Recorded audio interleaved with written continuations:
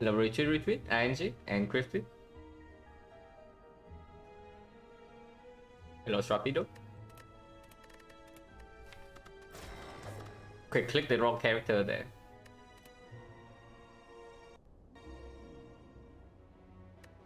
Three candidates. Force Elite on floor 6 or 7. And into Slime Boss. Okay, I'm not a huge fan of this map. The Kuro. I'm not brick on red colors, yeah, but the slightly dangerous thing is that we brick right here, we die.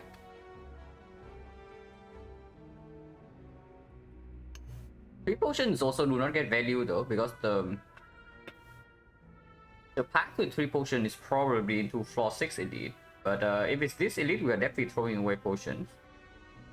So the only other choice is this floor 6 burning elite into the left portion here, which also doesn't really work. Hello Etiosip, hello Navox. What am I looking for when deciding on the path? First of all is like the number of elites you can take, and then where the earliest elite would be. And then let's say I'm choosing a path with 2 elites. I look for like positions of fires to see if I low roll, can I pivot, can I rest, or do I have to commit, and then who the boss is. Like if it's Hexagons, for example, maybe a late shop is better because the potentially you don't even have any solution for the Hexagons, and then you have to go to the shop to not die. Yeah, sometimes also look for late shop just in case, absolutely. Random rare, 3 potions. With the first elite being floor 6 or 7, yeah, it's definitely never was worth over a real option at least. Hello Mer, hello Magnum.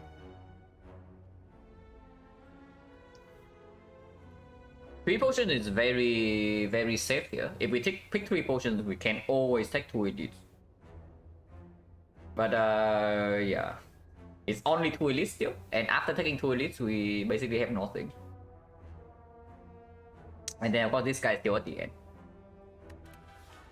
It is probably a free red colorless. Neo choice, yeah, this is the Neo choice, and it's probably just red colorless. Only 2 elites? No, I'm not worried about the only 2 elites. I'm worried about the fact that the elite is on 4-7. Like for example, I get something like Apotheosis here, 2 elites, no problem. Everything's good. But if I brick on the red colorless and then we are forced into floor 7 elite, yeah, that's not very good. But the fire is before the elite, yeah. So Apotheosis, absolutely fine. And then, yeah, the bomb in Slime Boss Act, not terrible either. After this, we do have a shop. If we absolutely have to avoid the advanced always, there's a shop here. And we can go to, because 3 fights plus the elite is 75 gold. And then we can do something here. Into a fire immediately, so there's no risk of death as long as we survive this fight. From the fire here, second elite is optional. So if we want to, if we have to, we can take a very safe path. After one elite. How do I break the red colorless? You can get Mayhem, you can get Transmutation, you can get Metamorphosis. Like for example.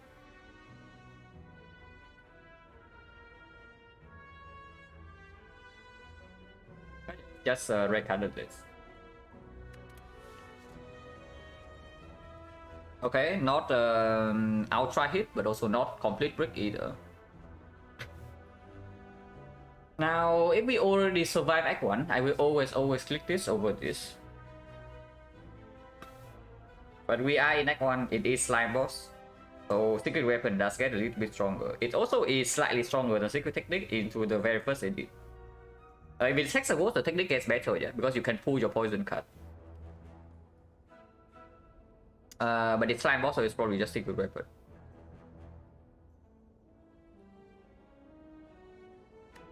Tactic is a greedier choice. Like honestly, if we take this card and we survive Act 1, I'm not even complaining. Like after 2 elites. Because the value of this card in late game, like Act 3, Act 4 is insane. Such a very let's say so. I mean, if you only look for hand with or apotheosis, then you probably should not take the red color list.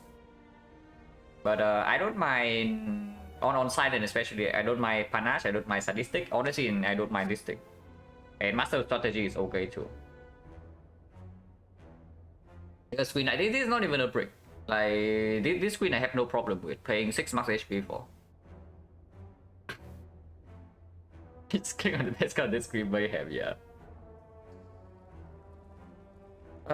Secret technique in the slime boss is optimistic play because you just say that you see floor 1 terror, and then you have secret technique terror,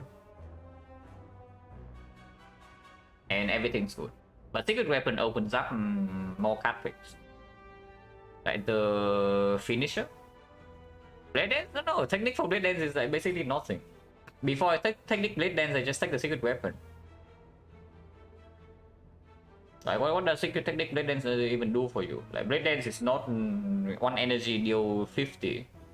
It's 1 energy deal 12 and that's it, without support.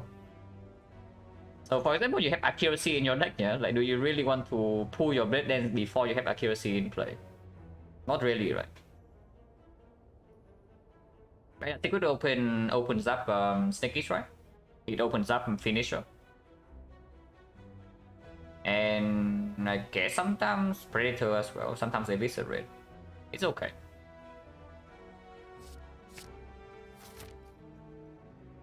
So we are definitely taking this elite and not this one for the fire. I want the option to take 2 or 3 or 4 fights. So we go here and then we decide. If we say 0 potions, if we have no potions after 2 fights, we take 4. If we have a good potions and we have an upgrade target already, we take 3 to avoid the advance away. I do not want to force myself to 4. Like going here is choosing between 4 or 5. So advance always happen no matter what. I don't like that because sometimes we actually need to brute force this fight without HP. And yeah, so yeah, we just start here. The good weapon also better in the very first fight like this. Like right now we can pull the neutralize immediately to set up to block for 1 and set up a kill on this next turn.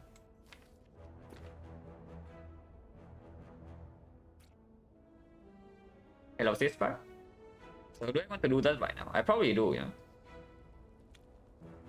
And next turn we can strike here to double defense if this guy attack again.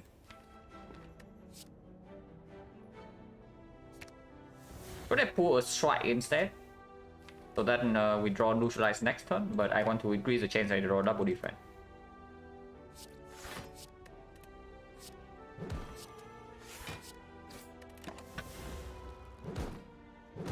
Max HP, yeah, max HP for red catalyst.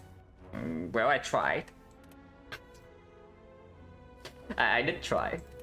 Maybe leaving neutralize was better, like pulling the strike so that this turn we can do like double strike into neutralize here to defend. Wasting a little bit of damage, but we block for a little bit. Of course, that's like the but then we can also just bottom deck and neutralize. This way we never waste damage. So even if we have to take 3 here, yeah, so be it.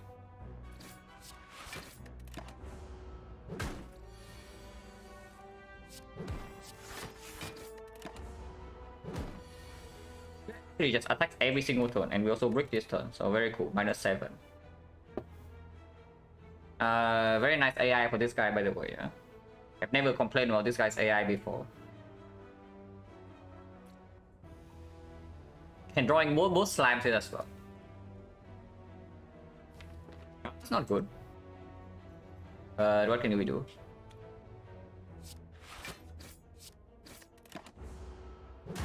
Yeah, -10 in this fight is like exceptionally bad. I mean, not exceptionally. Fruit juice is also very bad. I mean, it's like +5 HP, but it also means that we don't even get a real potion for this crap. And yeah, it reduces our potion chance. P-Staff for our secret weapon. The optimistic pick here is prepared, but after losing 10 HP after getting this potion and for 7 elite is here, I picked the poison staff. Also I need to upgrade target.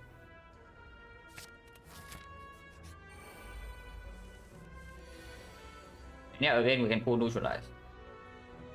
So let's do that. Neutralize block 2 here, block 2 here, doesn't matter. This guy has 18, this guy has 8 damage, so maybe I want to kill this first, even if this guy buffs strength. So this goes to 11, I need 7 damage. 7 damage is not clean.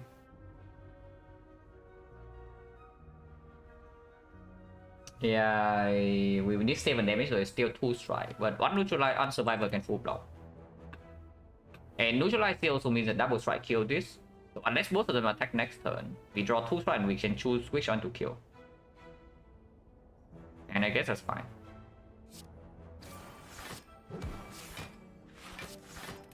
Take 2.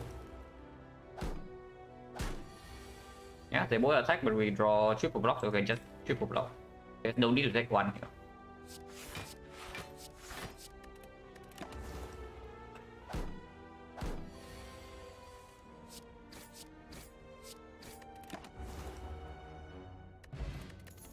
I think go no potion, no damage. Oh, floor 7 elite, yeah. Floor 7 elite, no potion, no damage. So that's cool.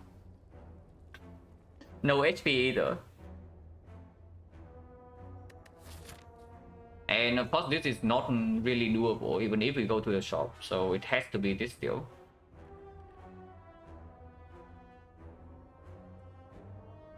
I have a feeling that we should run into the advanced hallway, and if that is so, I don't mind picking Piercing Wheel here that much. Piercing Wheel performs in advanced hallways and it can strip artifact in the sentries fight. In the Lagavulin fight, we can exhaust for free if we don't need the block. And Knob doesn't exist. It's not even that bad against the Knob if we kill by turn 4.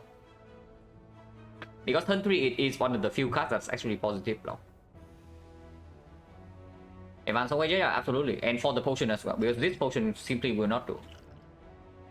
Yeah, this potion simply will not do. So we do take advanced hallways. And if that is so, I do not skip here. And yeah, Piercing will probably slightly outperforms backflip.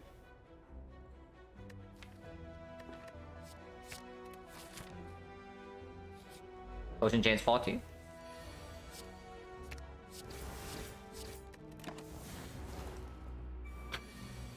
P-Staff is our upgrade target because what else in our deck deals damage? What do you want to do against floor 7 elite right now? Let's ignore sentries, yeah, but what about Lagavulin? What do you do against Lagavulin? Yeah, exactly.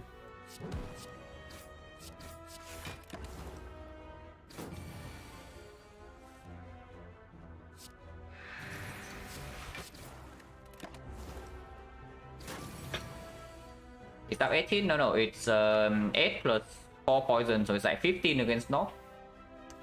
And with the secret weapon, it's slightly more than that against Lagavulin. Because we can stack the second charge like slightly faster than usual. Okay, exactly the potion we want to see. Now, technically, this is like 6 damage against Knob. Also 6 damage against Lagavulin. Performance, not really. We would take 0 regardless in that fight. And I guess against Sentry to deal some damage, but also not the type of damage we want to do. Ooh. A tough choice.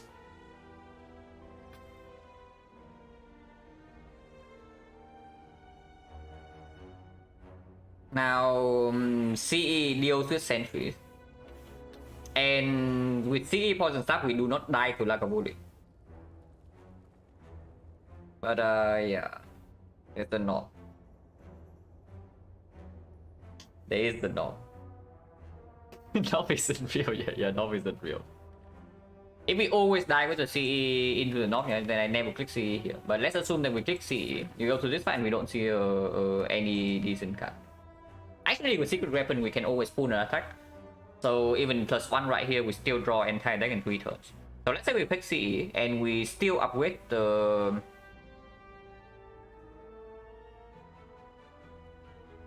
Actually, no, if I pick CE, I probably upgrade the CE because upgrade the CE actually can deal with like a bullet. And if we top deck it, it's also good against the knob. So how is the knob fight? Because we need to kill in 4, yeah? We do not need to kill in 3. We can brute force the knob, take the turn 3 hit, but we need to kill in 4. Sticky Strike, yeah, Sticky Strike is weird. Before Sticky Strike is actually dagger throw. So the question is just, is it dagger throw or is it the CE? But CE plus, let's say we pick a quick slash in the next screen, like already a fairly mediocre attack. So it doesn't get worse than that. It's either, if we add the card, it's at least quick slash, otherwise it's a skip. So let's assume it's a quick slash.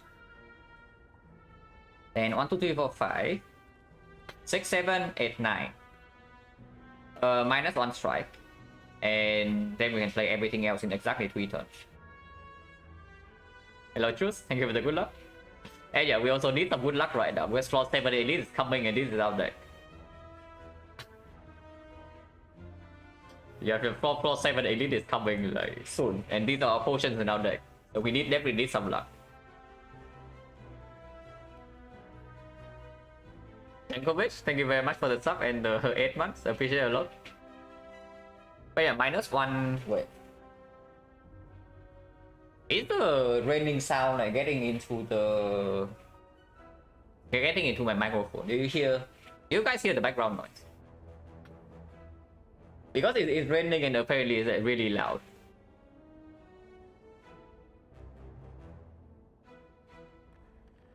Okay, okay, looks like my microphone is not picking up like a lot of noises, so that's good. Yeah, okay, okay. That's good, that's good. But yeah, -1 strike, yeah, we can play everything. And let's assume the CE is drawn turn 2, but P-Sub is drawn turn 1 because of Secret Weapon. But we upgrade CE, so it's going to be 6 plus 3, and then 3 poison turn 1 goes to 2, and it goes to 11. So it's 2, 11, 10, 9. Which could be 32 damage from poison, 6 damage from taunt, so 38. 38 plus 30 is 68, 68, 71. 71 plus 5 cards, and we need to kill the knob. Any poison redraw will kill in turn 4.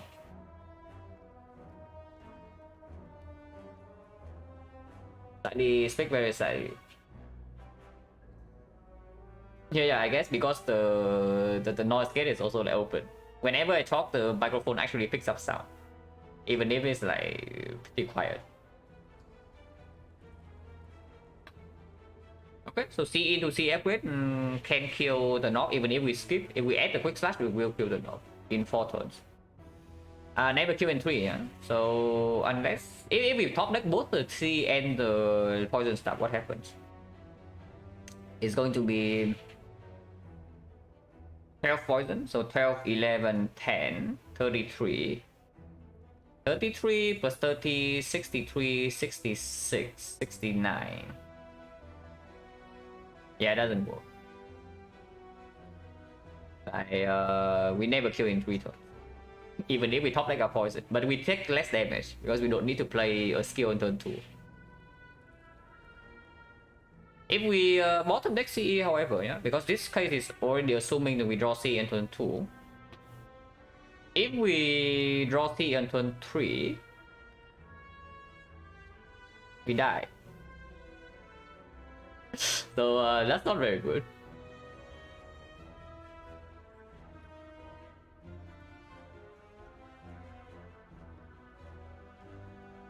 And Noise Filter, I think I turned down, yeah, I have it already in an LBS.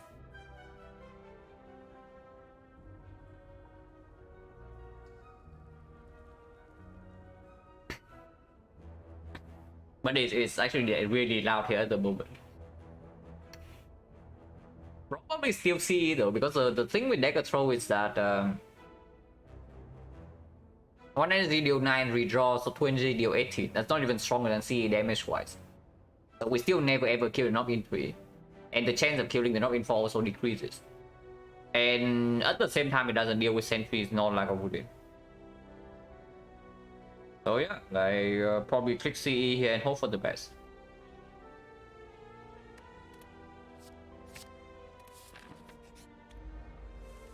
Okay, CE already played. I don't even need to see what happens in this fight. But I know the CE already plays. I don't think we have a CE right now. And we still kill this guy first, yeah. So CE neutralize defense and then take 4. Can always use this potion, so there's absolutely no reason to taunt potion here.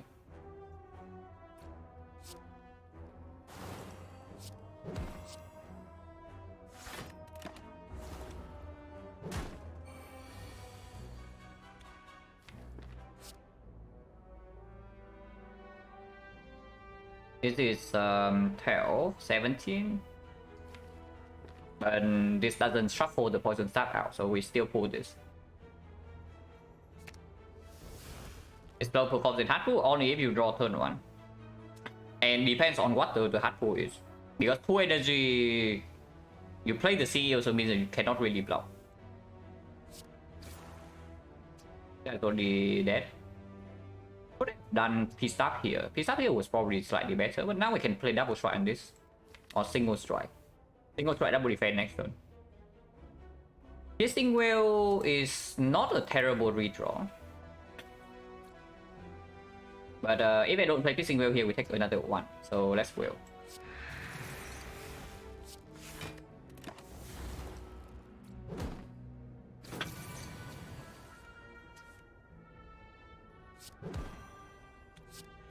This guy is at 15.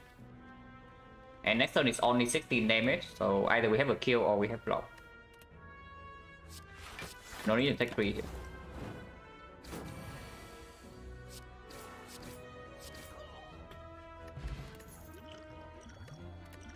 Not killing potions, yeah. We have a very big lineup of not killing potions right here. Okay, no not killing potion, but there's a not killing card. I know. It does mean that I cannot upgrade the CE though, if I want to upgrade the Predator for the knob. Predator upgrade also perform against the Lagavulin, and we can next spot against Lagavulin or Sentry, so mostly just about the knob. Of course we pick this over the freaking leg sweep. And we go here, upgrade event would be nice. Okay, not this one. I was thinking of the Living War. I was thinking of the Living War, but this is not Living War. yeah, it is upgrade event, just not what we want. Resistance rest, yeah, but these upgrades are very, very impactful. And if the upgrades, the random upgrades right now hit like strikes or defense, or even this, like this upgrade right now is not good yet. This upgrade is completely worthless. This upgrade is good, this upgrade is good, this upgrade is good, this upgrade is good. So 4 upgrades is good, 5 upgrades mediocre but acceptable, and the rest bad. So 1, 2, 3, 4, 5, 6, 7, 8 upgrades bad.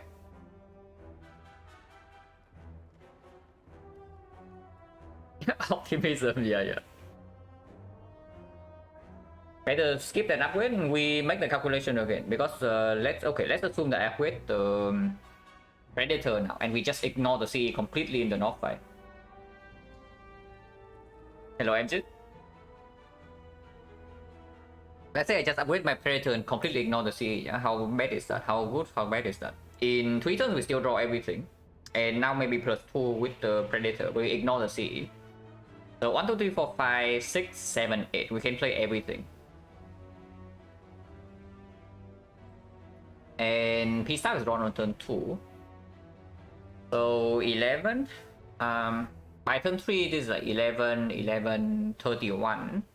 31, 61, 61, 64, 64, 67. So we don't kill the knob in 3. But in 4 it's 70. 70 plus another 1 damage, so 71. 71 and then we have plus 7 cuts. So the knob dies in 4 turns. Without the Predator upgrade is 66. Without the Predator upgrade is 66. So I'm thinking of the case where we click Shining Light here and it misses completely, like we screwed.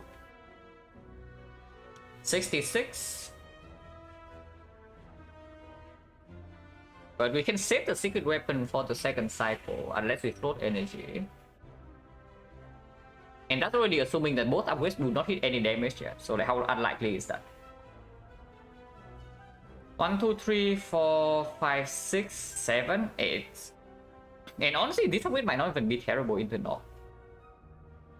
But we probably still count it anyway. So 8 cuts out of 17. First hit is 8 out of 17. Second hit is 7 out of 16. So 8 times 7, 56 over 16, 17. 56, so 7 out of 34. Roughly 20% that we completely missed here.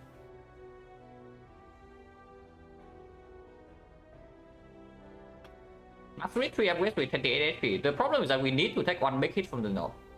Right now, we don't get away with not taking a big hit ever. I'm just calculating that we kill in 4 or not.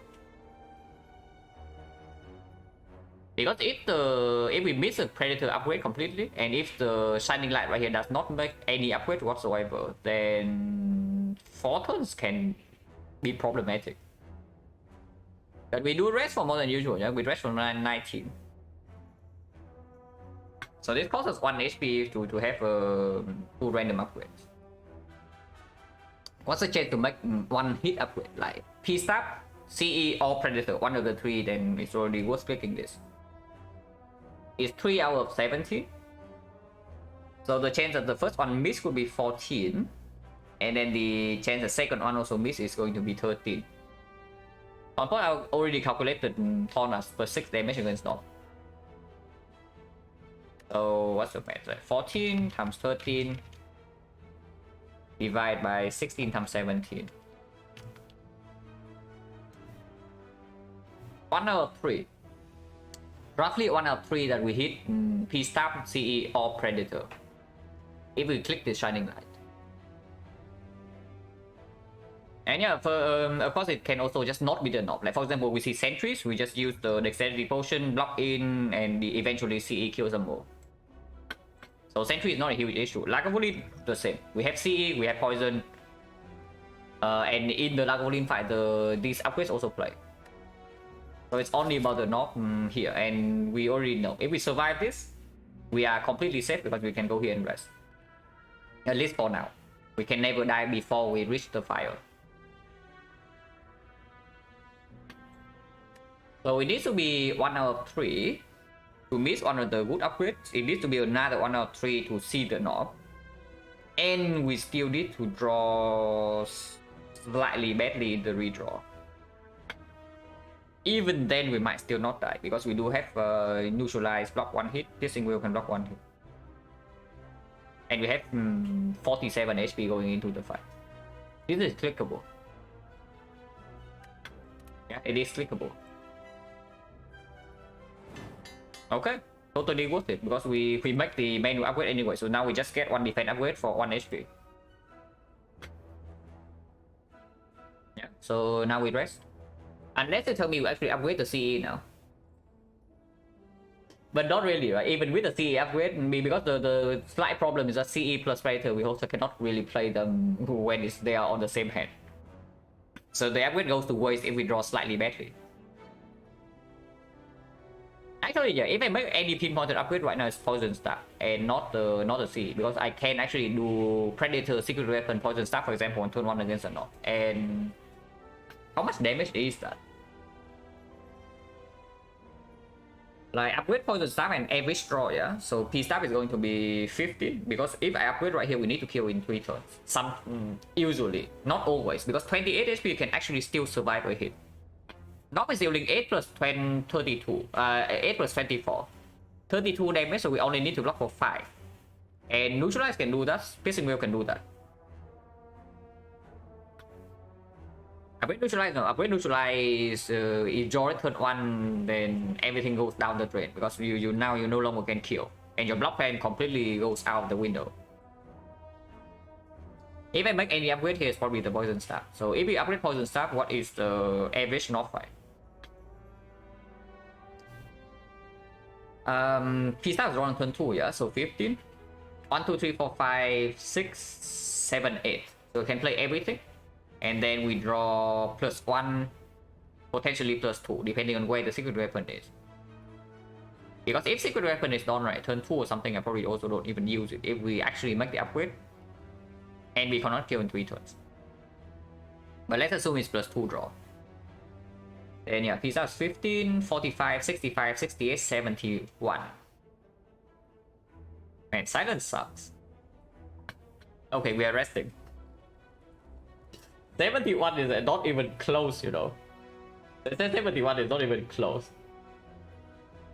So we need to redraw exactly to either Predator plus or the secret weapon in the 1 card here. Or we need to draw into poison sub immediately. Otherwise, yeah, we never ever kill the knob in 3 turns. So we rest. Do not misclick. Potion chance at the moment also really low, right? It's like 4 fights and we got 3 potions, so currently 20% only. Never the knob. Knob doesn't exist, guys. Why doesn't anybody ever think the knob exists? This fight is also still going to hurt a little bit, yeah, but we do have these 2 potions to mitigate, and I'm willing to use both here. Even if potion chance is 20%. Do I want piercing wheel in my deck? If I also use a dexterity potion, no. So I should exhaust this right now.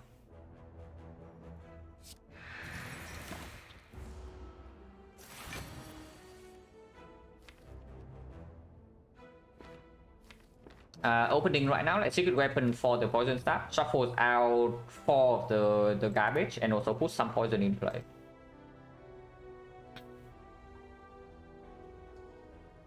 And yeah, I would like to do that. And depending on what we draw next turn, potions will come.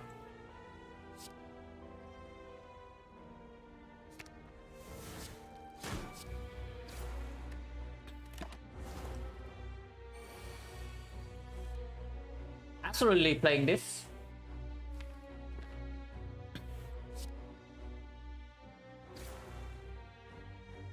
So we are not going to play CE, yeah, but we will play Predator. And we will play it before we get debuff. So Neutralize gets play, Predator gets play, and let's assume that we draw Predator plus the Predator next turn. So we have to play Predator and we only spend 1 energy on block.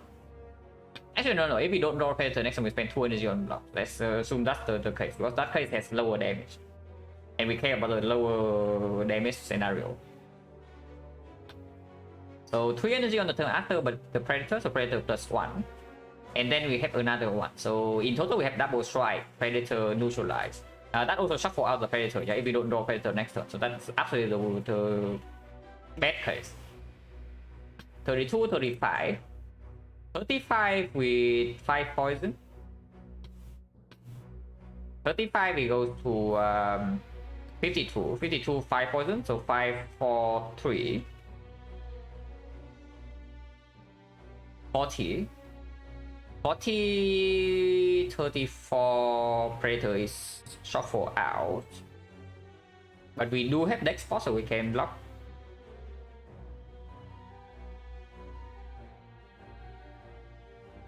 But yeah, like basically dex spot needs to come down here because we most likely need to block the 1 hit in the second cycle. The next question is whether I use Taunt Spot here for 6 damage. It's going to be 9 damage if we are prepared to block for 1 hit. So is 9 damage ever making a difference between having to block the second hit or we can kill? So we calculated 35, yeah. 35, 52, and poison is going to be 5, 4, 5 now.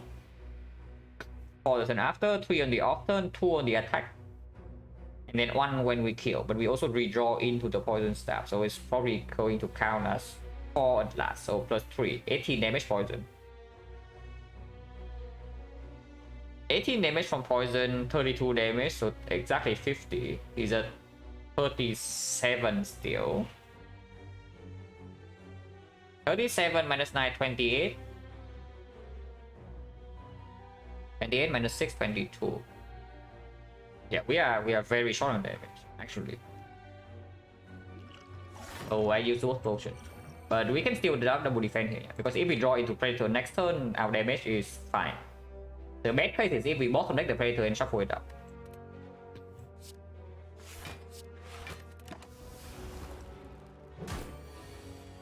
Okay, our damage is fine. We do not draw neutralize, but we take 10 more here. Of course, we can block for 10 and then play 1 strike, but yeah, no, let's not do that. Let's not do that, just take 10. Missing the neutralize is definitely a little bit sad.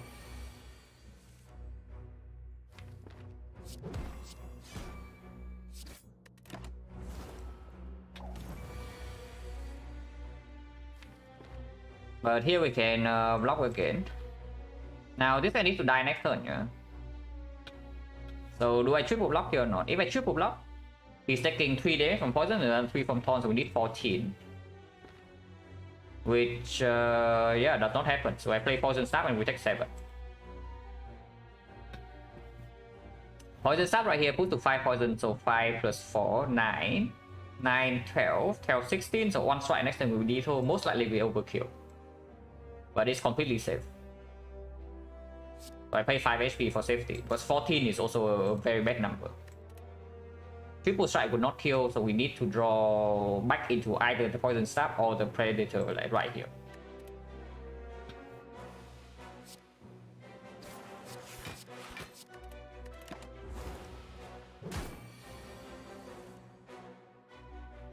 You know what, guys? If we did not use a taunt potion, we could be 1 damage off right now. So that's fun. We overkill by 8, yeah? And the taunt potion dealt 9 damage. So that was good. Wow. This is kind of Captain skill if you look at it though. There's a Bane, no? There is a Bane. Bane with secret weapon, we're slightly stronger than usual, and we have 2 poison sources. So yeah, Bane is fine. And sentries we can already deal with the CE. And Bane is good against the knob.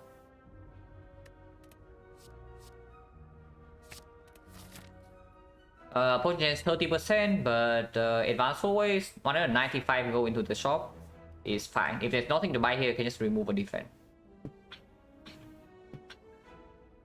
I don't have a thought about everything up. Yeah, I mean you don't really die. But you have to take like 1 more hit, so minus 7 HP. And yeah, trading taunt spot for 7 HP is probably pretty fair. How much damage did we take there? Like we have 47 going into, so we took 23. Actually died to Laga in my bell frequently, yeah.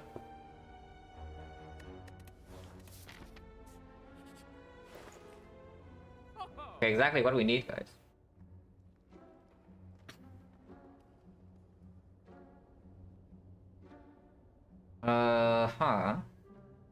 This shop kind of sucks, yeah?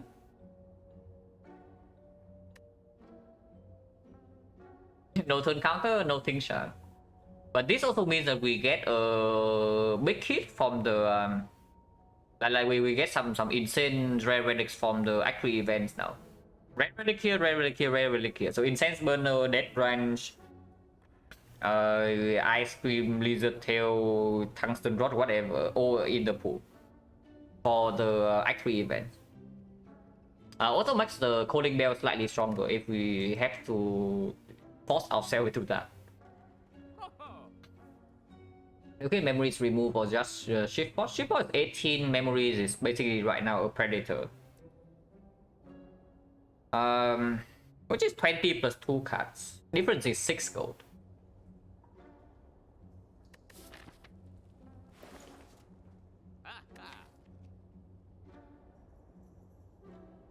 How important is this remove? Remove into Slime Boss doesn't play that well, but next fight can still be the norm. If we do not remove, we can buy a Blade Dance, yeah? And with Blade Dance plus Shift Pod, we potentially can do Accuracy, or we can do like Strength Potion. Or the bomb last game, the farm for at least first shop, nothing else. Yeah, the bomb in the first shop is fine. The bomb only has a very slight problem, is that it's 50 cent in Act 2. But Act 1 is absolutely a good cut.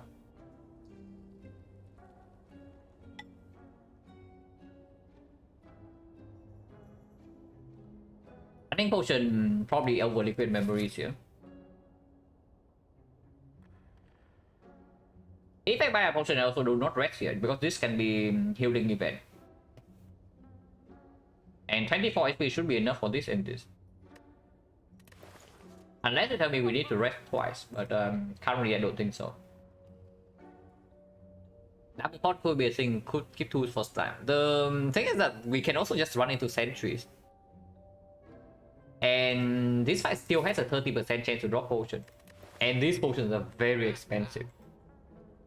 Now, if there's a fire potion here, for example, then maybe I buy the like 250 gold potion and keep one around. But with these things, it's really, they are very, very expensive.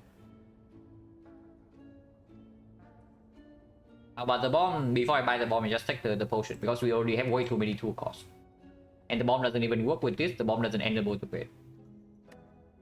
And we just fought Lagavulin, which is the best fight for the bomb. In the Sentries fight, this is effectively the bomb for us. And not fight, if we do not roll turn 1, it also doesn't really perform. Its remove really that strong.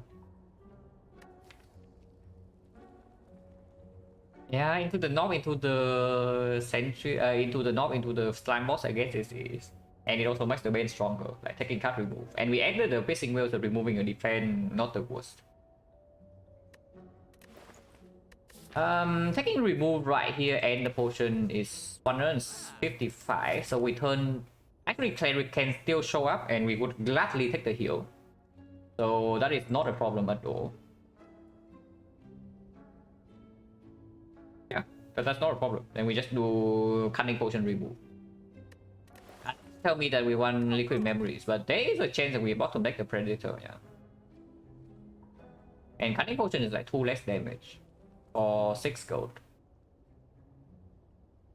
We were already dealing like 70 damage to Knock in 3 turns. Now we have the Bane and we have an 18 damage potion, so Knock should die. Yeah. And another thing is that if we draw CE plus Predator on the same hand against the Sentries, we cannot even play Predator. So CE plus the Cunning Potion might kill them instantly, but CE plus the Memories will not kill them on that turn. Right, it's also 6 gold cheaper, so let's do that.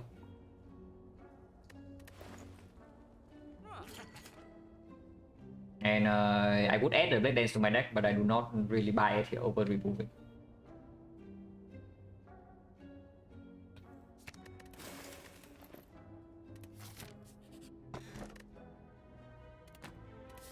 Now potentially plus 2 HP. And we go here and upgrade.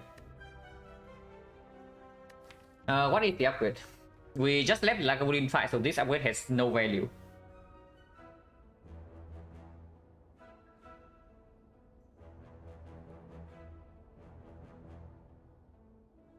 Maybe just don't want to upgrade anything. If anything here is probably the bait. If I upgrade anything here is probably the bait. But maybe I just don't want to upgrade anything. If I resting later is better though. Yeah, if I resting later is better. This can be healing. Resting later is better because of singing bow. Very slightly. Like right now we rest for 19. Get max HP one time, we rest for 20. So it's plus 1 HP. Unless you tell me we need to rest twice. But I don't think so, right? So we probably just upgrade the bait. It's still plus 6, it's good with secret weapon.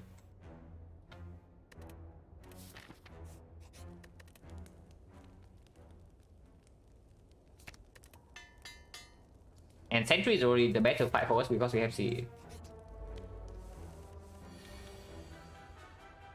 Oh, interesting. CE would be good here. Now I can take 4. If I take 4 right here, the fight is basically solved. Because either I draw 2 Piercing Wheel next turn or I draw 2 CE plus Blade. So like just take a good weapon for the Predator. I take a good weapon for Predator and we do Defense Plus or Survivor. Take 4 damage.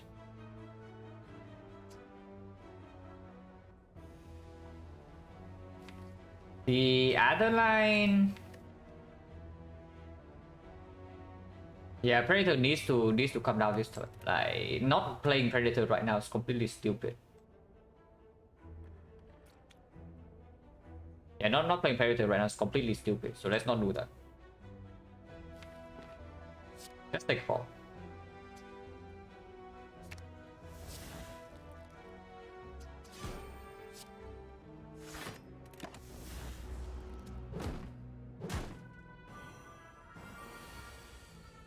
Thì bên tiêu tầm 1. No potion, 40%, garbage. Hello, beer and bacon. I mean, Slice is something. Slice does work with all the expensive cards we have, and Slice does work with Predator somewhat, but it's again competing with plus 2 HP. And any card we add to our deck right now, so make the Bane plus worse. At some point, last time remember doing specimen transfer. I know that I have done it one time, during the silent samples. So out of like 270 plus runs, there was one time that we did the specimen thing against the Awakened one. Pretty long time ago. I don't even remember when it is, but I know that the run happened.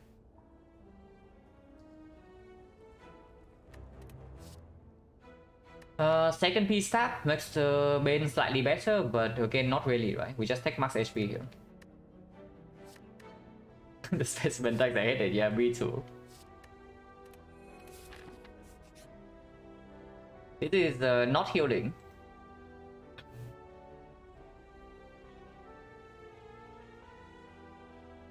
Not will not kill us, yeah. But I am slightly afraid that if we lose 7 here, the sentries will actually kill us now. Or 15. Because if we don't even have 20 HP turn 2, we might actually need to give up on playing the CE. And that is not exactly the best thing to do.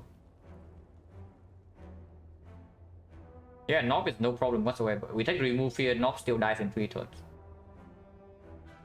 But now, yeah, 15 HP against sentries is not really it, right? We just take the gold.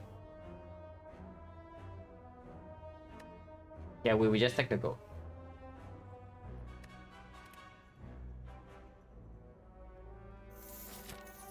The gold rose from 50 to 80, yeah, and we got 51 gold, so yeah, take that as you will. We rolled a random number from 50 to 80 and we got 51 gold.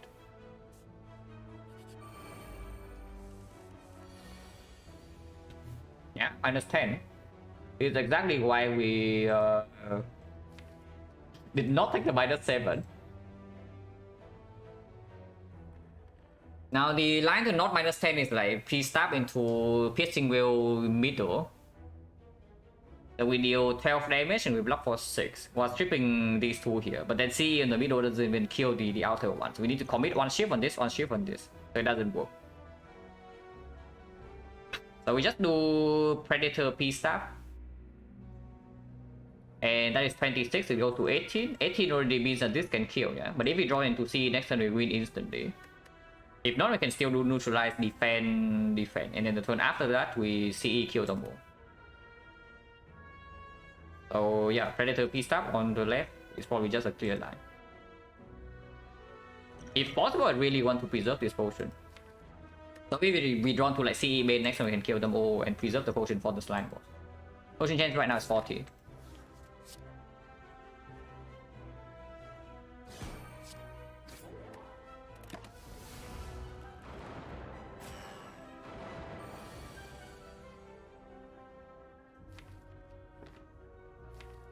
We do have a kill on them all next turn, so we take 2 right now. Yeah, neutralize right here, triple defense. Next turn we CE, secret weapon for the Bane, and they all die. So we take 2 and preserve the potion. And that's absolutely worth.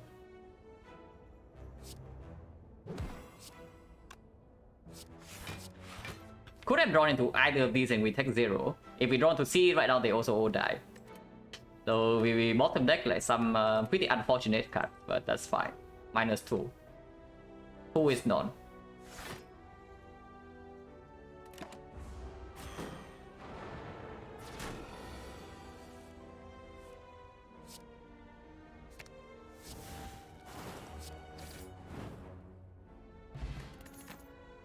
Okay, power potion is good. Into slime boss, 30% potion chance now. The backstab card. Yeah, backstab pretty good. And we already the rest for 20, so there's no need to get +2 here. Getting +2 doesn't mean we rest for 21. Backstab not that good into slime boss, but it's very good into Act 2. And it is still reasonable, it's not bad.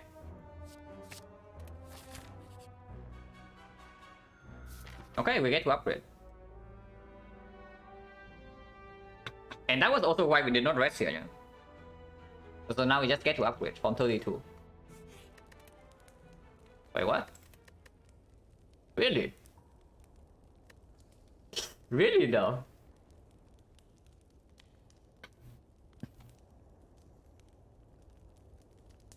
By the way, we have no relics that play into Act 2 fight, yeah? We have 0 combat relics at the moment, so early Act 2 will be fairly rough. Listen to the game, yeah, listen to the game. Maybe actually listen, because what is the upgrade here? See? Secret weapon? Maybe secret weapon upgrade is good in the slime boss fight. It's not going to perform in Act 2 though. Neutralize upgrade means that we never die to turn 3, but I have a feeling we already never die to turn 3 with these 2 potions.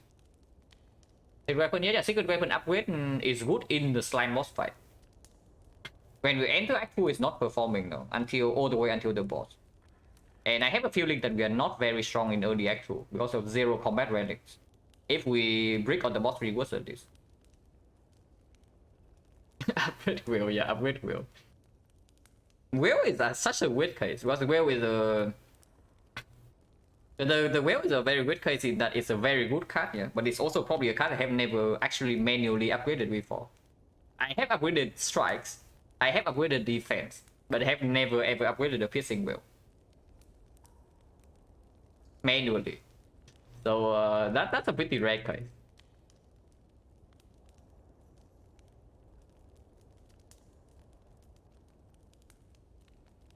Yeah, it's one of the 4 options. Like neutralize upgrade, secret weapon upgrade, poison staff upgrade, CE upgrade. Honestly, with the specimen, I don't even mind CE upgrade that much. But for the Remedy Leader fight at least.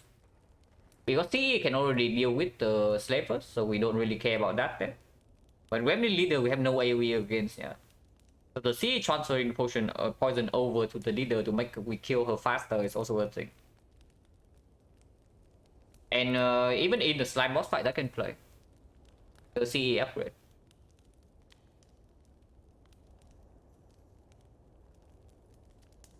Yeah, how bad is it? I mean, we cannot really play it when it's on the same hand as Predator. But that instantly makes the piece up upgrade slightly better. Maybe it's just because the piece up upgrade also like mediocre into early act 2. The same goes for the CE. CE upgrade is only relevant in the leader fight. Maybe it's actually just either neutralize or secret weapon then. Because secret weapon upgrade is just straight up the best upgrade in the slime boss fight itself. And none of the other upgrades actually play in Act 2 except the neutralize. Otherwise, we make the neutralize upgrade for early Act 2. Or we listen to the game. But with 2 potions, I don't have a feeling that we should listen to the game right now. Maybe it's just secret weapon upgrade. Because with the Predator, we also cycle like not too slowly. Defense upgrade makes the P-box slightly worse, but still 5 strikes.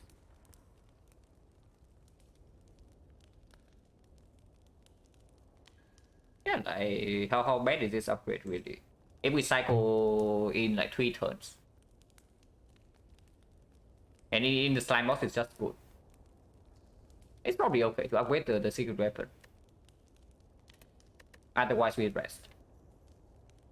Because I don't have a feeling that yeah, I don't really feel like upgrading neutralize is ever the right call. Because we cannot even block anyway, even with the neutralize plus. We still need to kill them relatively quickly, and we want to do that regardless because of the backstab. The upgrade safest one well into Act 2. Yeah, it is the upgrade that plays the best in early Act 2. But the question we should make is the best thing that plays in early Act 2 good enough? Because I don't have a feeling that the neutralize upgrade will actually save that much HP.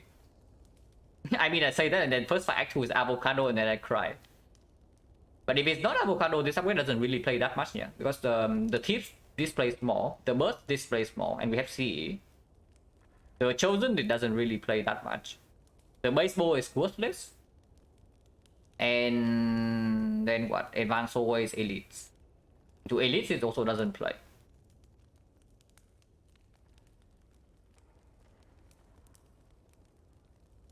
Yeah, I just upgrade my secret weapon.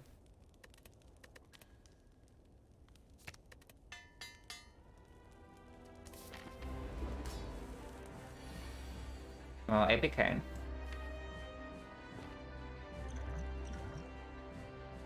Infinite Blades fumes. Infinite Blades 4 damage per turn. This is poison AoE that also works with the specimen kind of.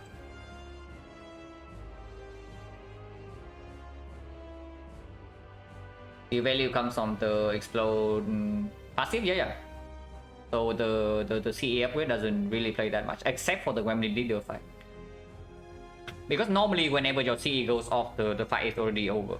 The one exception is the leader fight. And then of course something like maybe the collector, maybe the automaton, but that is at the end of Act 2. Fumes, right? Because we do have a Bane Plus. So this guarantees that post-split, the Bane will always work. And of course sometimes it works with this.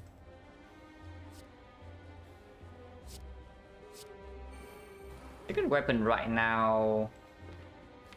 Shuffle out 4 cards, yeah. If I pull the strike right here, we float energy, but we shuffle out 4 of these cards. Which might be good. Because we redraw into the good things faster.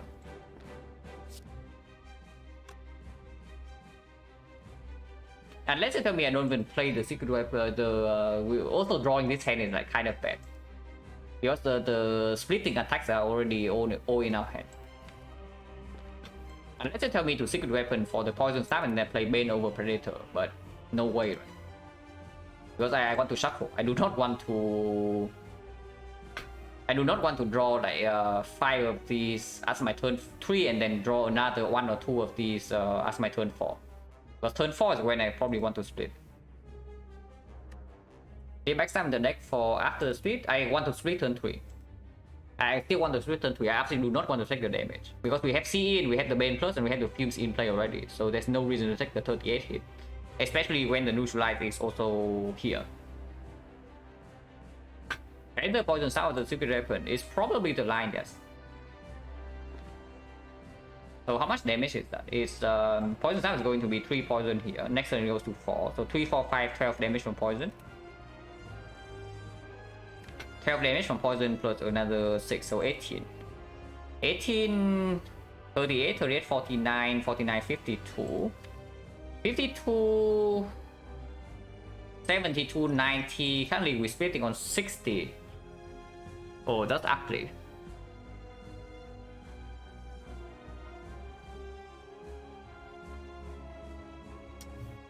Blocking turn 3 is so bad though. And we do have +1 card on turn 3, so maybe we can redraw to a secret weapon or the bane of this. Yeah, this hand is so trash on like so many levels. Because we waste like so much damage here. And it also makes sure that turn 3 we don't have a good split. But when your Predator has to be played, I want to shuffle back. I want to shuffle back into my good attacks like good. Otherwise we cannot do anything here.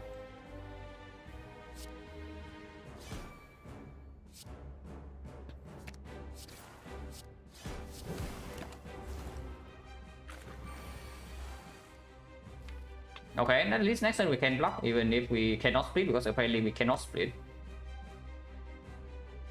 Yeah, splitting with one strike plus the cunning potion is completely stupid, so let's not do that. And we can block for 17 with X21. Poison next turn 4 plus 5 is 9. 9 plus triple strike is 27. 27 goes to 80. 80, so we do not need to split. We had to split the turn afterwards, but we do have cunning potion and we draw into the good attack. If we draw into a 20 damage card here, yeah, then we can split next turn. Split on 36, and that's good enough. So we play triple strike because there is a case we split next turn. Even if we draw into neutralize here, still 77. So neutralize right here can still block. Double check. 4 plus 5, 9. 9, 27, 80. 80 neutralize 77, so it doesn't block. That's good.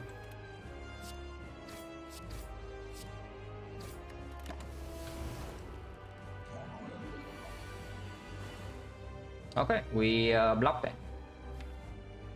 We block and then we split next turn. And let's tell me we still split right now at 52.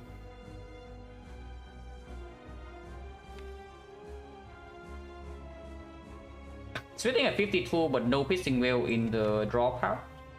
And we also shuffle out our survivor. Not really, right? Now, of course, next turn we are forced to split. Yeah? So no matter what we draw next turn, we have to split. But even then, if we draw a complete trash hand next turn, then the turn afterwards we have a good hand. But this deals 20, this deals 20, so even on a 50 something split, that is still basically instantly killing one snipe. So we go to 15 here. Yeah, block for 19. Actually, wait. This block for 13, this block for 19. We take 19, go to 13. Oh, 13 is scary. Trading.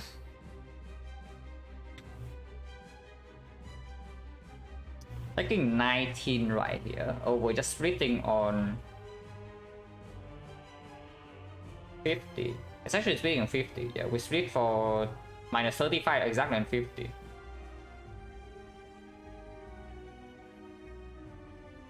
Split, but barely any block in here. So if they double attack, we will die instantly or what?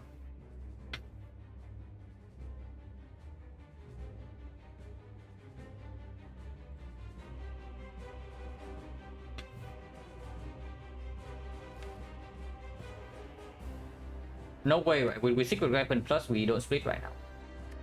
Next turn it goes to 6 of 74. 74 at worst is 56. 56, 36, 36, and the turn afterwards we have 20, so we can easily interrupt.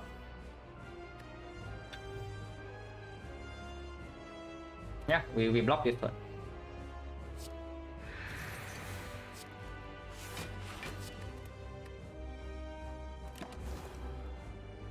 I should rest. Yeah, it's true. I should rest. So secret weapon for Predator right here. And then we split on minus 26, minus 44 is 36. But we do have the Bane Plus still.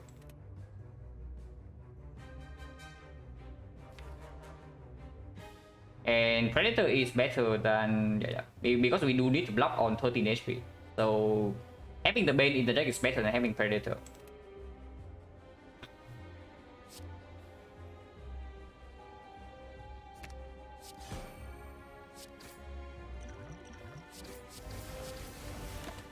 Turn 30. Bane instantly interrupt. Yeah, Bane kills this, and that's very, very good. As long as we can interrupt this guy next turn, guarantee. But the poison transfers over. So this guy currently has 4 poison. He's going to have 5 poison next turn.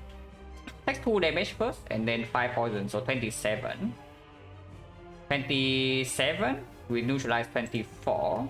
24, 15. So we interrupt this guy instantly next turn, and we never have to take the 18 the 18 hit. And that's good. So I guess we do that. Actually, no. Yeah, neutralize. Bane strike and neutralize right here already killed. It's 29 damage. And then we can put a strike here instead. So this thing is minus 8, 22. 22, 5 poison, 17, 17, minus 9. It switches on 8. And then we are fine. Okay. Let's do that.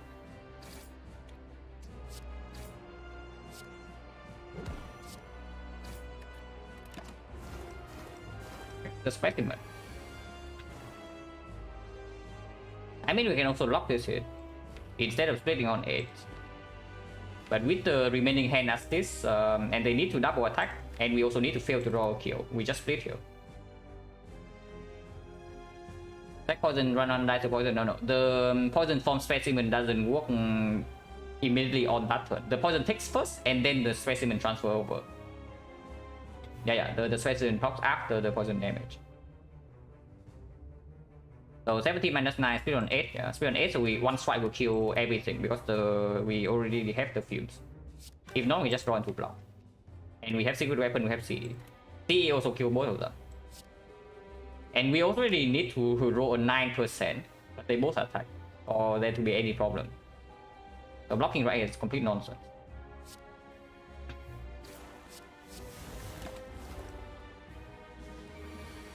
Yeah, we don't roll the 9%, so they all die. Artificially boosting the specimen's damage, the specimen stat by doing that.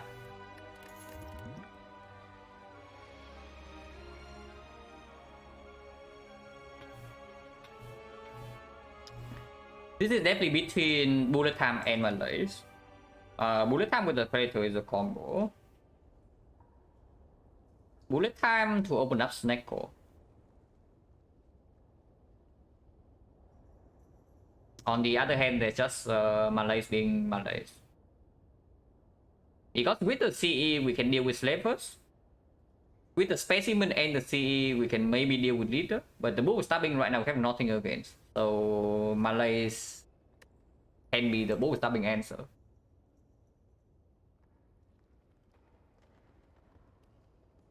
And yeah, with Predator, we also want to pick energy usually. So that works better with malaise. Bullet time is more fun, malaise is just malaise. It's not even about more fun. But if the malaise doesn't even solve any actual problems for us in Act 2, yeah, then I just pick bullet time here to open up more boss relics. But bull stabbing is a real issue. Like we can deal with the other two elites, but bull stabbing is a real problem. So I just click the malaise. You made the console ready. Yeah, what should I pick here? Create a thread, what should I pick here? After Act 1 boss. And then never even post my deck. It's probably the way to go. Malaise wins the game, bullet time reach the final. It's not even true. Because when you take bullet time right here and you run into bull stabbing, what do you do against that fight? And that is a big concern because we don't have any combat relics yet, so we actually have to really rely on our current deck to beat the elites. It's just Malays.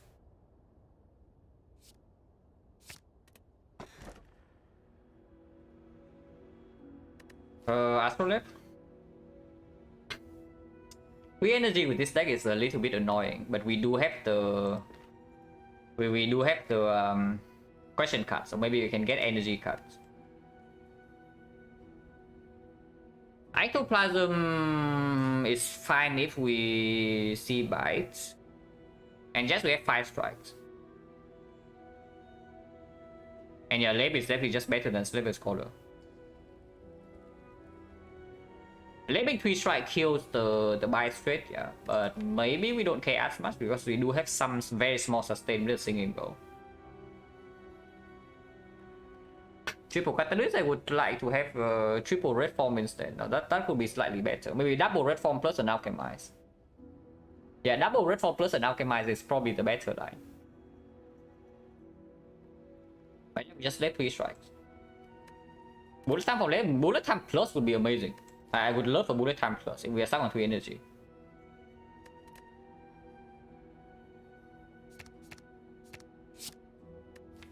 Pretty good. Tactician very much on the table with Predator Cow Gamble. Oh, attack plus, the first AoE card. If we say that we have problems against the Gremlin leader, then this can maybe do something. Could be better, but very solid. The Champ. Don't really have anything for the Champ at the moment, and CE doesn't really play there, so better be careful.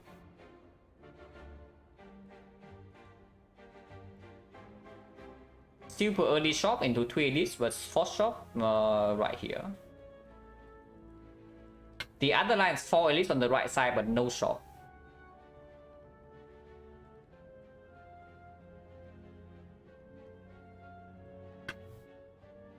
We can also just take the first elite without the shop, like for example go here, advance always, number 1. And then double question mark, and from this point we can decide. If we can take this elite, we take. If not, we go here, and then we go here, and we go here. A late shop, 2 elites.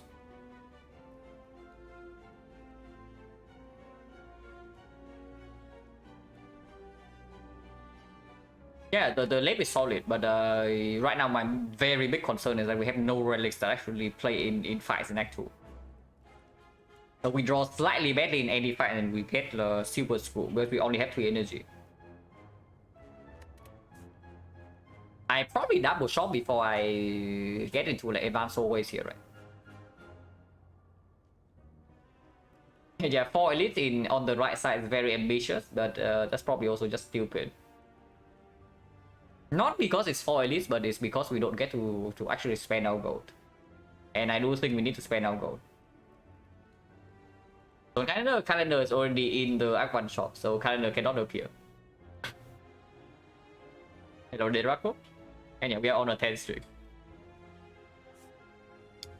These relics are not like super nice though, so hopefully you can survive Act 2. But yeah, we always start here, and then from here we can choose, depending on how this fight goes and what card we see.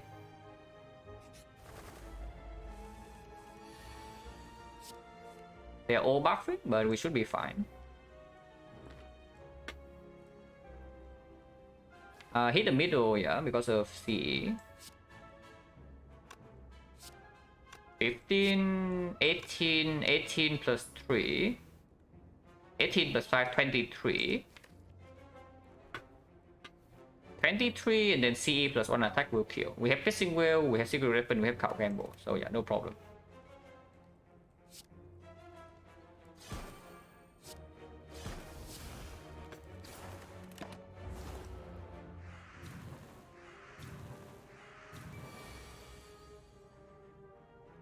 Yeah, you can never miss CE here, so we Cow Gamble into CE or attack and we just kill them all.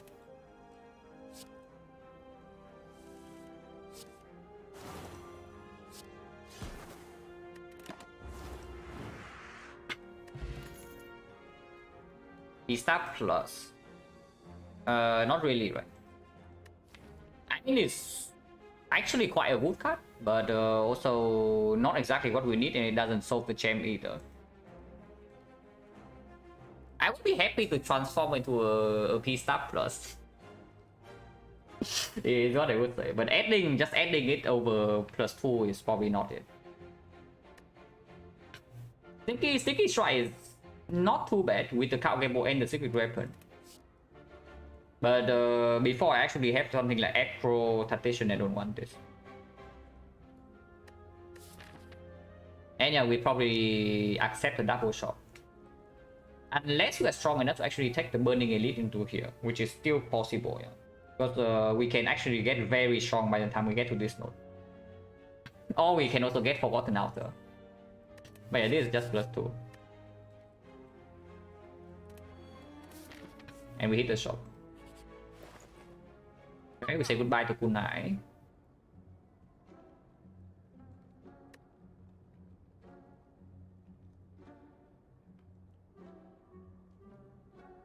Eviscerate with the Secret Weapon and the Count Gamble.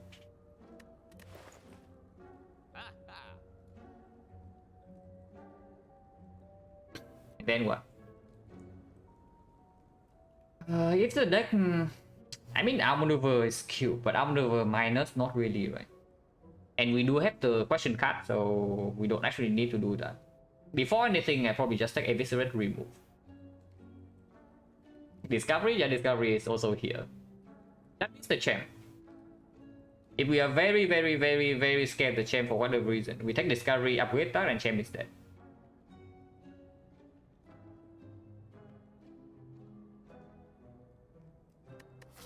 How good is Souvenir? That good, right? And we also don't take buys at the moment, so can just remove another strike. And remove also makes the Eviscerate stronger. I think I want the Eviscerate because I want to be able to pick up this card right now. Like the Acro, the Tactician, the Prepared. All the things that we need to actually play on 3 energy. So Eviscerate, remove. Potion chance is 50, so I don't really want to buy a potion here. 144, leaving us at 79. So Cleric can still show up. If I buy a potion here, Cleric cannot show up. Or if I buy Souvenir over the remove. But I think I want the remove over Souvenir.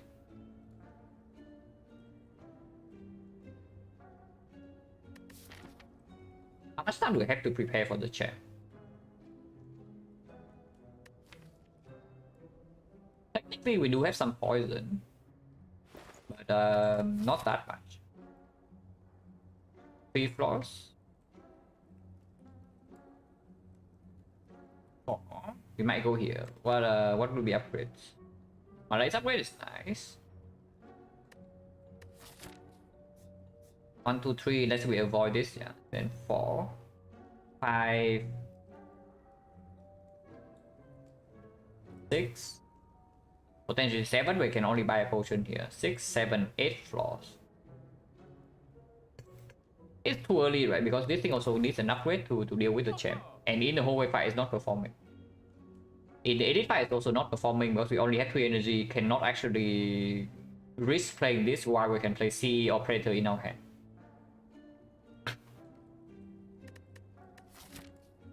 Uh, 50% potion chance, but it's not a guarantee strong potion. Maybe I take a potion that I can use in the hallway fight. The next fight is either Chosen, Baseball, Avocado, or the Thief. So this can play there. I know that I take this. And I know that I do not want the Cleric to show up. So like remove block potion is probably good.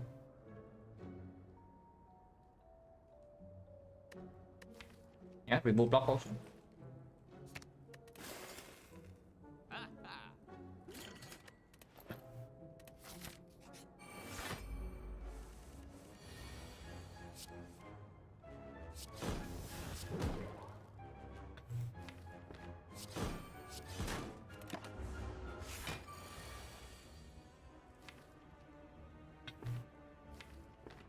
Ammo for 6, so Secret Weapon for Predator again. And then I can use the block potion.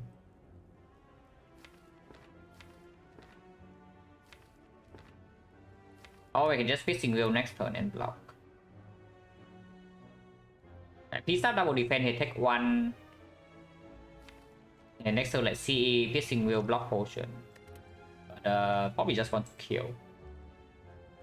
Weapon, yeah, weapon for eviscerate is good too. Weapon to eviscerate puts this thing at 20.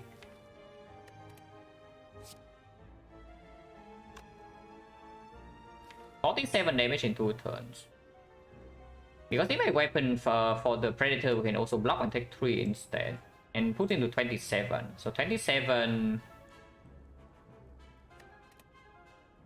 27 actually is surprisingly hard to do.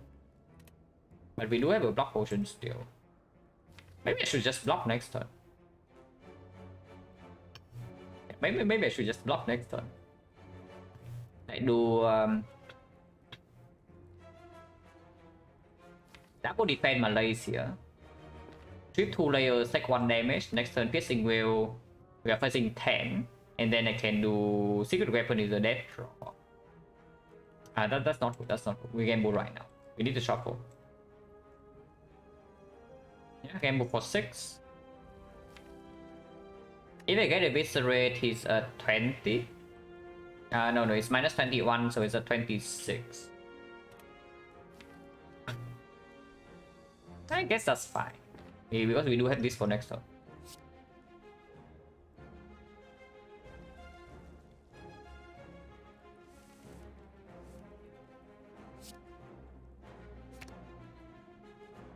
Okay. Learn something new. Yeah, learn something new. So eviscerate is as buggy as usual, yeah? Very interesting. Oh, that's bad. That's quite bad, yeah, but eviscerate is apparently as buggy as usual. So if it says 3 in the thing, then it does cost 3. But that's good to know. That's just wrong, yeah, it's straight up a lie here, but what can you do? But that's bad. Probably it happens when you shuffle. It probably the eviscerate cost for potentially, yes. Actually no, that doesn't make sense. It probably only the cost reduction only applies if the card is drawn. Is my feeling. If it actually happens like this. So secret weapon, because yeah, the cost reduction doesn't get applied until it's drawn the first time. So if we draw this before with secret weapon, before the reshuffle, for example, it costs 0. And then we gamble shuffle and then we secret weapon, it will cost 0. But here it has never been drawn yet, so the cost reduction is not applied. So yeah, we got scammed.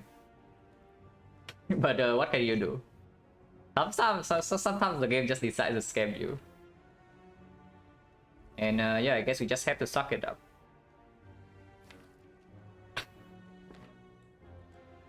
Okay, so what's the line here? Because that was bad. So yeah, of course it should cost 0, but what can you do?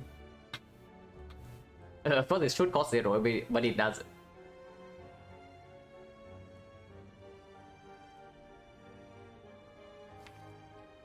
So P-Staff.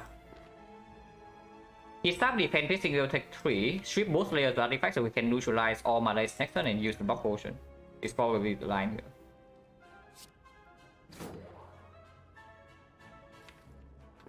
Because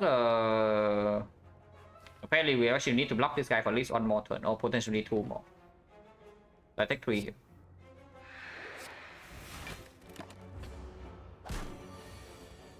Yeah, Malays is here.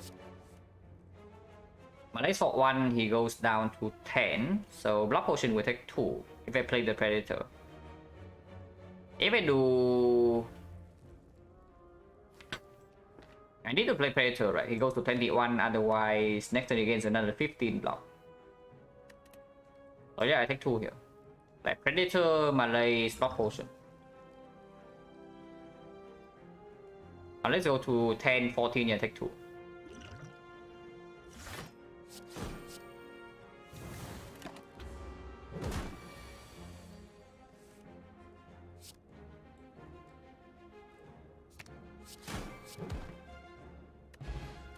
Okay, at least we got a good potion. So 40% potion chance now.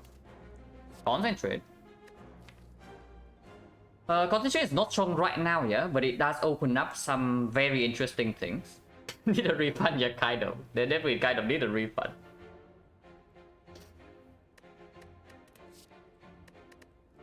Yeah, concentrate is very, very interesting. It's not strong right now, but it would be strong the moment we see a reflex. Or an echo. And it makes the echo pickable, which is very, very big. It needs an upgrade though. And potentially can open up expertise.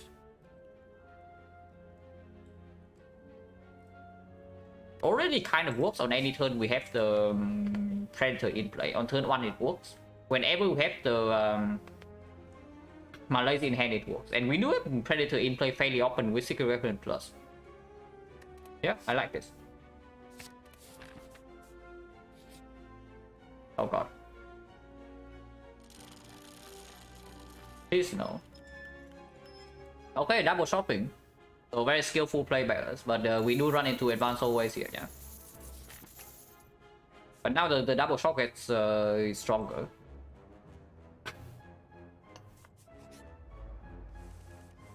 Oh, easy fight.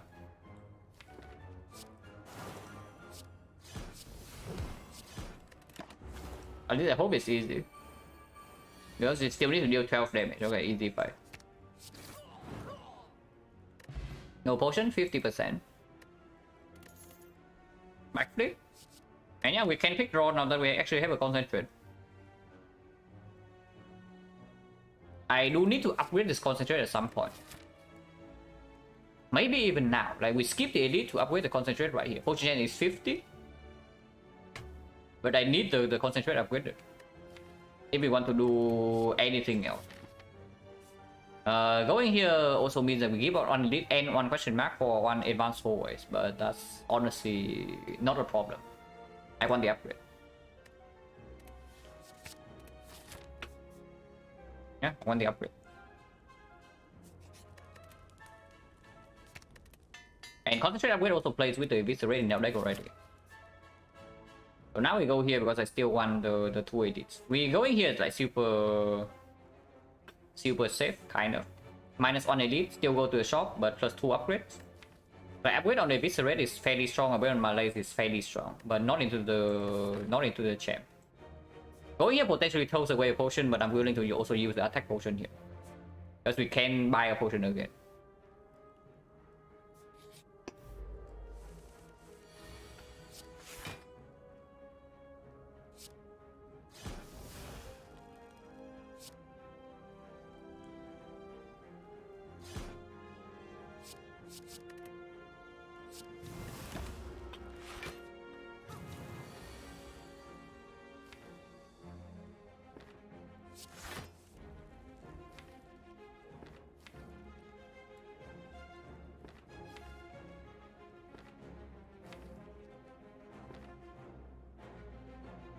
Secret weapon for P-Stab means that we game move for 5.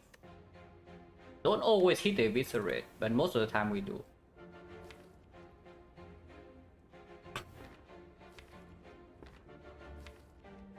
Probably just defend cow game more then, if that's the case.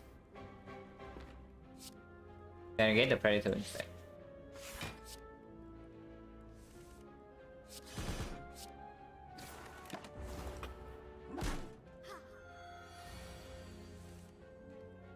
Interesting. Willing to use this here for 10, yeah, if we need to. 29 only. So, yeah. So we need this attack potion to be 15 damage. That is fairly difficult.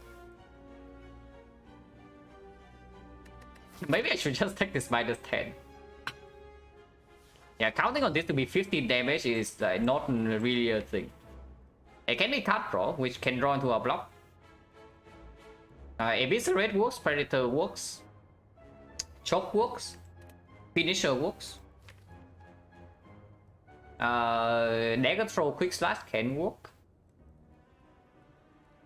Bane is 14. Bane is 14. 14 is one off. maybe it's not that bad. Because yeah, it's true. We can buy the potion again if this doesn't draw a potion and still 50%. Yeah, Predator works. Exactly told you.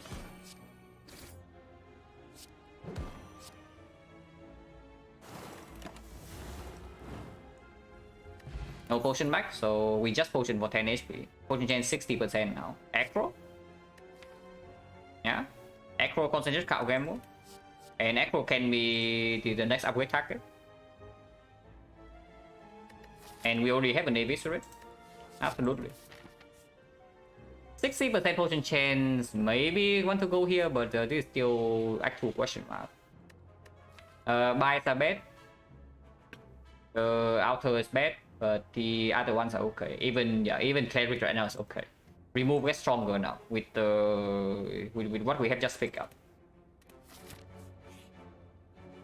Okay, free upgrade. We got Shrine again, but that's fine. So basically means that this is not a real event, but it's okay. Upgrade is very strong. That's a specimen glowing, yeah. Eventually I want the Echo upgrade, but just for now into the Elite fight, I think the Malaise upgrade comes first. Because it's still the same. Like Slavers, we are fine with the CE backstab and Piercing Quill. Like Leader also, honestly, we're probably also fine with the O attack plus and the CE and the deck plays being pretty small. It's only about the bow stopping. So yeah, Malaise upgrade completely fine, and we upgrade Acro afterwards.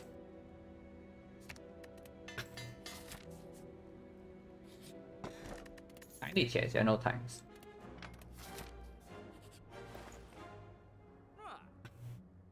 Infinite?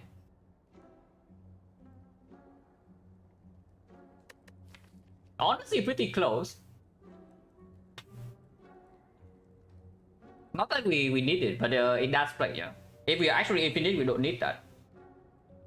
But it does play on like turn 2. We can use the Abacus on turn 2, which is fairly fast.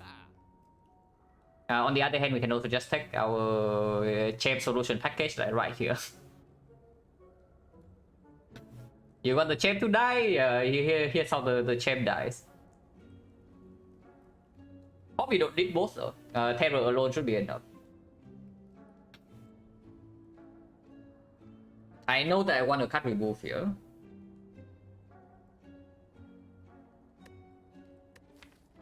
Yeah, the Abacus plays once every 2 turns.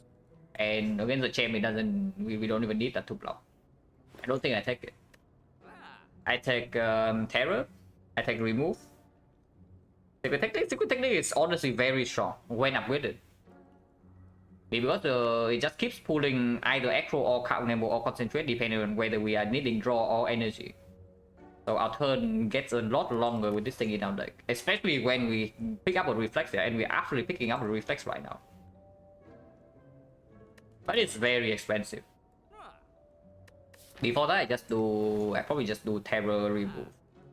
205, so we have 112 left, which can be spent on the Strength Potion into the Elite right away, or spent on the Well-Lit Plans. With a deck this small though, with like 0 Strike and Count Gamble plus Acro Concentrate, I don't think Remove is. I don't think Well-Lit Plan is that useful, and there's still a chance we see Pyramid after this. And we can actually pick Pyramid and play on 3 energy because of Concentrate plus. So Strike Remove, just buy a potion to deal with the Elite. So Strike Remove, Terror, Strength Potion. And if we don't need Strength Potion for the Elite fight, we just save this for the Champ. The Specimen go with Terror, yeah.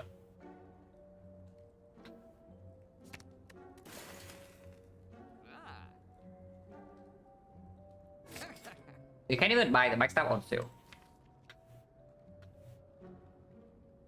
Now, if we actually get infinite, then the backstab is the bad card. Because it makes our turn 1 slightly slower. But it is good immediately to this fight.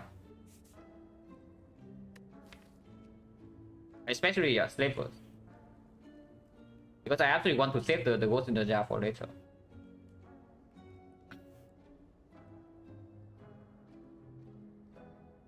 Honestly, yeah, probably not. If I take the strength potion, I do not take backstab. If I take backstab, I don't take the strength potion. And honestly, if I solve the elite with one of these two, then I would prefer it to be the strength potion. Because I don't want this in my deck later on. So let's buy the strength potion. And we did.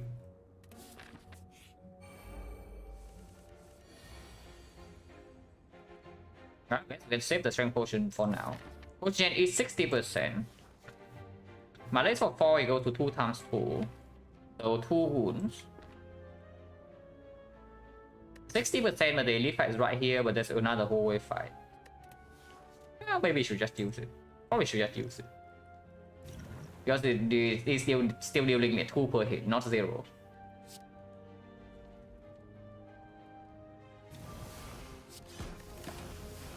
And we do it 2 wounds immediately.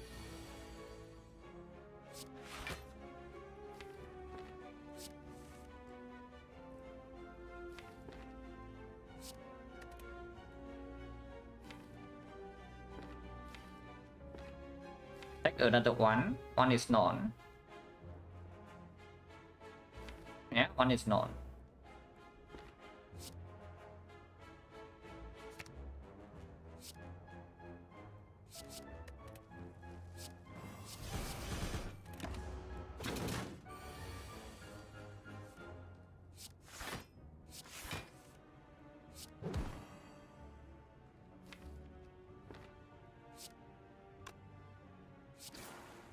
Five is not none, so we don't take this hit.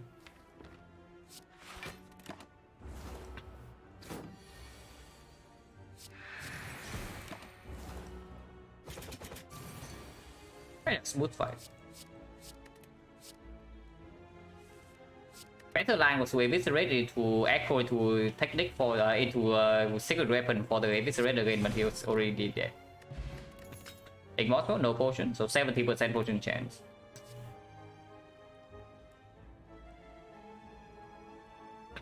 I guess we just bought 2 HP for 80 gold. We just bought plus 2 HP for plus 2 max HP for 80 gold, so that's fun.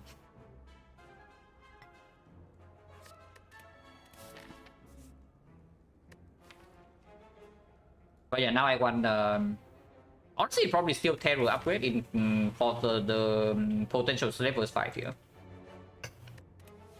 And then we can upgrade Echo or Reflex.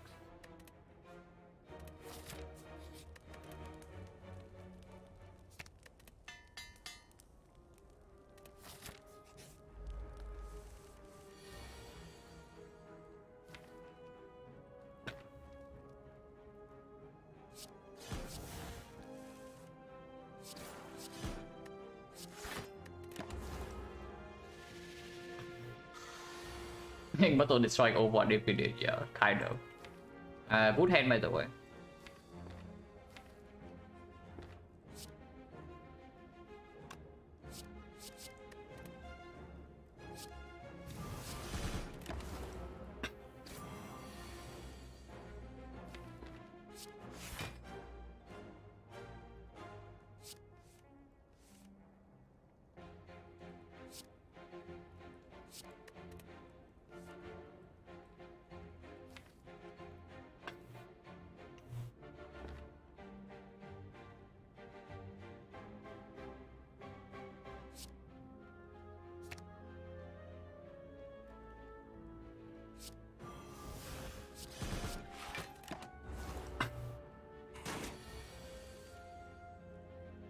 Root. This fight is so screwed up. I know I also say this almost every time we run into this without the second eye, but this fight is very screwed up.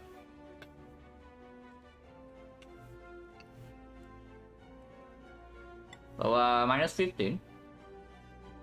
You have the ghost, but I sure hope we don't need to use it in the elite fight.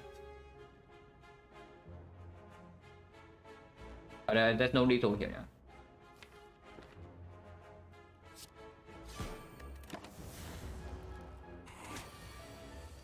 Yeah. And that is with a 4 energy balance. That's already with a freaking 4 energy malaise.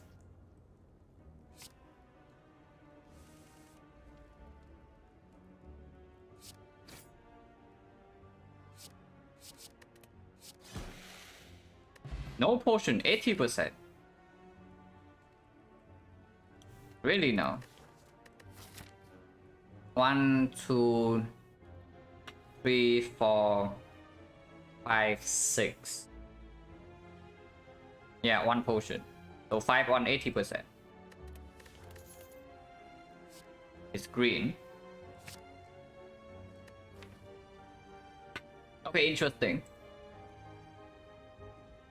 I mean, I guess we just got an event. I guess we just got an event that costed 19 HP, but then gave us a reflex plus. Whether that's good or not, I don't know. It probably is. See, turn 1 as well, yeah?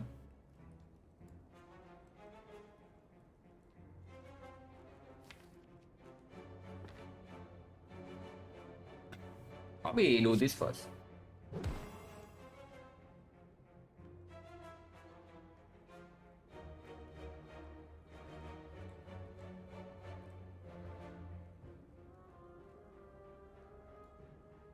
If I do something like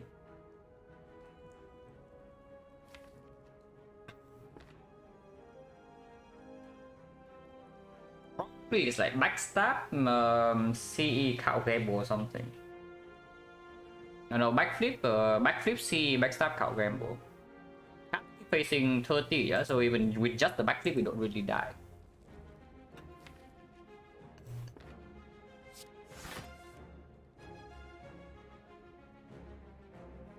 Even if this completely misses. Do I not play C? Because that's another line too.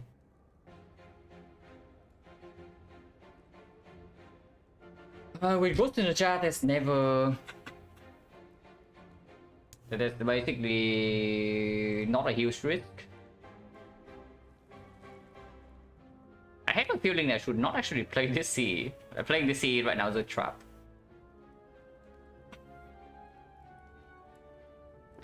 It probably is. I just gamble right here for 7. Yeah, I should just gamble for 7.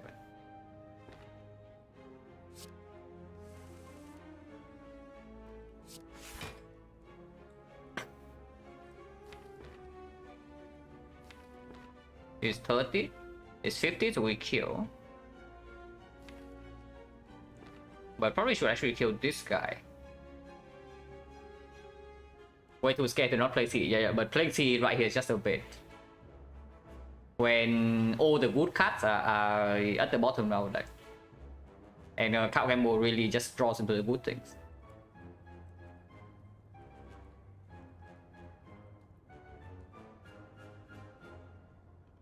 $45, so we are like 1 off here, unfortunately, with Terror with Red Bane. Like 7 then? Because next turn we have a very strong turn. Yeah, let's take 7. Double check. 30, 30, 60, so it kills this.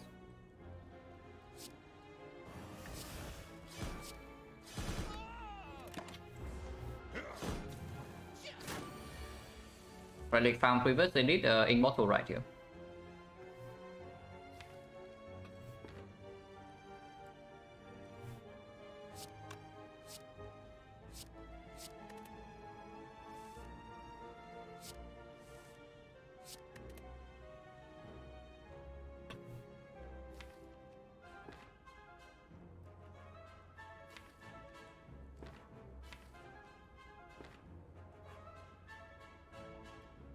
$29, 17, so Predator will kill. But we can also just pull the Eviscerate, which we probably do. I felt fine too. This time I got 0 because it does say 0. And yeah, funnily enough, I said at the start of this act that the CE sold slavers, but when we actually see the slaver, we don't even play the CE. We just kill them one by one. So That can happen too. The specimen popping off.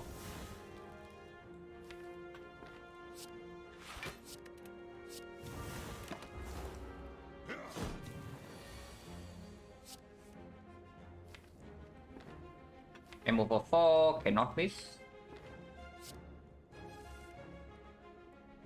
Can miss a little bit, but that's fine. This redraw's good. Actually, it's not good.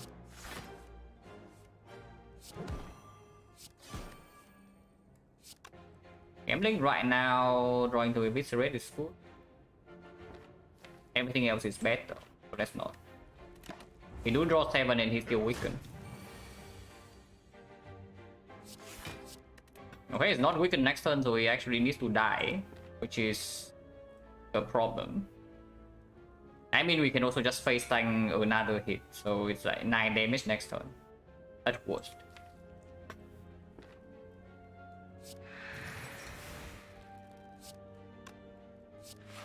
Never going to the next deck cycle, yeah? We can just do this.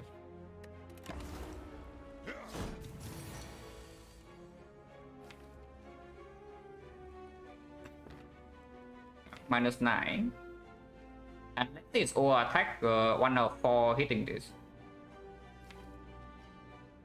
I believe.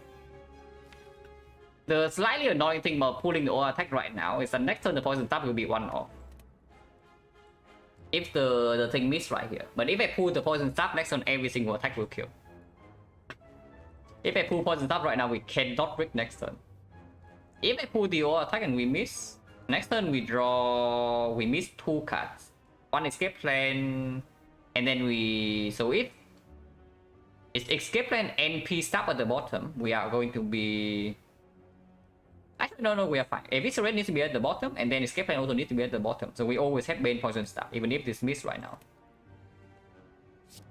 Yeah, so there's nothing wrong with this. 1 out of 4. Okay, it tried. It sure did. Yeah, Bane kills, so we can just defend Bane, push bottle to 8.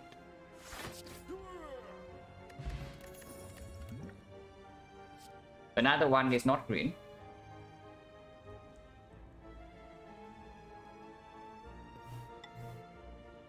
Probably still quite good because of the concentrate and the card gamble. This Lizard Tail is baiting me into not resting here because I absolutely want the Echo upgrade.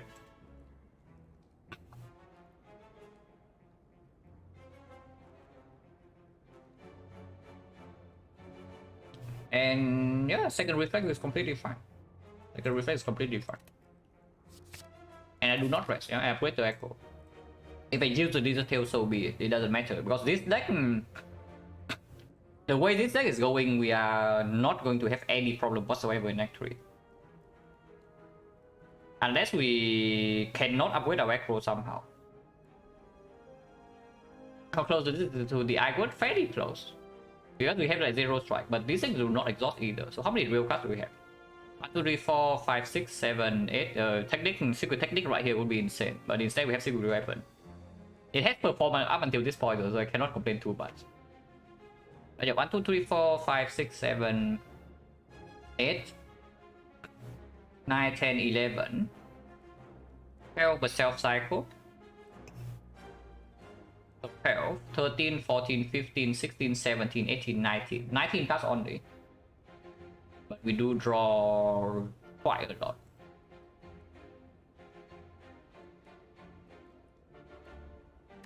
And yeah, Acro Upgrade is just better than resting here. Because we still have this potion to bail out 1 turn.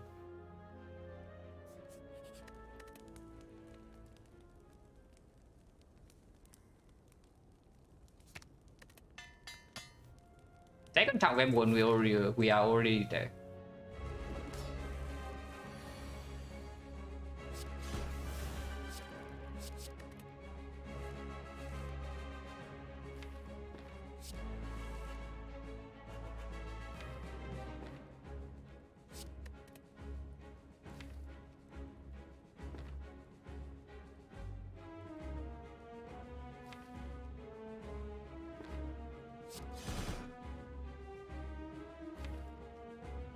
Actually, secret weapon is kind of +1 draw because it just pulls uses attack before we play the card game board.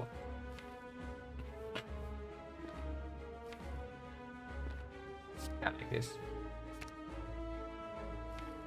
Gambling right now. 1, 2, 3, 4, 5, 6, 7. And draw 9. So we draw the entire hand, we can force the reshuffle.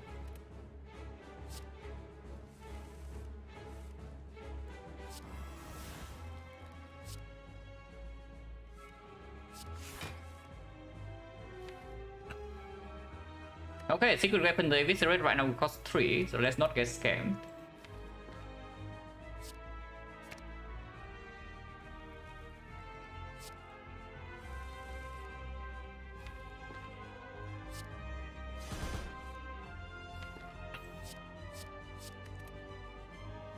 Yeah, second card game move when we are already here. Honestly, we might even be here already, like this turn before even exhausting down. So we exhaust now, and honestly, that should be it. We have like three more exhausts. Because this one can already keep going. But let's exhaust now.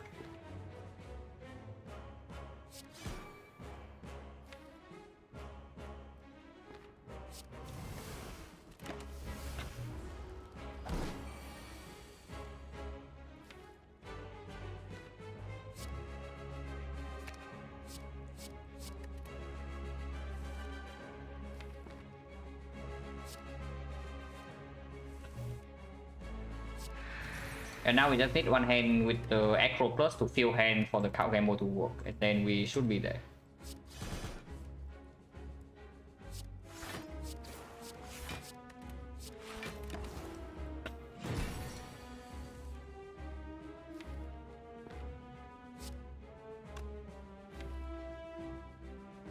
Need to draw into the concentrate every deck cycle, so probably start concentrate first, and then Echo.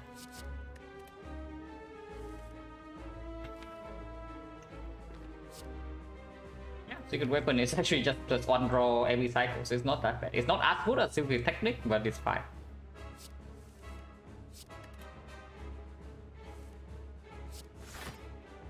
It's close. We are not quite there yet. It's close. Need to manipulate the shuffle to have a big card game board every time, and then we can do it. It's not true infinite, but it's infinite enough to probably beat this guy.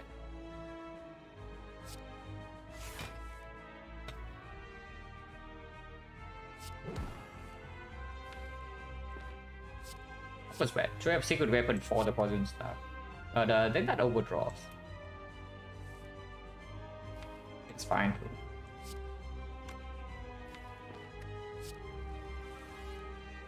We're not weakened, so we can just go in.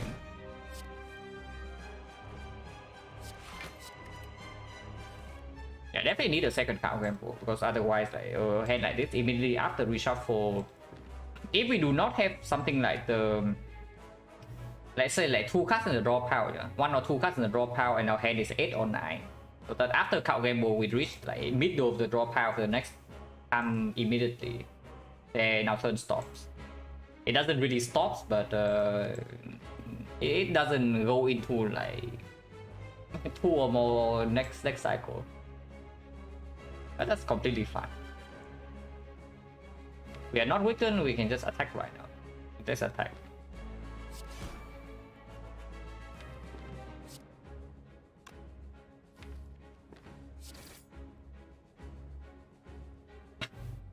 Worrisome? Worrisome? You think we cannot kill him? Because the way I see it, we have absolutely zero problem in this fight. Kill like this potion alone deals at 100 plus damage. I do not underestimate this, and we are not weakened. He's split already, and we have like 2 more turns to kill. This guy is super dead.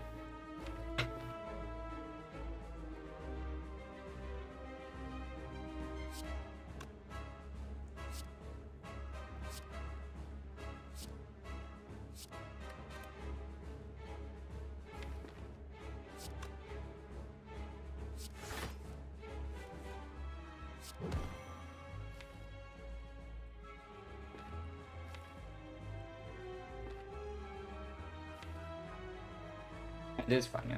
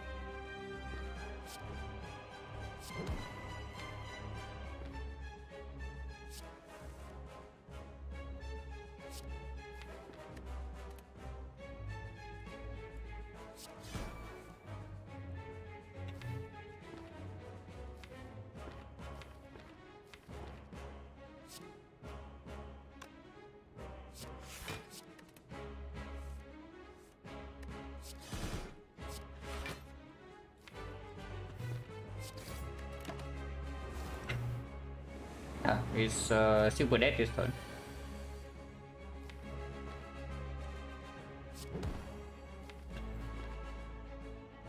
Is it still safe? We draw the full 10, so yeah, it is definitely safe.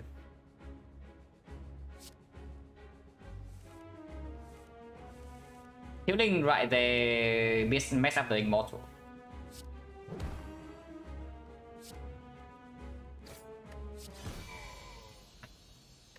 Yeah, I'm going actual. We lost at 0 HP in that fight, so unexpected, not unexpected.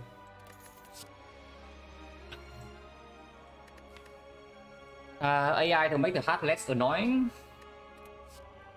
EK to deal with time meter, but it's a real card, and we already have Eviscerate, Terror, Malaise Plus, so time meter is like never a problem. This is AI or skip. AI means that we need to worry less about block positivity, and it also does exhaust. AI is for greedy, yeah, kind of. I would take Adrenaline here for sure. AI is debatable, it's probably not even good. Because it definitely does slow out it slows down a setup. Almost still reflex, okay, interesting. We have double reflex and immortal. How bad can it be anyway?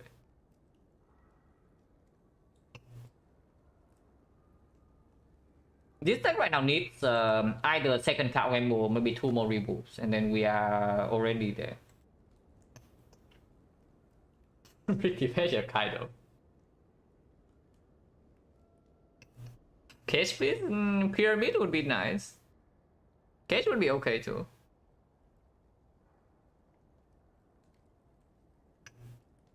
E-box right now would be a pretty awkward spot because it is upgraded defense. And we don't always go off on turn 1, so we can take cheap damage. Yeah, this is just +2, right?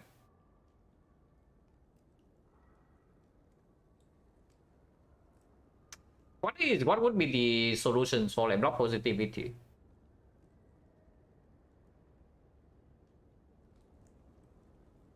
I mean, we don't even need to be that block positive, yeah, because Ghost in the Shell block 1 big hit, Mana is block the multi-hit. So, and we have Desert Tail, so we can actually spend our HP, because Eviscerate already deals 30 damage per play. So we play 6 Eviscerates, we max out damage. Because like deflect solves our block problem, but then we have to add a freaking deflect.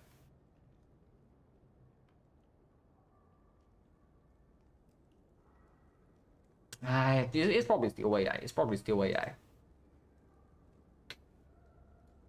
Yeah, be a bit, please. Yeah. It's probably still the AI. This is way better than resting on the force, so we keep this. Energy? Pyramid? I mean, yeah, it's just pyramid, right? Even if the Ripper is kind of free.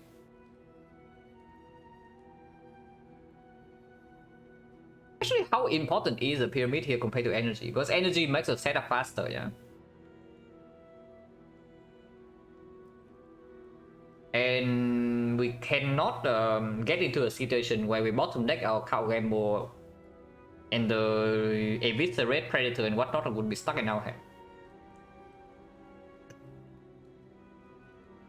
If I drop a pyramid in Act 1 or Act 2, certainly kill in Act 2. have never died in Act 2 with Pyramid. Is what I would say. On Silent. So Pyramid clogging your hand against levels and whatnot, and clogging your hand on 3 energy with base deck killing you is a myth. Because it doesn't happen. I have died with Pyramid, but not in Act 2. And I pick it for Mac 1 like all the time.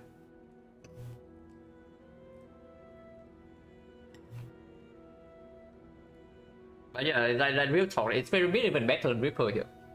Of course it's very, very, very, very good. But is it actually better than energy? Because if we are infinite, how much do we care about the Pyramid? And energy does make us set up faster, yeah? The Pyramid doesn't do anything on turn 1. And ideally on turn 1 we want to already go off. It's not even that good, right? I mean, of course it's good, but it's not better than energy. It's better than Fusion Hammer, because if I see a second Cow Hammer, I actually want to upgrade that. But Reaper right here also makes the melee stronger to deal with Time Eater. Now, Pyramid is way stronger in the hard fight. But by the time we get to the hard, we should have a much better deck.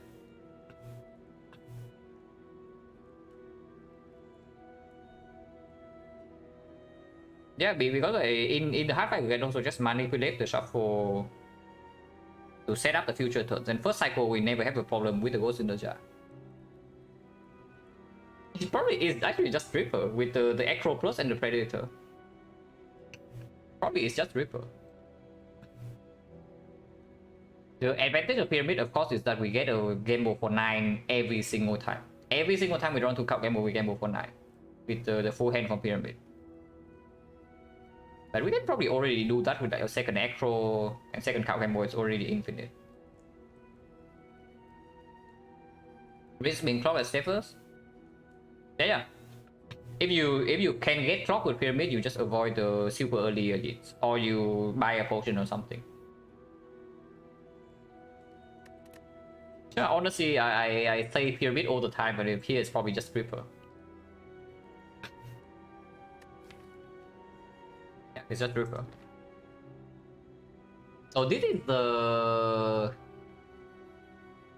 like 12 runs in a row I have not seen Pyramid, and kind of have been complaining, yeah. But the one time I see Pyramid, I don't even pick it. So well, thank you very much for the Prime sub and the 2 months. Appreciate it a lot. And yeah, gaming. We are gaming right now, pretty hard. But no problem. Where is Burning AD? On the left, so completely free passing basically.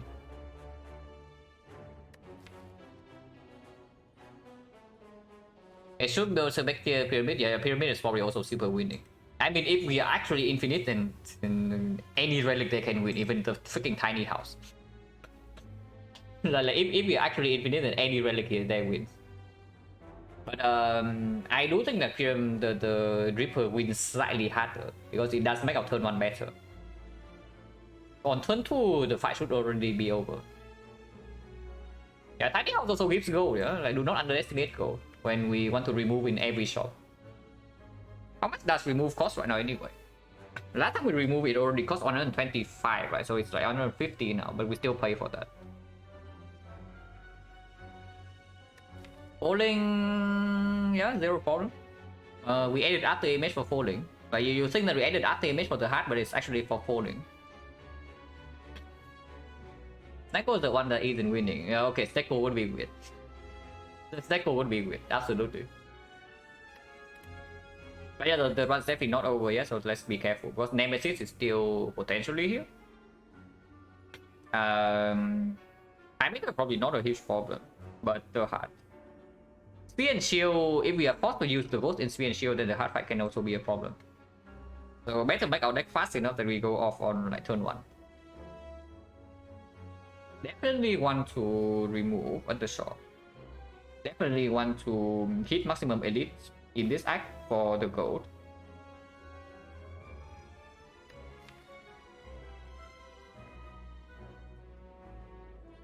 And if I do not pick Pyramid, then I would also like the Reflex upgrade. But only the reflex upgrade. Yeah, this upgrade is not compulsory. With the terror already, we don't need a accelerated upgrade against the time meter at all. But maybe with Dome is fine. If we are infinite, like we don't care about the Dome. This one is slightly better than this one. Because this can give us it gives us slightly more gold, but not really a lot. Maybe it can, like, if we see folding is better if we see it before the shop, because it increases the chance that it removes an actual card. Yeah, so this shop is fine, unless you tell me that we want this elite into this elite instead. So what's the pathing difference? Because if we go here, we are taking this elite into this elite, so two fires exactly the same. Question mark here the same, elite here the same, fire here the same way. This is identical. So it's only about the path before. Elite's the same. Hallway fight the same, hallway fight the same. Okay, so I guess these paths are exactly the same then. The only difference is that question mark first or the shop first.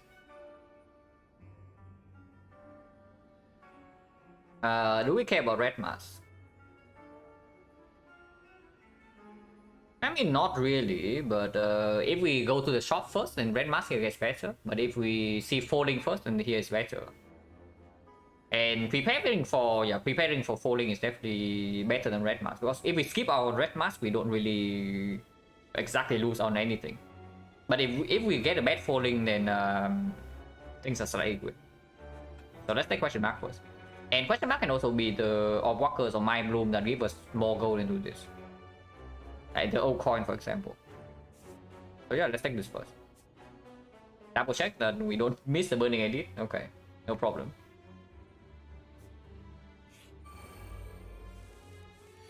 A spiker. This time we do have a spiker solution, so wood for us, hooray.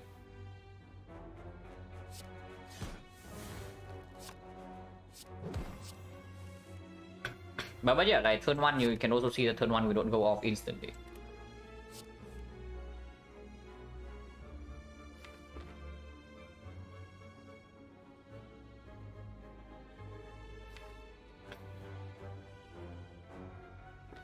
That's fine. Do I play C? I don't need to play C. Yeah, I don't need to play C, so let's keep going. Here, mid will be good here.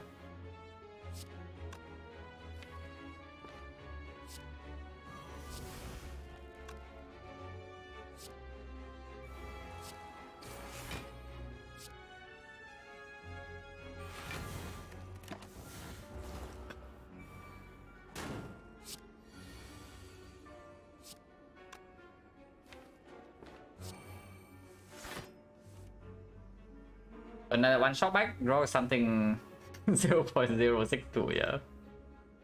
It's really rare, absolutely.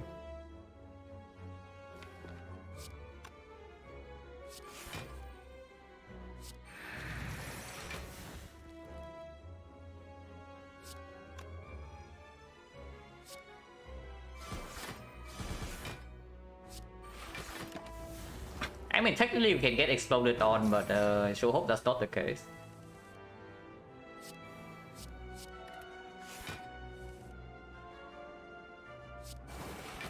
No, someone is getting exploded on, but it's not us. So that's good.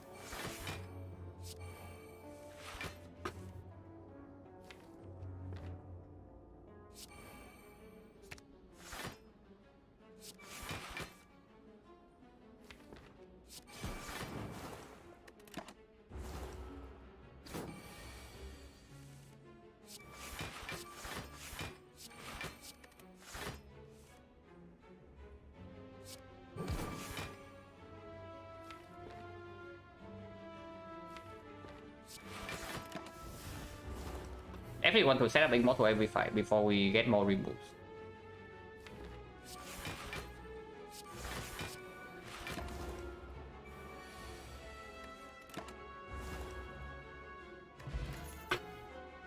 Yeah, cute, but not really. Also, we don't need this. So just max HP.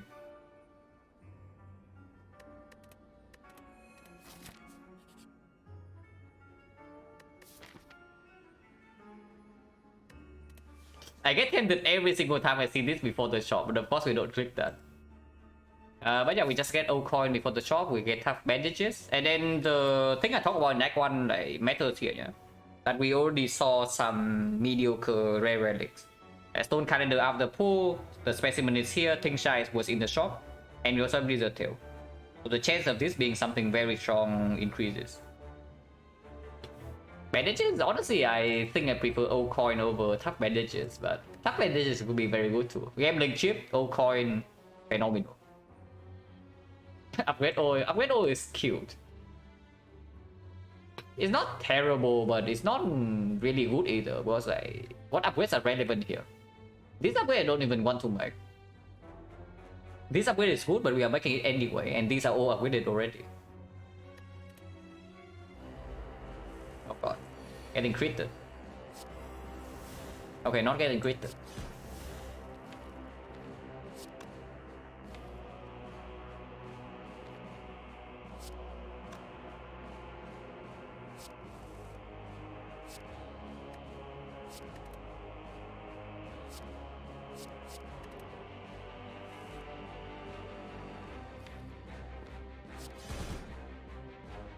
How big is this?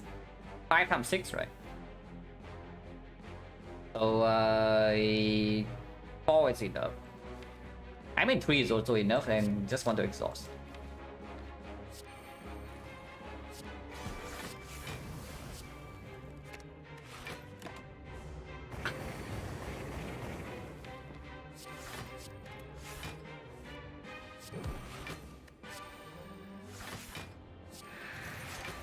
Okay, mid will be good here.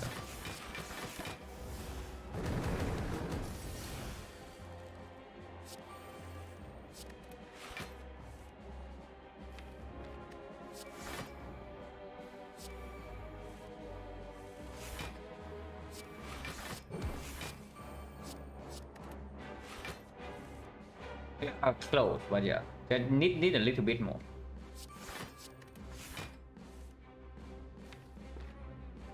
Need more energy, basically. Need either more removes or more energy.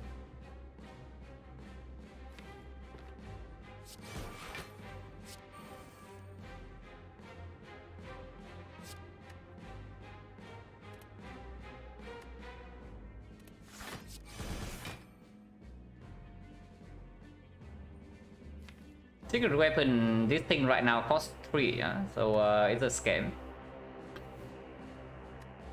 Yeah, the zero cost actually only stays if we draw back into it, not secret weapon. So that's a pretty bad interaction. But if I backflip right now to weapon, it doesn't work. But what can you do? Sometimes you get scammed by the game.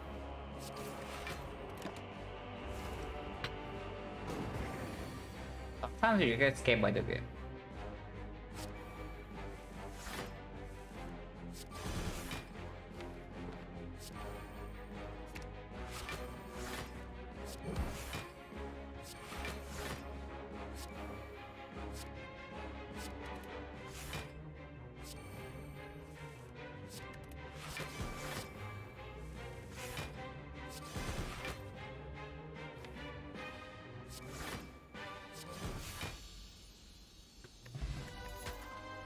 Probably irrelevant, but I guess with Ghost in the Jar, not really. We have the Balance Plus, so this doesn't really do anything. But maybe it opens up the strong relic like afterwards.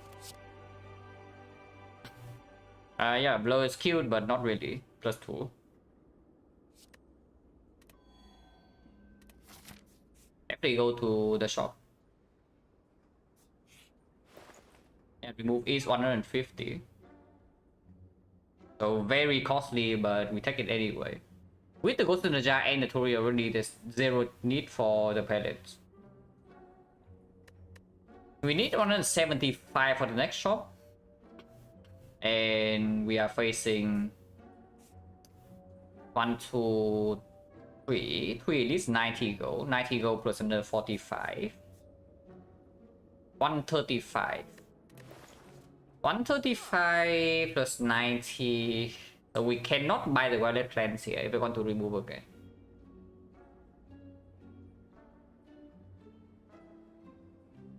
Close of the Retro Relics though. Yeah, kind of a copy, but what can you do? I can buy the prepare though. I can buy the prepare. Let's say we take prepare remove, yeah. It's 38 gold. And 38 plus 135 is, if we low roll gold, we don't get it remove. But I would love a prepare in this deck. I would love a remove better, but or a make it. Like make it next 4 we can also buy. Okay, remove first. And honestly, Double Walker is still here, so I don't want to remove CE yet. Retromancer is also still here. But in theory, we should remove a non-attack. So that secret weapon will always draw.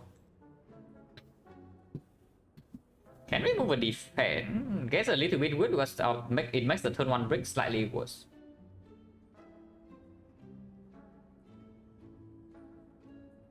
Bane is still a lot of damage.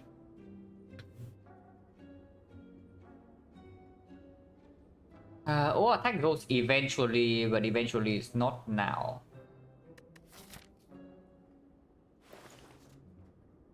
Defense minus kind of cringe. Yeah, it's kind of cringe, but if we brick on turn 1, we would like to have the defense in our hand instead of a garbage attack.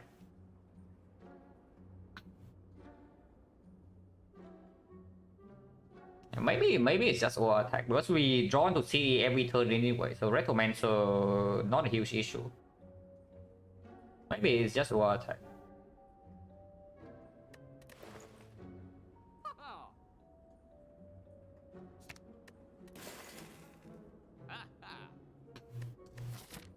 Yeah, 38 and 135. I can run into all walkers.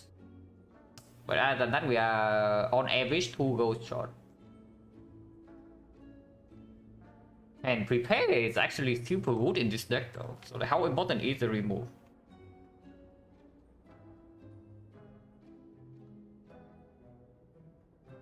Disrespectful to Astro name, yeah.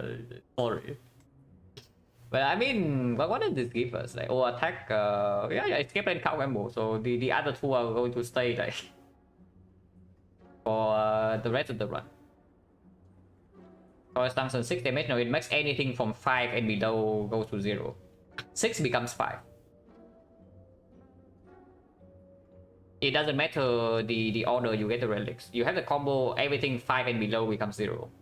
But 6 becomes 5. And it stays 5. Yeah, prepare is just insane in this deck. And question card or not, I don't really bet on the chance that we actually see a prepare. And as long as we don't massively low roll, okay, as long as we go averagely, we do have a remove. Even if not, we still have potentially a purity buy, potentially a medkit buy, and medkit is just better than remove in Act 4 in a deck like this. Yeah, just buy the prepare. There's no reason not to.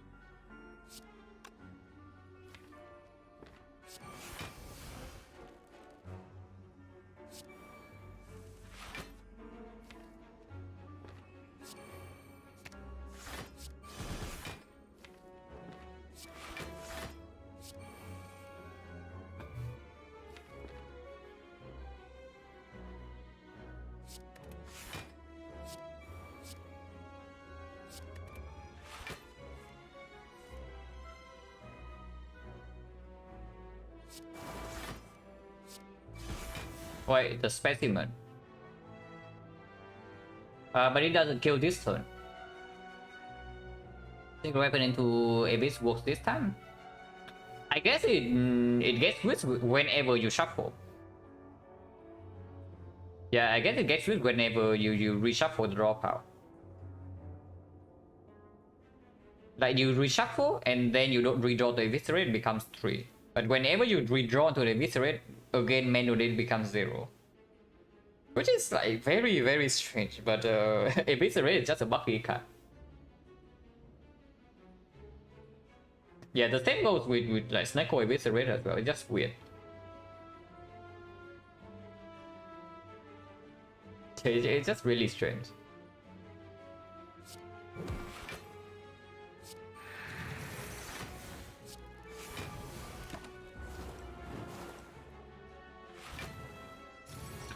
Play 6 cards should not be a huge problem.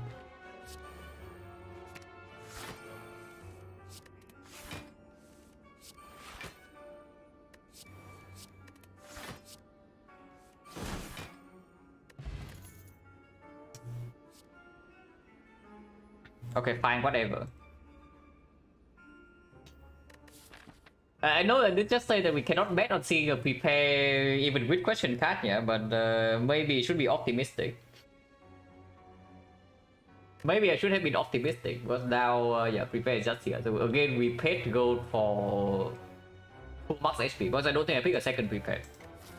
We upgrade the prepare, we upgrade the reflex, we recall, and in Act 4, we upgrade something.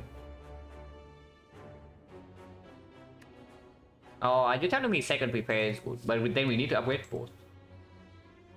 Not really, right? Because if see count game mode, we also pick that and upgrade that. So unupgraded prepare also doesn't, it performs, but it doesn't actually perform. You know?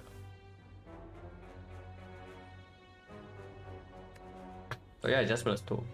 Unless it's gonna be one week chain for whatever reason. Time meter maybe, but then we already have the Malays. Not really. So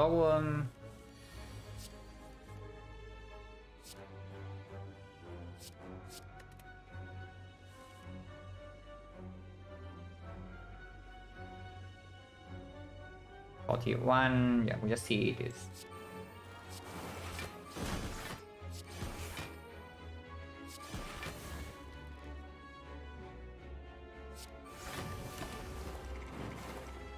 And then play 2 cards and then let him die. The specimen starts going through the roof right now. Hello, Hubba. Neo was max HP for red colorless, and it was between secret technique, secret weapon, mayhem. The other options were 3 potions. What was even the first option? Yeah, I only forgot like what the first option was, so it was probably not very good. Random break card and Mothwap.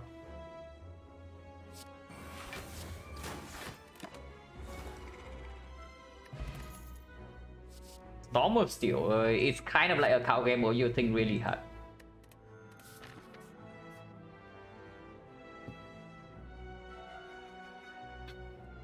Secret weapon over secret technique? Yeah, but it was slime boss and we were forced into Frost 7 elite. If it's a Hexaghost, I would pick technique, because technique value, like right now, for example, in this deck, I would love to have a secret technique. Secret weapon right now is draw 1, secret technique is completely insane. Hello, my dude. But yeah, it was in Act 1 and Slime Boss was there, Force Elite and Force 7 was there, so the secret weapon plays slightly better. So far it has been performing though, so it's not too bad. So we actually take 3 elites. Nemesis? Yeah, not even a problem, right? Giant Head. Giant Head, huh?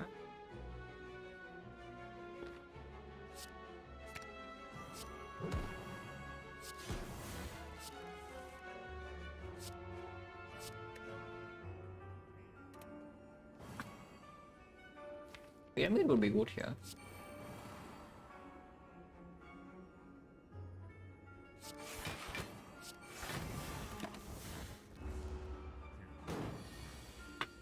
When a silent spinning top, that was fun. Yeah, unseating top is very fun when it works, for sure. I guess we're just spending our turns exhausting cards for now. This is definitely a little bit slow, but we do have this to help in the more dangerous fight.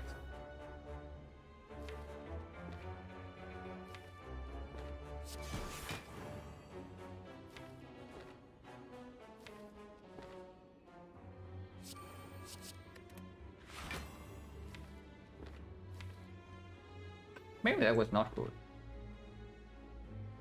It's fine. Okay, did not draw into terror, but that's fine too.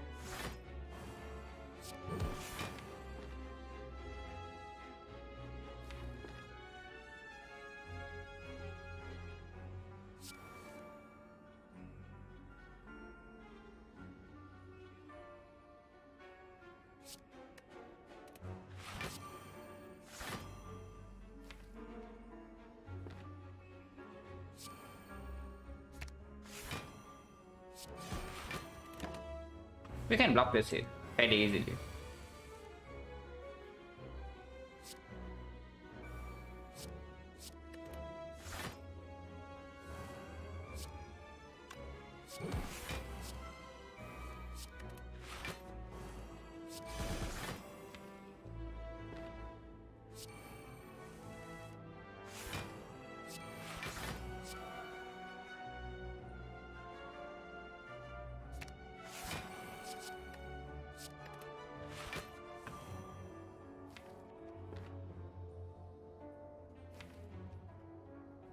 Yeah, definitely need either one more energy source or basically a cow gamble solves everything. But without the cow gamble, maybe I need a second echo and another energy source. Alright, second echo plus a second concentrate should do it. Blocking that is really hard, yeah. Blocking is easy. But if we do not make this faster soon, Act 4 is going to be a problem. And there was addition, energy gain. No, our problem right now is not actually energy. Our problem right now, first of all, is that we can brick on some turn. And secondly, what we are lacking is not always energy or card draw. We can lack one or the other, which is like quite an awkward spot to be in. Yeah, of course, just getting more removed is very, very nice. Depending on the draw, we might lack energy or we might lack card draw, which is not a very good spot to be in when you are trying to play near infinite. I mean, it's fine. We can just spend energy this turn. We don't need to be true infinite in this fight.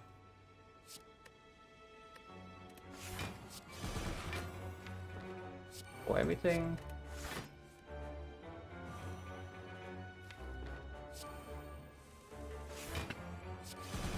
We can also be true infinite, but we don't need to be.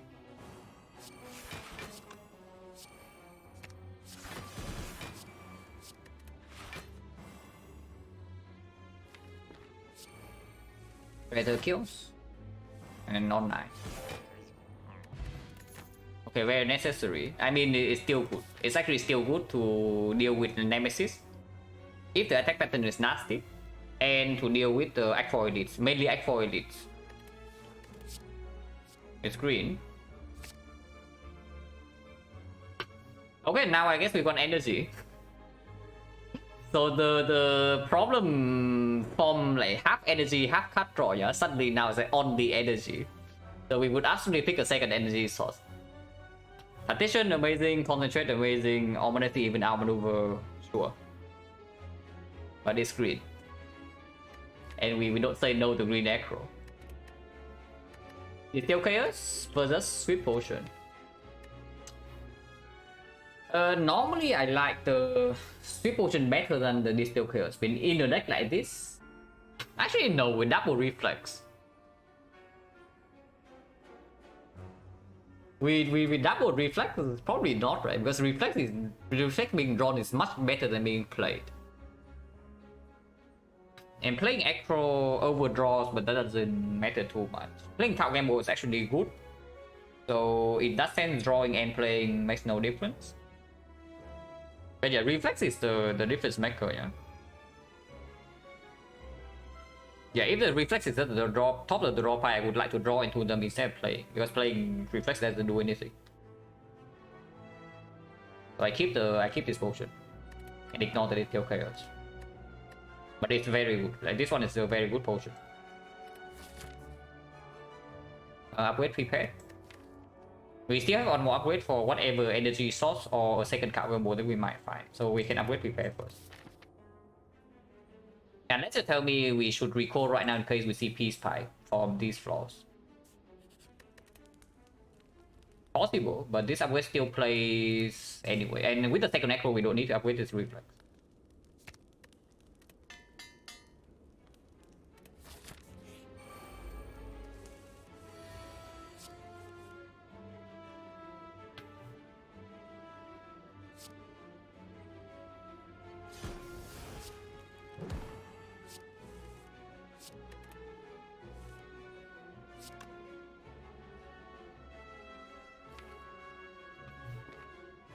I want energy, and I don't want to be wounded at all.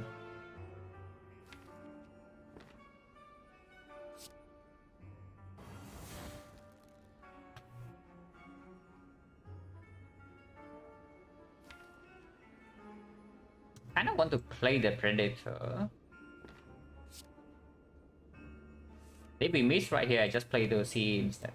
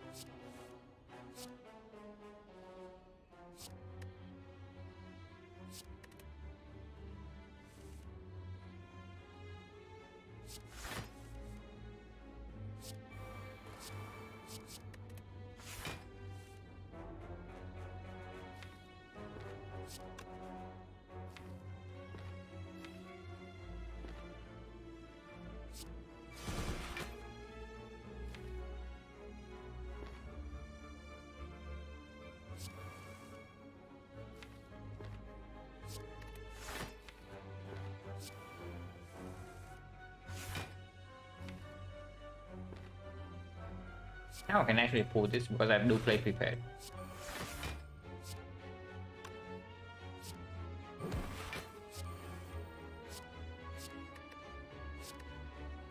Overdraw doesn't matter.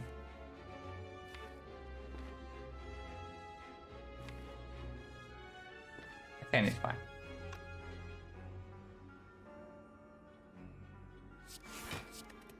As I draw exactly into the concentrate.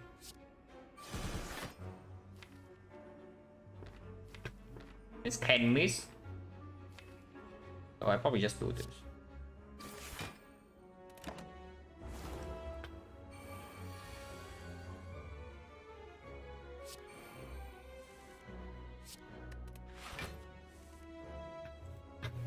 Okay, yeah, now I definitely need more energy. That's like super clear.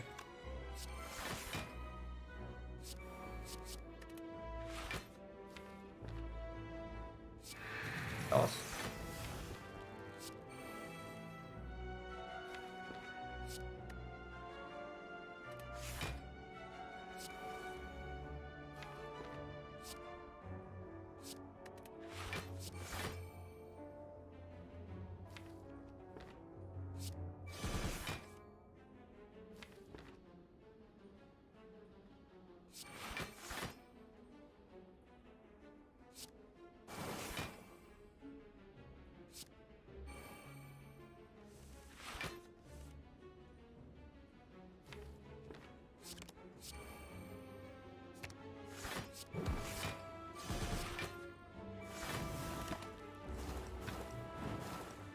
Energy doesn't grow on trees. Yeah, energy definitely doesn't grow on trees.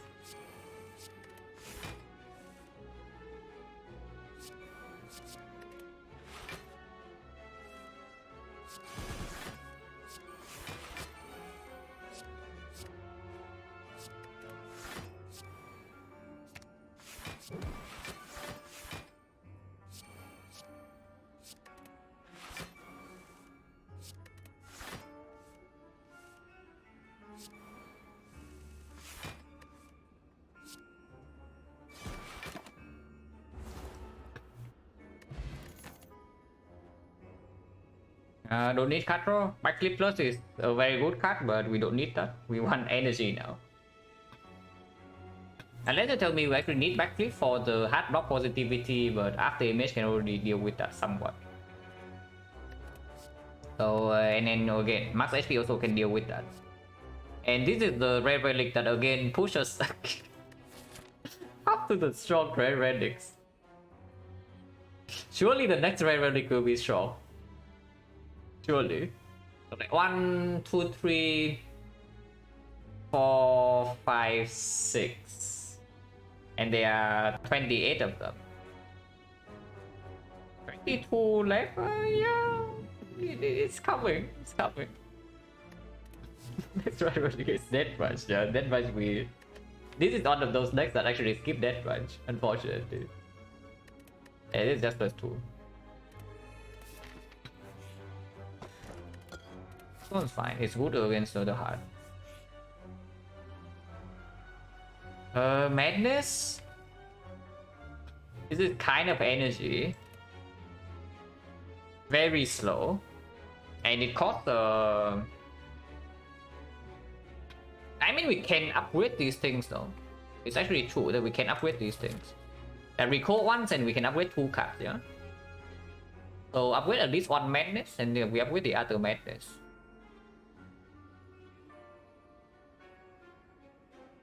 And upgrade the madness, yeah, it's cringe, but we also have upgrades for them.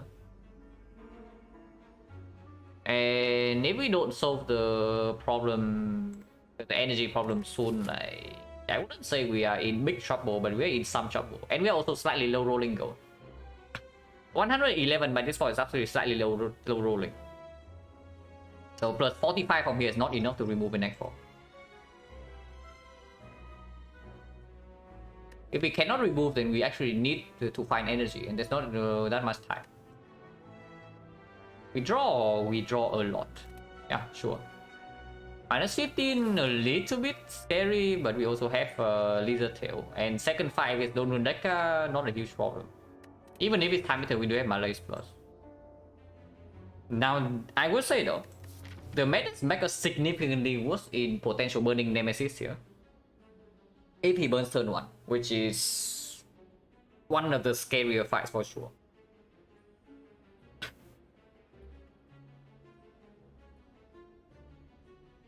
But we do have a draw potion.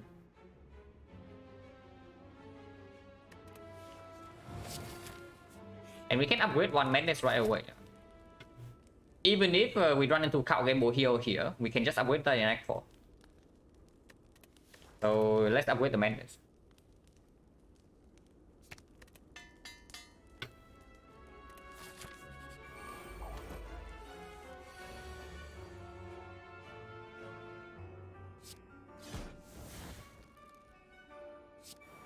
Okay, Tori going in.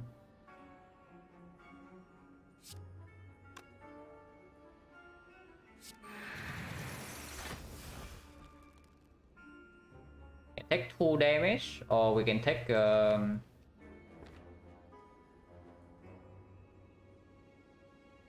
want to play Predator. Maybe I don't. Maybe I don't. But honestly, I also don't care about exhausting this. So maybe I play Predator and then concentrate anyway. But then CE... I don't want to play CE.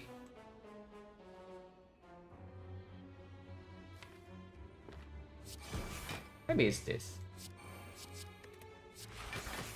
Like 0.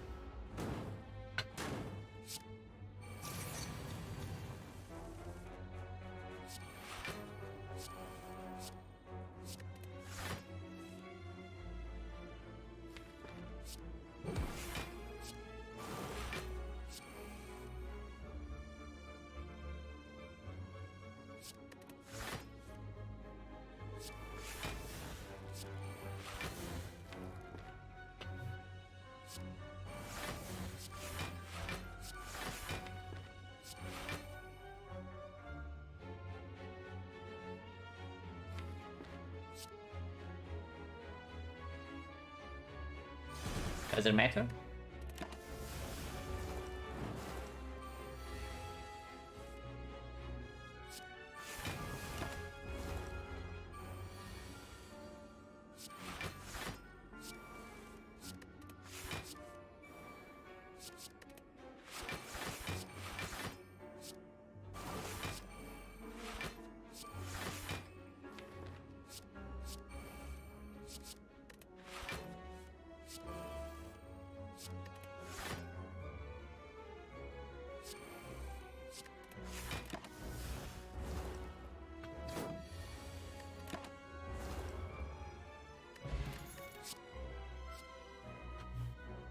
Imagine picking madness. Just imagine picking madness, guys. So okay, we bought terror, yeah, into seeing terror one floor after. We bought prepare to seeing prepare one floor after, and now we pick madness, and we see tactician one floor after. So very cool. So now we actually make our deck slightly weaker because we have two madnesses in it. Of course, after exhausting now, we are still completely fine, but it does make the initial setup slower. But yeah, of course we picked this. We still picked this for sure with double acro plus the repair and the cow gamble, but it definitely makes our initial turn slower.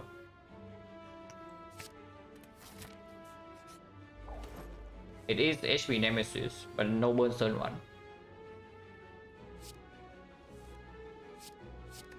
And we also draw terror turn 1, which is great.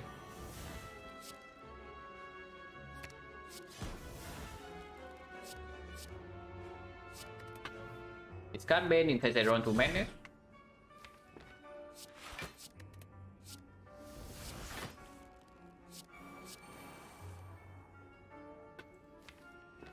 That will to madness again.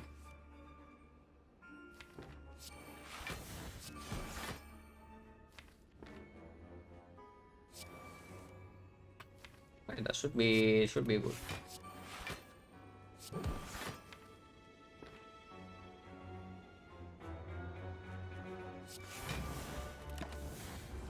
Even if he burns me this turn, it doesn't matter that much. If he's doing this, we can just block. Exhaust this.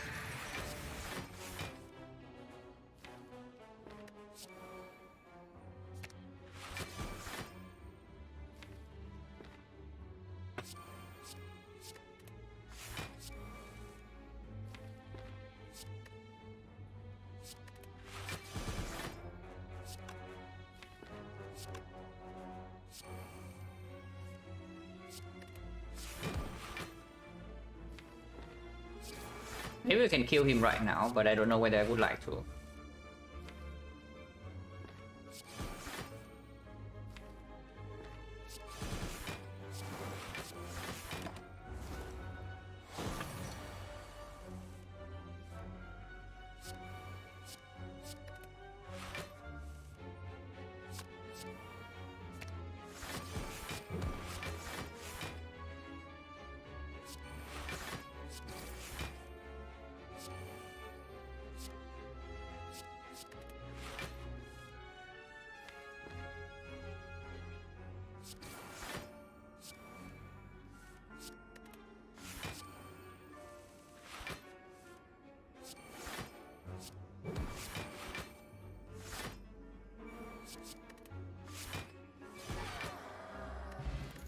Anchor's good.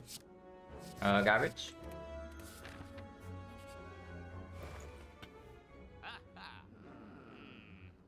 Okay, we don't have enough removes, enough gold for the removes in Act 4. And we also massively low roll gold such that we cannot even buy a relic. Average gold drop would be 173, and we have 156.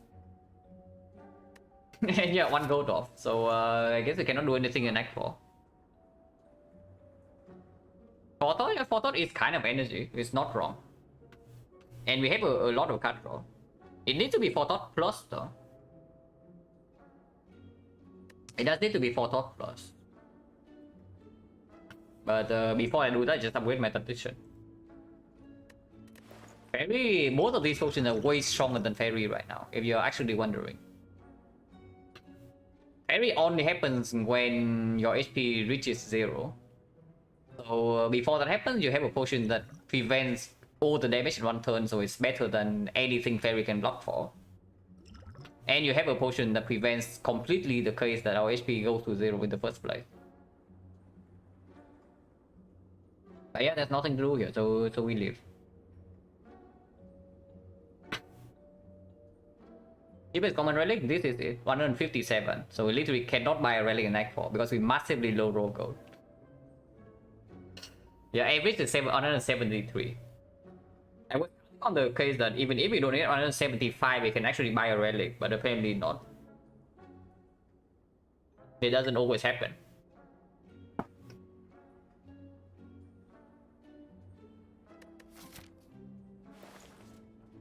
But yeah, there's nothing to do here, so we leave.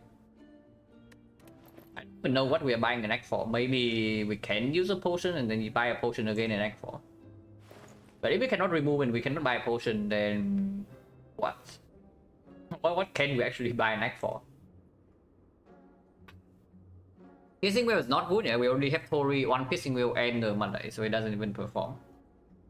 Maybe you can buy a second Concentrate. Yeah, Concentrate would be nice. After Image would be nice. Maybe Duplication Potion for our one After Image is potentially better than this. With the Madness, we should be block positive though. That doesn't matter. It's not like there's anything to do here, so just go here and recall.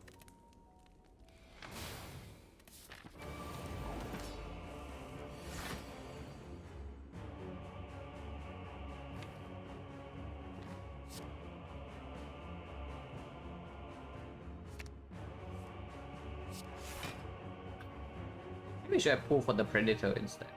Because now we're floating energy like crazy, but with no draw. And next time we have no energy.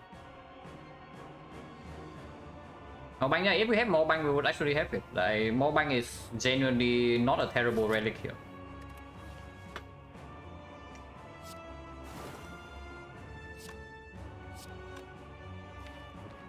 And we need to terror this guy for anything. Not sure I can do that. Probably should have pulled here. Should definitely have pulled the Predator in case we break on draw completely.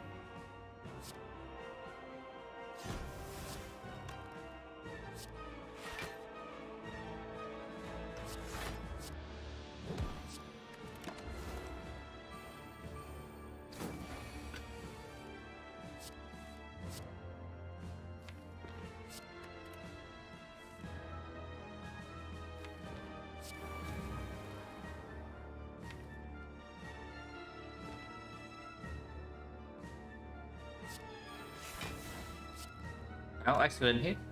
Could I play the whale first? I guess it's fine.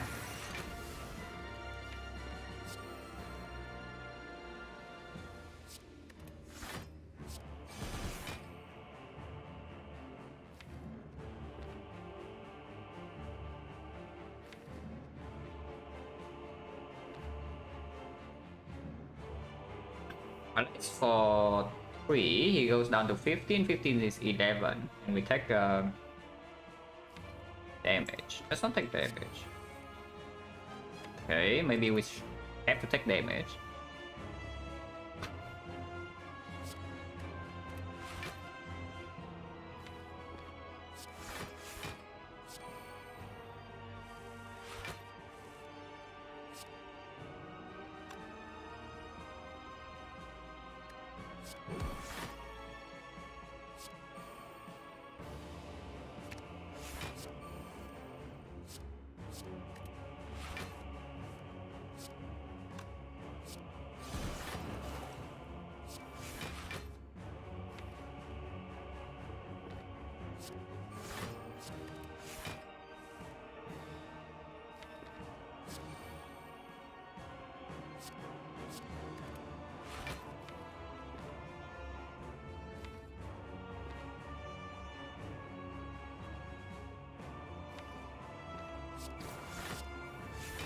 Okay, this is good. Analyze right now just to exhaust, and probably should. Hello, someone? It's fine. We are kind of infinite, but we are a little bit slow at the start. But we have a lot of HP with Ghost Ninja, Tori. So hopefully we are fine. Because Act 4 shop is also completely dead right now. And end on Predator because I want to exhaust now. If you exhaust all the cards, it's basically like draw 2. And you already know that you overdraw next turn with this. So I want to exhaust all my cards.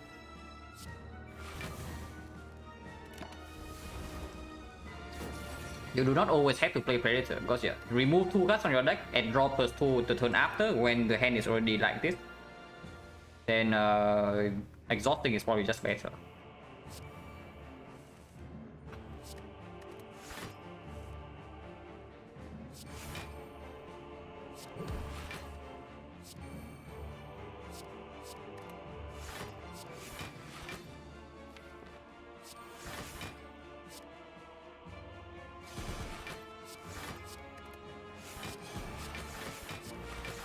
Now we are basically, I don't know whether we're actually infinite or not, but we are close enough. And we do have a 0 cost aggro. At the very least, we should never take damage in this fight.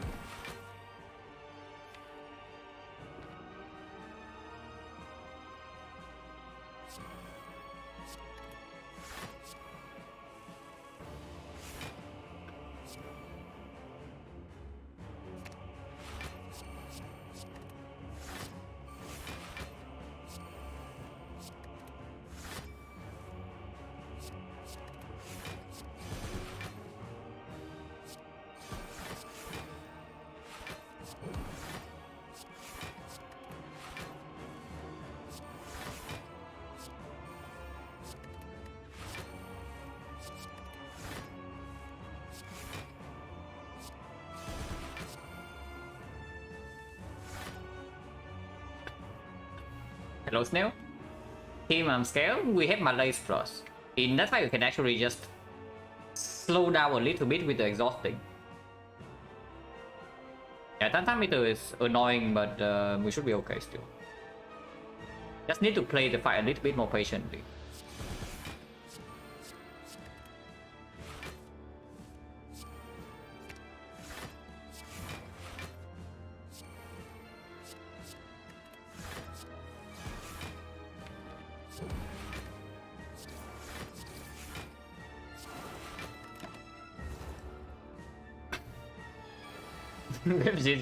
Honestly, not wrong. And play Bane because the Q card. Yeah, I played the Bane to kill him and get ready for this turn.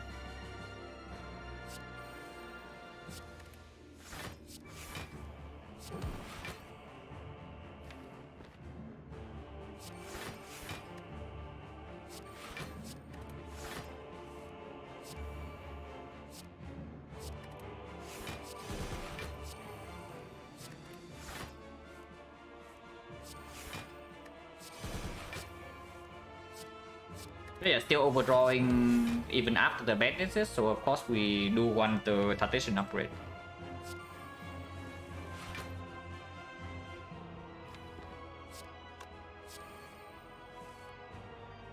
Yeah, we would definitely want the Tactician upgrade still.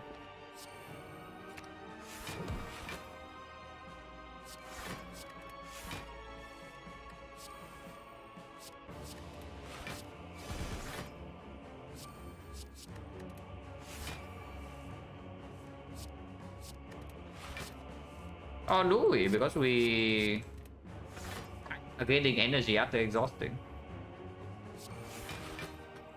Do we actually need the Tactician upgrade if we are actually gaining energy right now?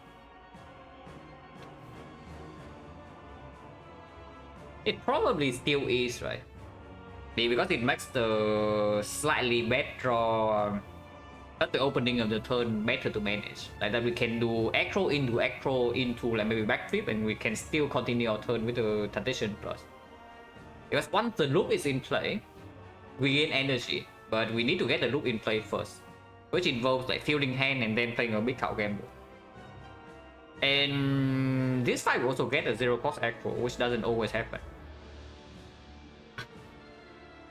It's probably still the Tactician upgrade in Act 4.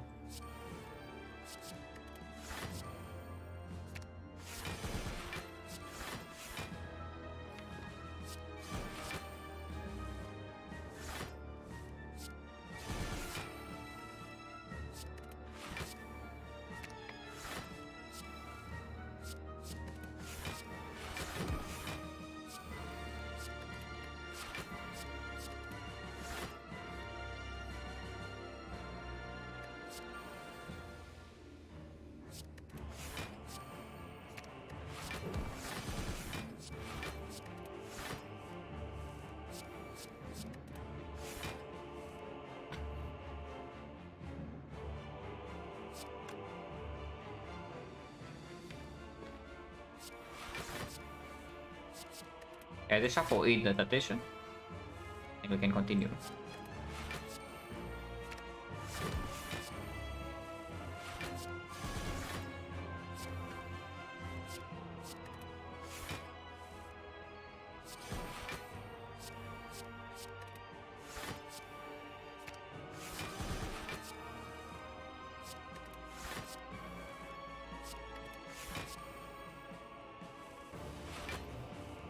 Infinite after exhausting we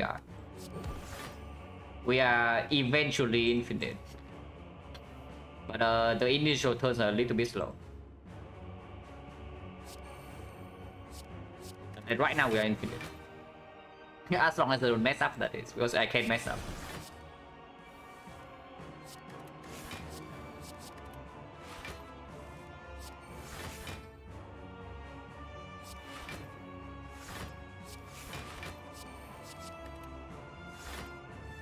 Yeah, we are gaining energy.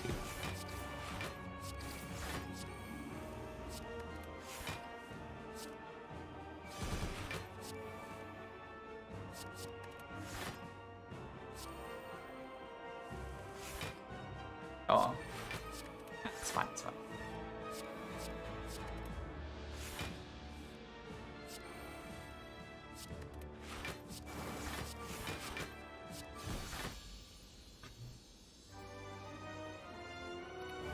Okay, not even time meter, so we don't need to think that hard. And we have CE, so this fight should be fairly easy. I mean, CE or not, it doesn't really matter, but CE is just more convenient. Because this guy also put like 2 days, so our infinite is already slow enough, it's probably going to be even slower here.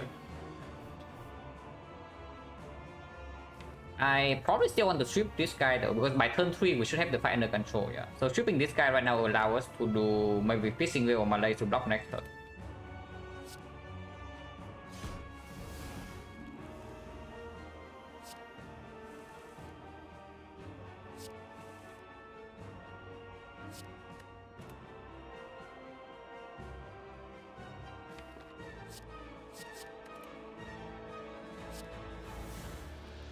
Yeah, all 3 are fine hit.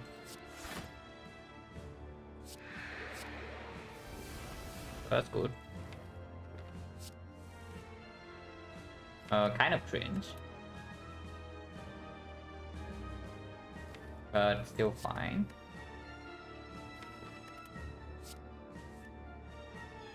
Yeah, can never miss a reflect here.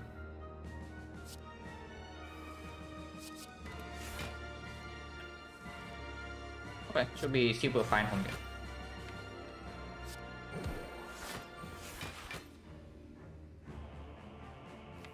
Can't even do this.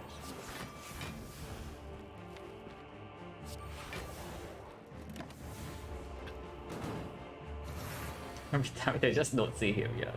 There's probably not any problem here. With the Malay's and Terror. We just like Malay's first phase and then Terror second phase. Or the opposite. Honestly, the opposite is probably better. Like Terror first phase and then straight reset with the whale in our deck, and then we do Malay second half and then the fight is over. But it's definitely less annoying to fight these two.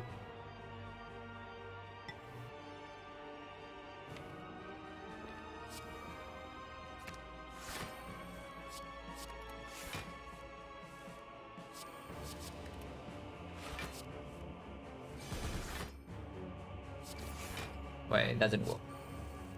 Oops.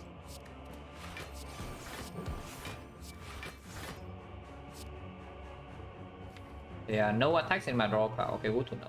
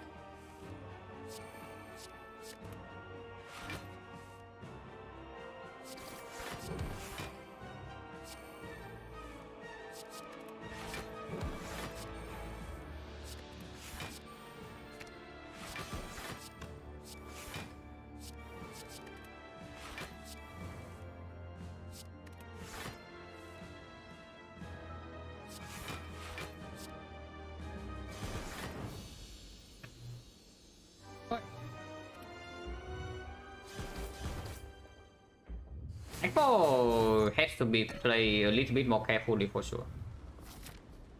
Because with two statuses, it gets a little bit weird.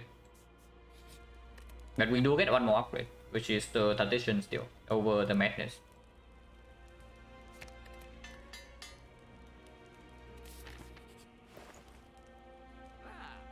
On sale. On sale. Tungsten rod is here. Yeah, the red relic. Not that we would actually get this because it's at the bottom of the queue. On sale.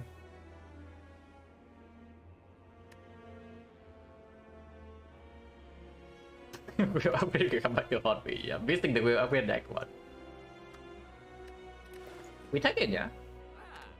Like with attention plus right now and the concentrate and more echoes will increase the chance that this thing hits one of the echoes. Check it. Now the only question right now is whether I want to exchange any potion.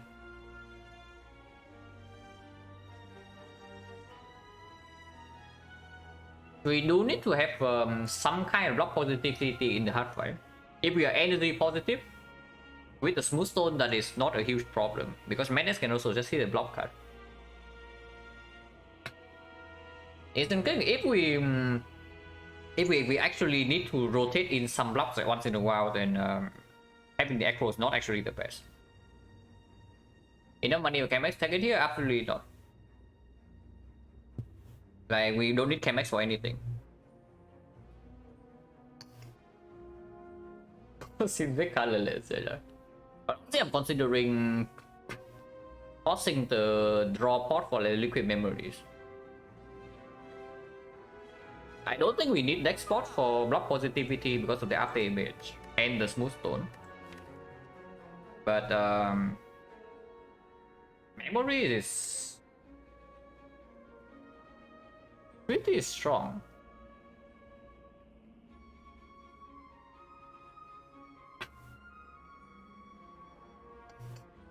Memory is like draw 4, but conditional. Potentially sometimes 2 energy conditional.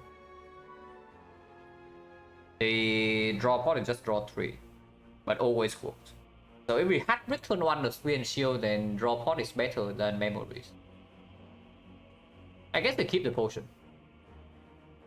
Because the case up scale of the most right now is that we had trick on turn 1 against spear and shield, and then we are forced to use the ghost. And then the hard fight gets very, very annoying if we cannot ghost the big hit in on turn 2 or turn 3.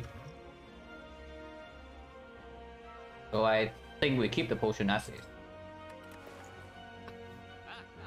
I haven't had a run where we move cost like 175 in quite a while, but here it is. Yeah, we just leave.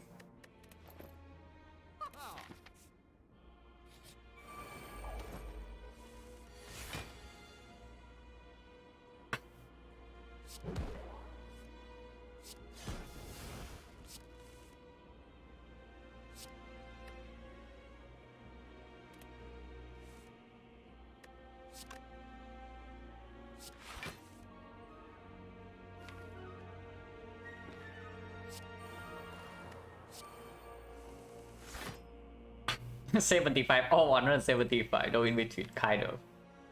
Honestly, not even wrong.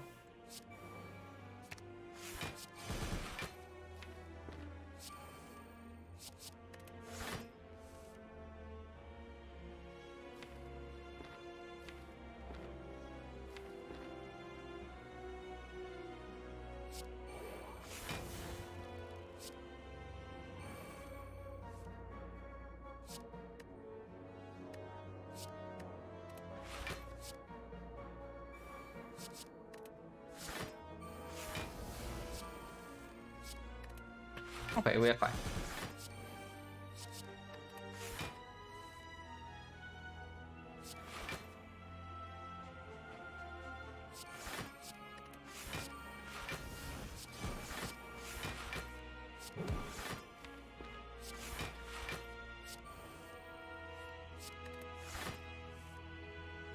Fine, we are fine. I mean, they are dead this turn.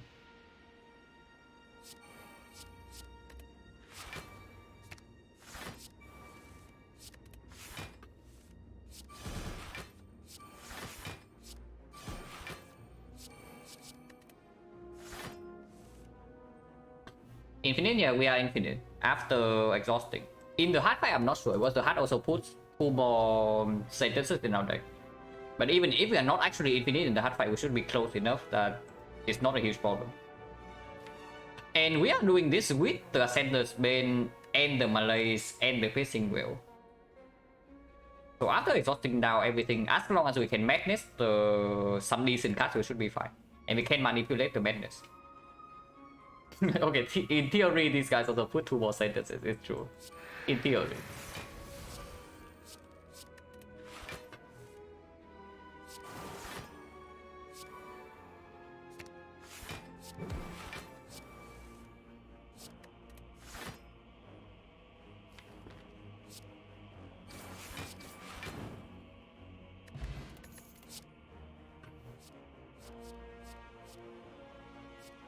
It's not good, right?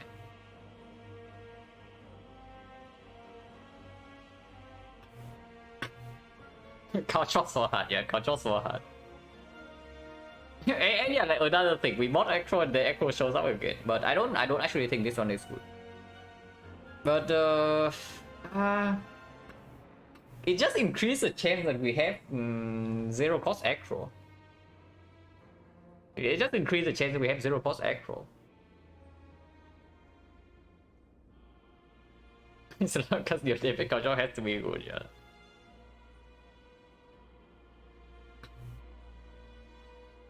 Honestly, not really, right? With this potion preserve, I don't like it at all.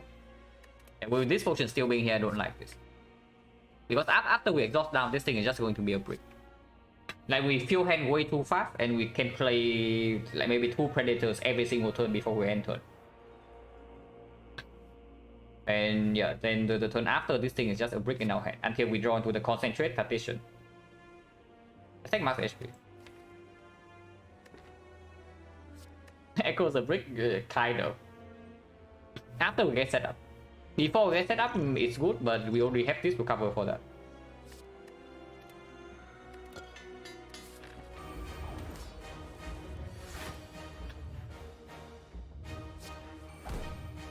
Echo would be good in this hand. But the brick comes faster than I thought, you know.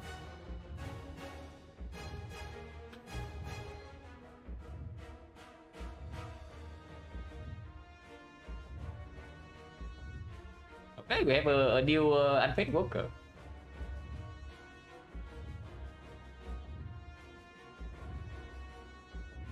Don't mod, way too late. Way too late, my friend. But yeah, the brick comes like way earlier than I expected. And I guess we draw pot. Ending turn without even exhausting anything is just like completely bad here. Let's drop it. Really? Okay, I guess the game is telling me that do not skip your acros. I guess that the game is actually telling me to not skip acro. Because apparently skipping acro is very bad. That this can happen on turn 1. Interesting. I mean, we can play the Predator, yeah, so it's not that terrible, but that is pretty annoying that even when we draw 11, this happens. Dagger throw, yeah, dagger throw here would be good, because secret weapon into dagger throw can keep going. But I absolutely secret weapon here for one of the bricks.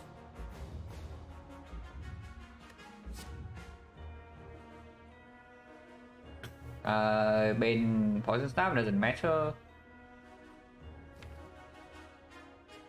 It doesn't matter. We play Predator and something else here. Do I keep the whale or do I exhaust the whale right now?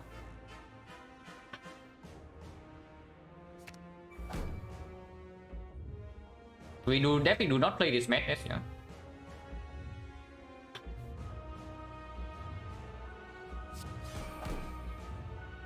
I think, oh, if I play the CE into backstab, or I can just play backstab, defend, bane.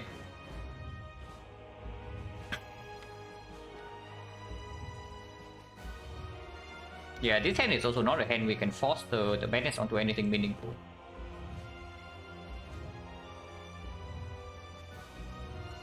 Keep the wheel. I think I keep the wheel. Because with the slow start, we might need to F 15 more HP because we potentially are not with block positive after exhausting everything. Play more cards, yeah, absolutely play more cards. So double defend, Bane, backstab.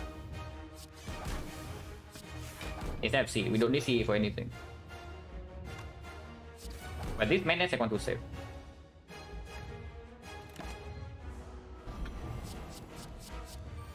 Put on 15 first. Okay, this turn we definitely go off. Taking some bit of death, but after image is here.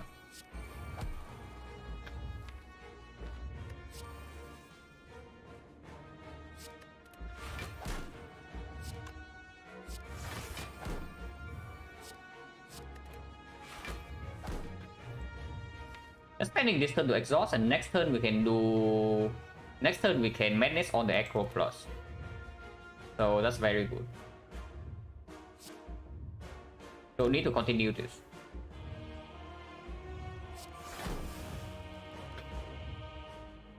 So just my life here. Or do I take 1 damage but put the immortal up a little bit? Probably not, right?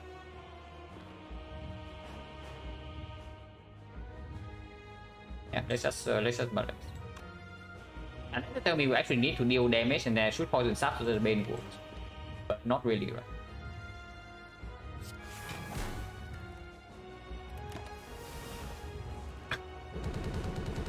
This is the worst turn. And that's tell me you don't need the ghost. But I ghost here, yeah.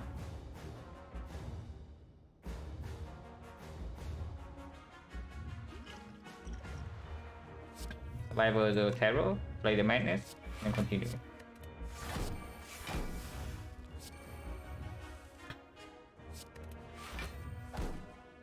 Okay, we can madness the predator as well, which is good enough. Yeah, it's definitely good enough.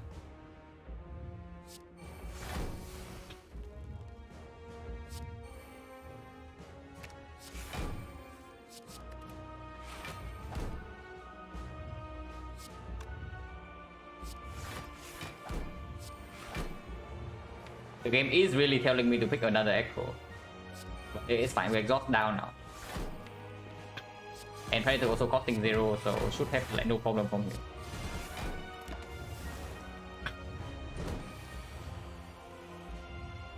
Taking beat of death here and there doesn't matter too much.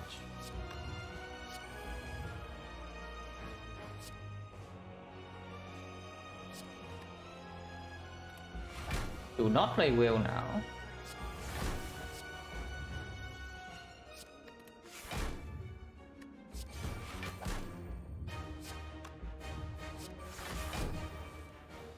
Do not play well now.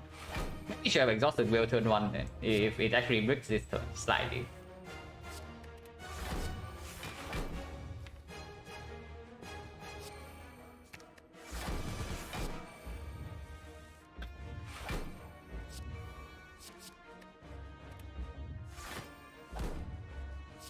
But evidently should pick the third another Acro. Evidently.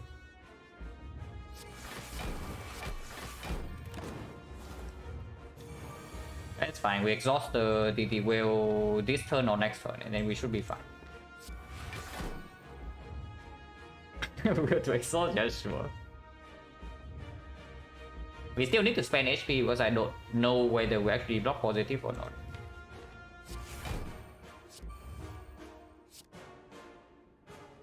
I don't want to strip though.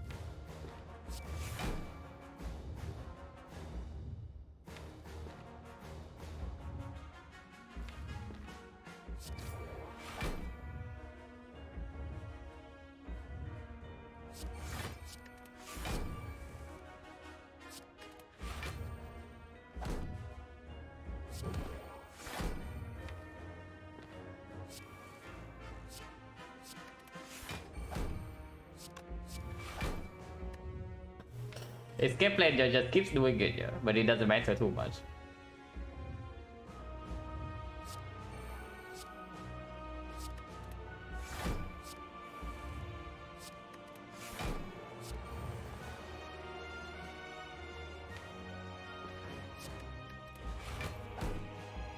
Really don't want to shuffle out addition here if I can.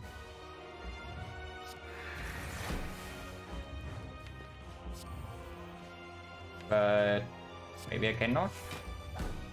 Okay, actually cannot.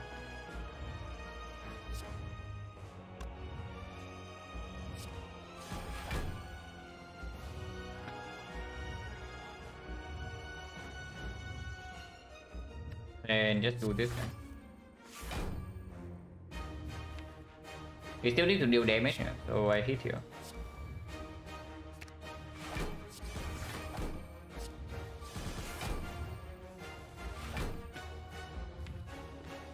Should be fine still. It cannot miss. And we don't shuffle out the concentrate.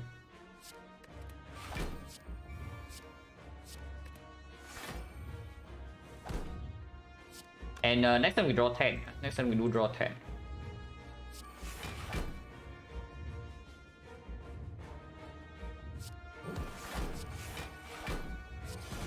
That's out. Just block this turn.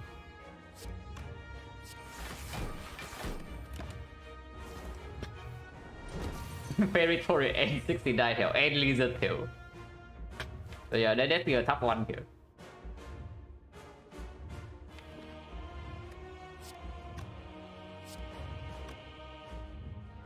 Honestly, yeah, let's do this.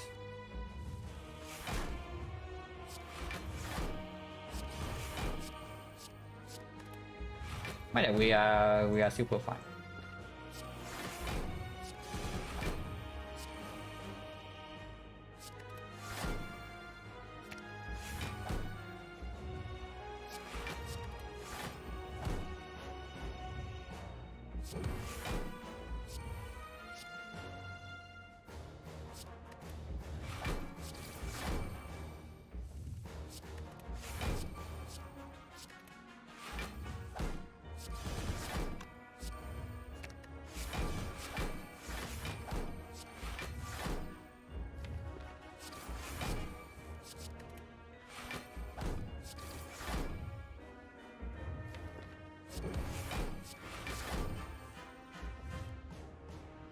Then we draw the full hand next turn.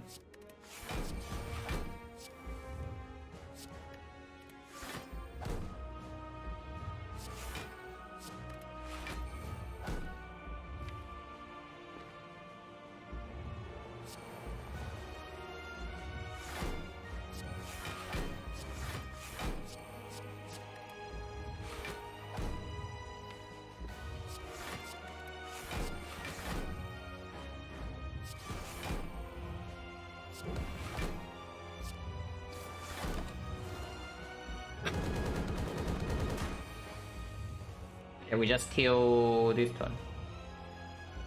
And fight is over.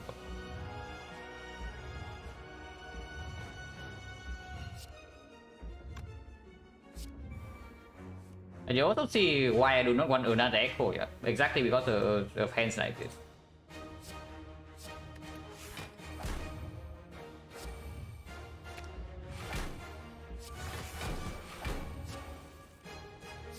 Like we will only massively overdraw after exhausting.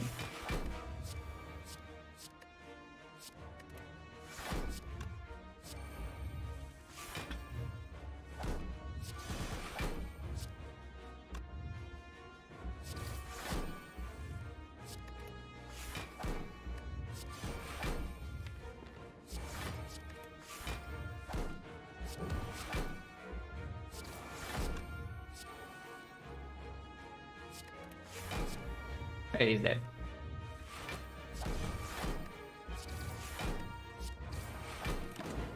Igmoto setup. I think that was good. Just pretty solid. Like solid Act 1, good Astrolabe, Infinite. So 63 and streak is 11.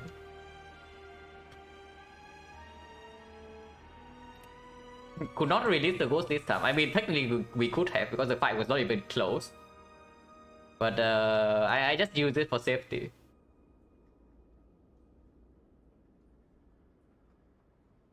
What do we get from Astronaut? We got all attack. We got all attack, cow gamble, and escape plan.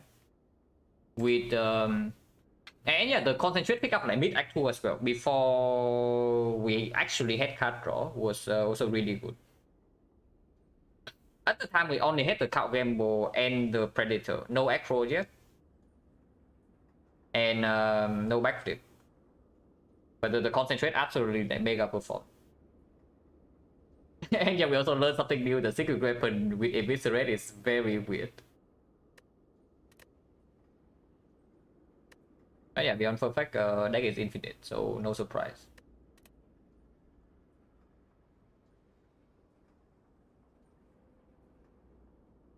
We wanted for building into the specimen, interesting.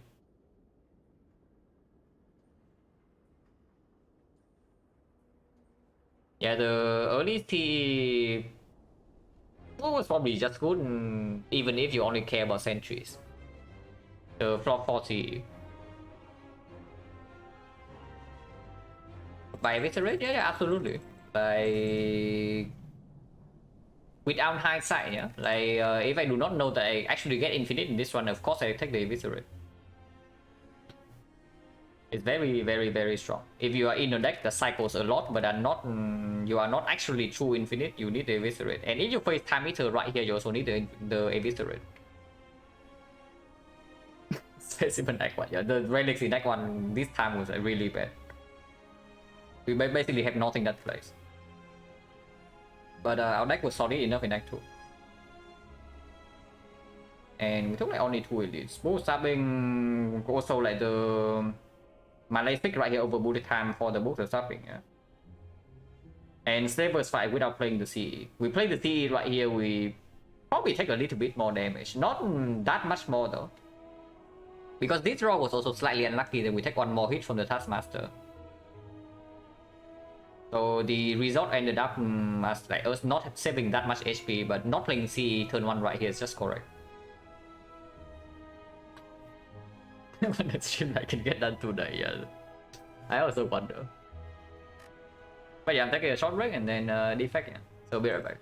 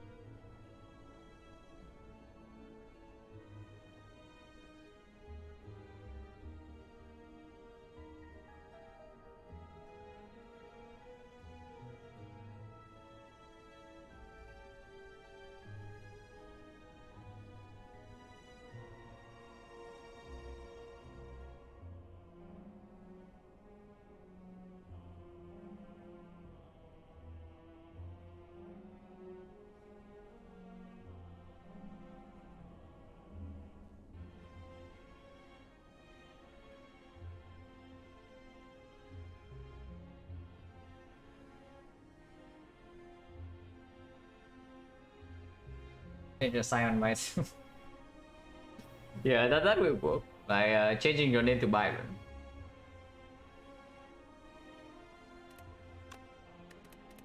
Yeah, defective is currently 3.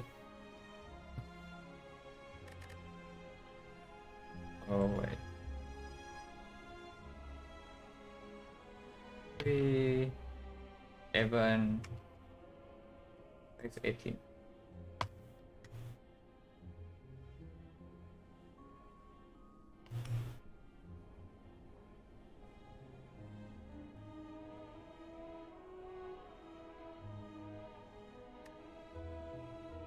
Okay, title, yeah, title updated.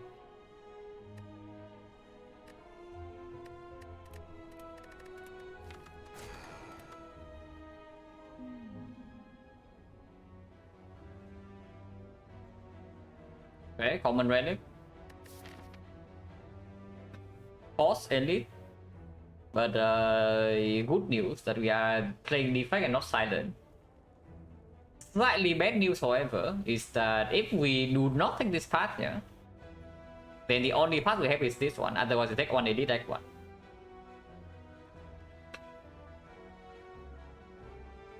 So that is slightly weird. This floor 6 elite into floor 8 elite into floor 10 burning elite. And then also a second shop here, because potentially we also want this shop for potions. If not, then here 3 fights into the fire, which is fine, into elite, which is fine, into like no fire for the rest of the act. But it is accessible, so we can probably still upgrade here. We click common relic first and then see what do we get. If it's preserved inside, we can just go here. That is apparently not preserved inside. So tiny chest does drop here, yeah. Yeah, if we go right side, we have absolutely zero option to pivot. Like we are stuck here. One single path. But we do get a tiny chest frog and 2 elites. So it was just slightly worse than preserve insect, just slightly. It gives you 1 free relic, so basically an elite, right? Kind of.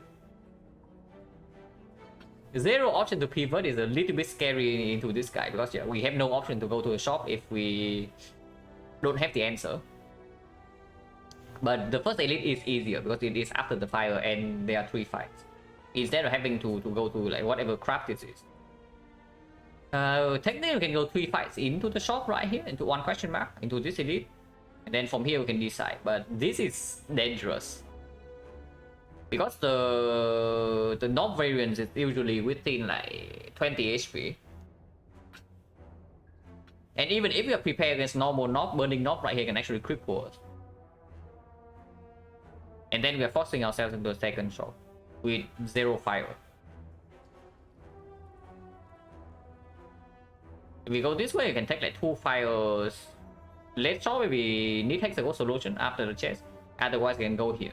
And it's still 2 fires, 1 elite. So effectively, we trade 1 elite for 1 upgrade, yeah. We trade 1 elite for an upgrade, but we gain the flexibility to not die to hexagons. And just gives more chest? No. It just gives a random chest. Probably committing to right side is fine, because we also know that this is a relic.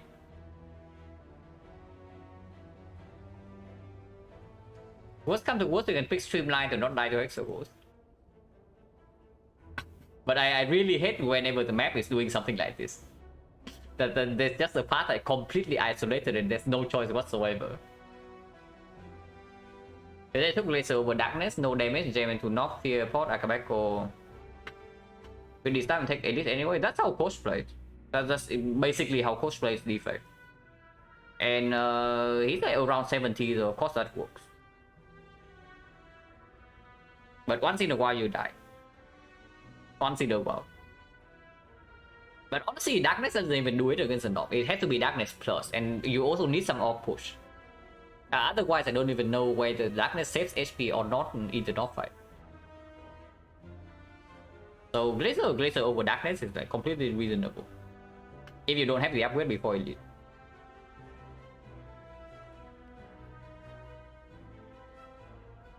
And yeah, we just take right path here. So if things go wrong in here, we have no option. But that's how it goes sometimes.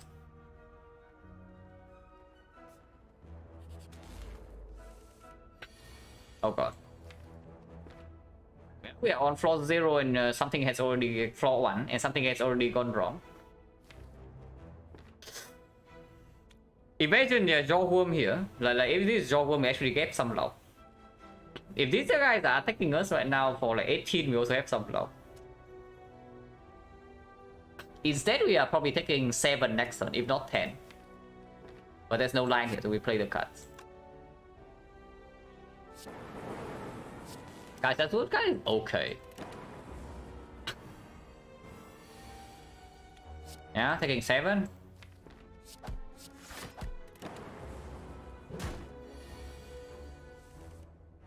At least only 7. So we can pretend that the jawworm happened. Rebound leads Sweeping Beam. Now Sweeping Beam does not perform against the Hexagons. It performs against the advanced hallways here, but that is very late after we get 3 relics. And it performs against the sentries, but only the sentries. On the other hand, Rebound opens up Streamline. And yes, that is not a beam, because we do have to fight Hexagons. So if I say Streamline over nothing, I would pick it. And Streamline also, Rebound also is slightly better against the North. Compared to the Sweeping Beam. Into Lagavulin, Rebound probably also outperforms into Lagavulin. It's only against sentries that Sweeping Beam outperforms, and even then it's not that much. Because second cycle drawing into the Rebound also makes sure that we have a block or something. Or at least we can spend our energy.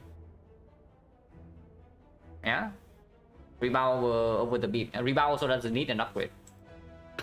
So if we see a card worth upgrading here or here, we can just do it here. Yeah, first question mark, like this one guaranteed to not be whole weight.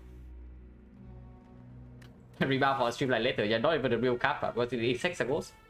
And we cannot pivot our path to find a Hexagon solution.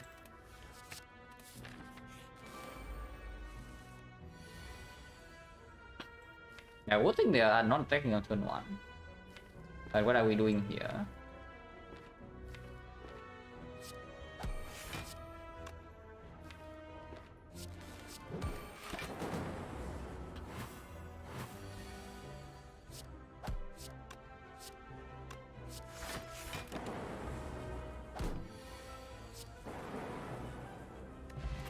No potion, Equilibrium.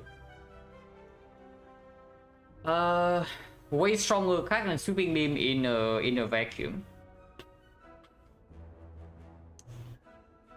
Slightly annoying if we run into North first indeed. But performs very well against both the Lagavulin and the sentries.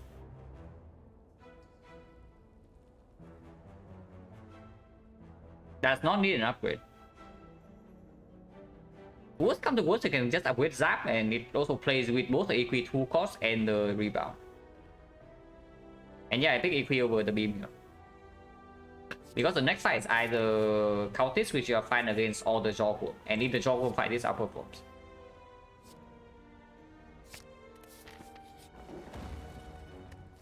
Okay. Now we definitely transform, yeah? After adding Equilibrium, do we still transform a Strike? Because normally Defect wants to transform Strike. After adding Equi, having no knock solution, I think we transform Defect. Yeah, I think we transform Defect in this spot. Because the Elite is coming in after one more fight, and we don't really have anything yet. No potion, no knock solution.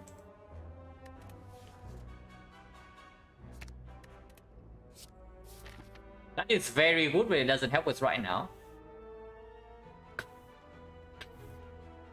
Yeah, that is very, very, very, very good, but it doesn't help us immediately.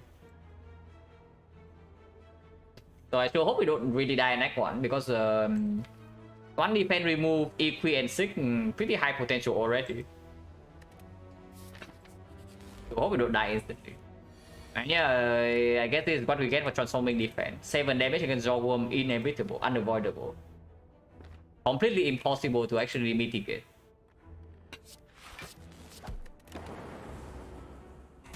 -7.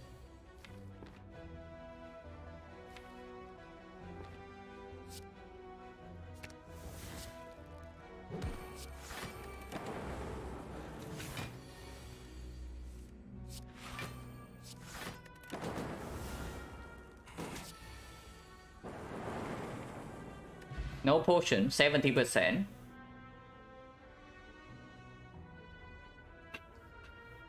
I think it was a defense. No, because if we transform with strike, maybe we would have drawn the 6 instead. And if we draw 6, we take 0. Not a huge fan of whatever is happening here, yeah, because we are running into this elite with no potion and melee attack. But second rebound, sure. And sometimes I wouldn't have gotten 6. Is that how it works? If you transform a different card, you could get a different one. Because that one I actually don't know.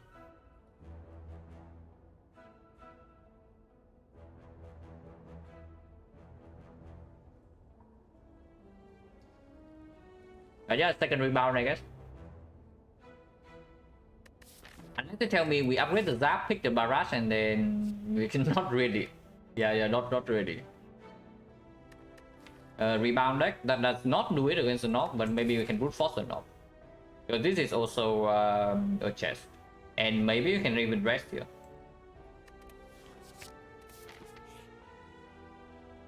Okay, we're not resting.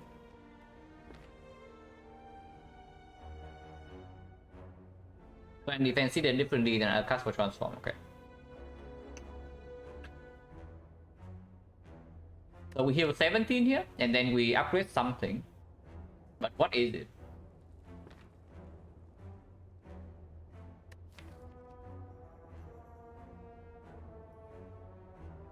Rebound upgrade? Zap upgrade? And upgrading +3 is so sad. Upgrading +3 is really sad. Maybe Zap upgrade is still stronger. Yeah, Zap upgrade is probably just stronger, right? Because sentries we do have EQ and we have double rebound for single target damage.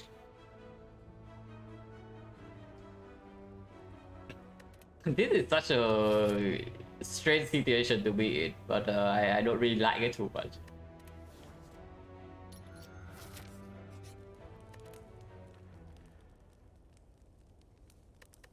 Yeah, probably upgrade the Zap first. This doesn't perform in the sentries fight, but it performs in both Lagavulin and the Knock. Not always against Knock though.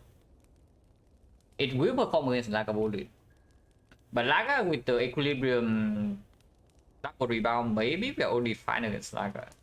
Because we can wait to set up the second Zap and then we shuffle quickly into a third Zap. Rebound just +3 damage. Your guys upgrade play better? I will not really. Because in order for the dual card to actually perform, we need to have 2 lightnings. So we need to play the Zap first and then we need to rebound the dual card somehow. But even then, honestly, we don't even need the energy upgrade.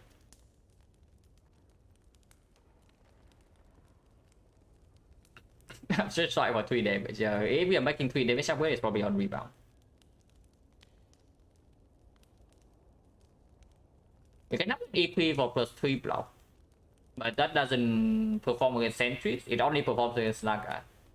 Before I do that, I just wait up. Right, that Lucas all transform into 6. Okay.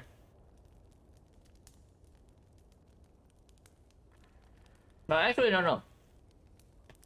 Yeah, if the If Byron says the strike and defense are treated differently than other cards, it might mean that for strikes and defense they are the same. But the other cards you transform a different card. Like for example, you transform rebound and it would be a different card. Maybe all the starter cards in your deck transform into the same thing.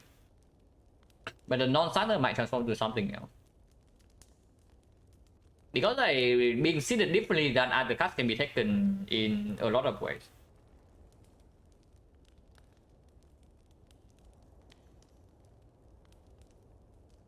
But here, honestly, I genuinely don't know what to upgrade.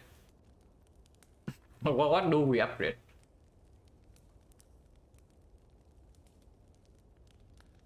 Probably just rebound, because Knob is like... Knob is by far the worst fight, and we can rebound the upgraded rebound if we draw them on the same hand. For another plus fail the turn after.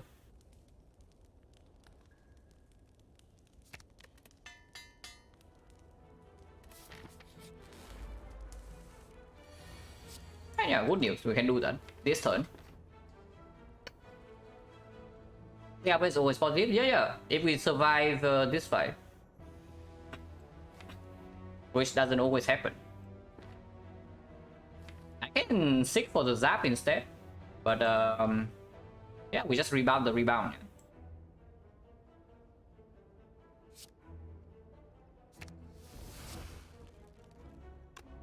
But I don't want to rebound the strike, so maybe I strike first, and then I rebound the rebound.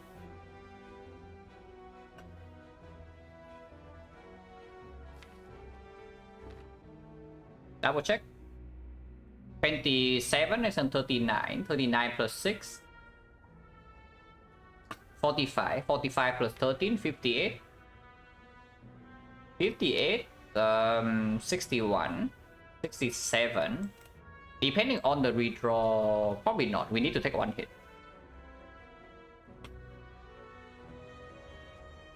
But I wait lightly rebound upgrade the card. Yeah, but I don't even like. Do you think strike plus is a good draw? But that's the problem. Rebound plus is a good draw, but do you think strike plus is a good draw? Because before I draw into strike plus, I just want to maybe shuffle into my dual cards.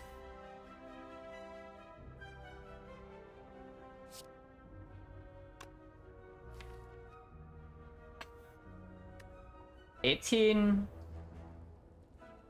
plus 9, 27. 27 plus another 27, 54, 67, 70. So no, rebounding the strike right here does not do it. We need to redraw into the good attacks.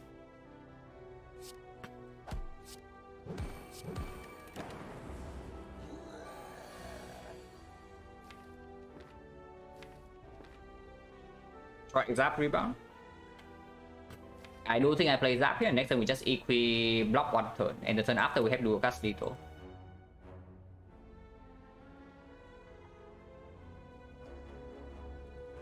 So strike rebound only, yeah, would be strike rebound only would be 21. He goes to 36.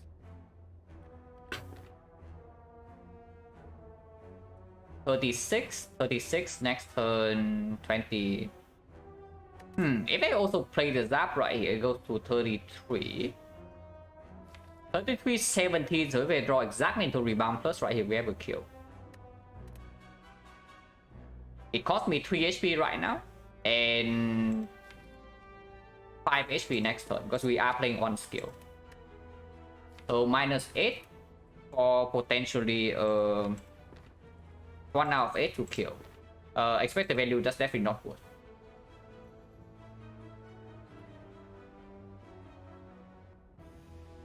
Yeah, expected that value just definitely not worth.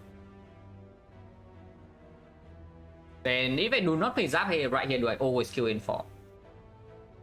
Because we also shuffle out like these cards here.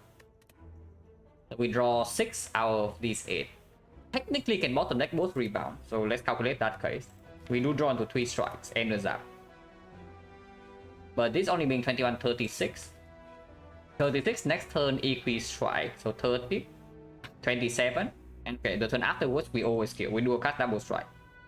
We overkill by 1 damage. So yeah, there's no need to play the Zap here. We just take 2 hits. 8 into 28, and we block 13, so we take 23 in this fight.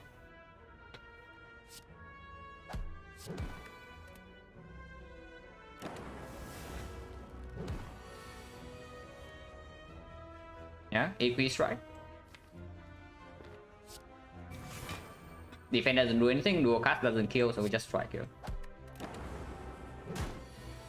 And the 3 are very, very reasonable. Okay, only premium relics here, yeah. Into the Execute. Ancient Potion after the knock as well, so perfect. Wait a second.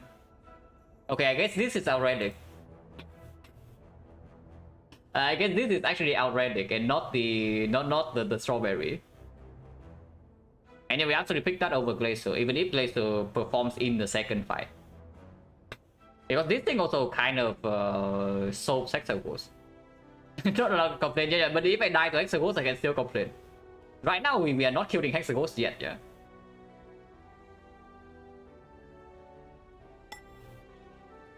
Very hard, yeah, very hard carry. I agree. -7, but that's fine.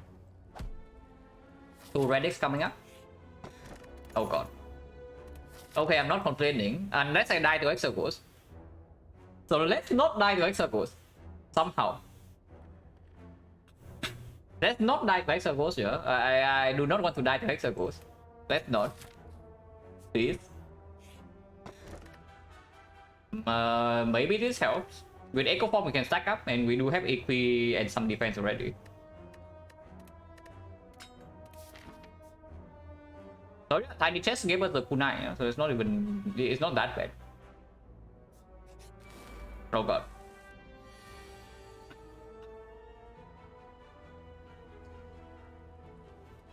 Yeah, you want to take the damage in Hexagos Act, here's the damage.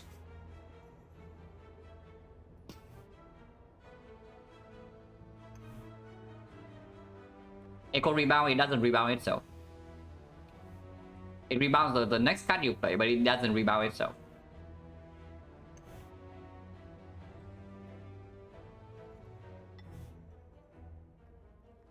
Okay, we can artifact pot next turn if we get vulnerable, and we cannot kill. I do not want to rebound any of this garbage. So, double defense rebound here. Take 10. Unless you tell me we do triple attack here and lightning hits here every single time. And then we still take 14. But we get on kunai stack and this guy is dead. Yeah, not ready yet. Yeah, next to cast will rebound it, but it doesn't rebound itself. So yeah, double defense rebound. I don't want to rebound my defense.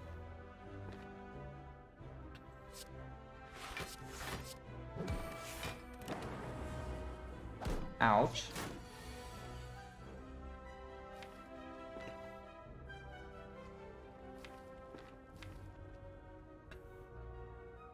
Can I even play the Echo Form?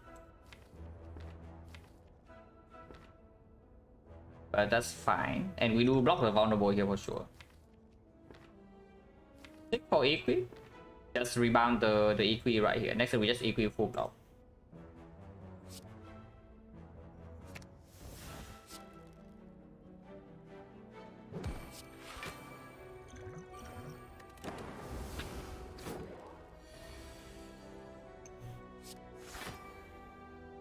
But he might vulnerable again next turn, so we also need to kill instead of blocking this one.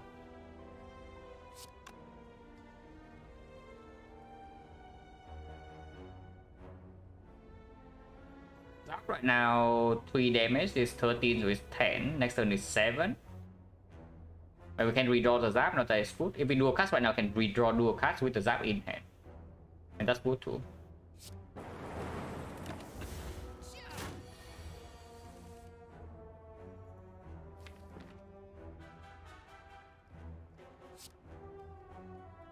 Do this, and then next turn we have Draw 3, so we draw exactly into these and this lethal. Could be worse. So minus 11 in that fight. Potion. So 1, 2, 3, 4, 5, 50%.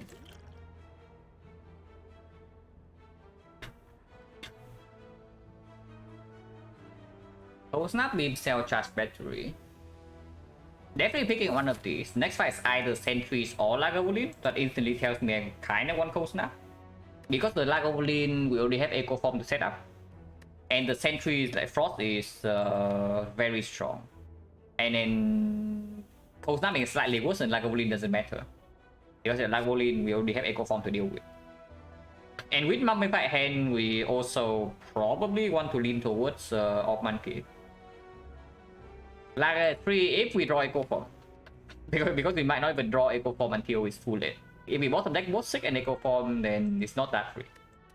But even then, this card still performs that. Beam Cell, however, yeah. Beam Cell kill Texagos after the upgrade.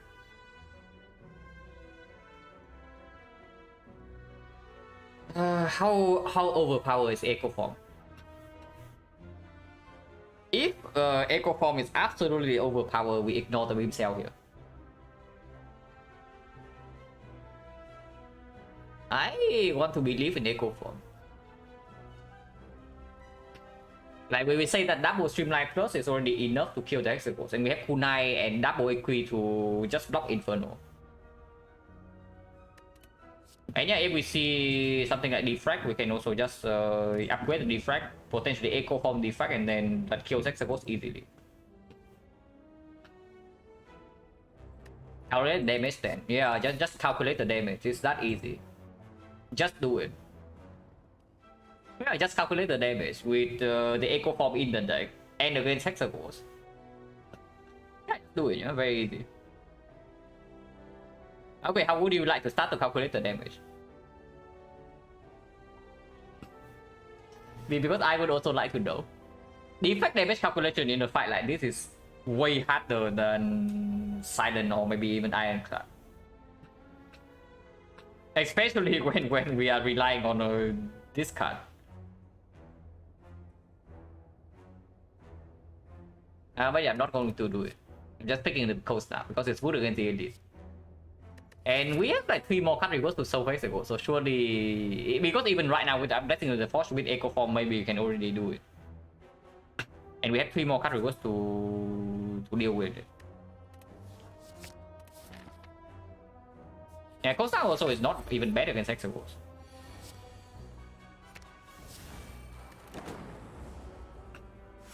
Okay, interesting fight. And location 2-3, Silent 1. We were infinite. We were like eventually infinite. The deck was infinite, but it was slow.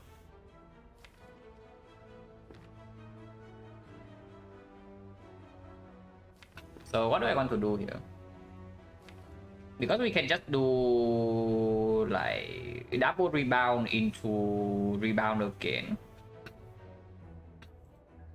And then next turn we can do double Equi, but we can bottom deck Equi.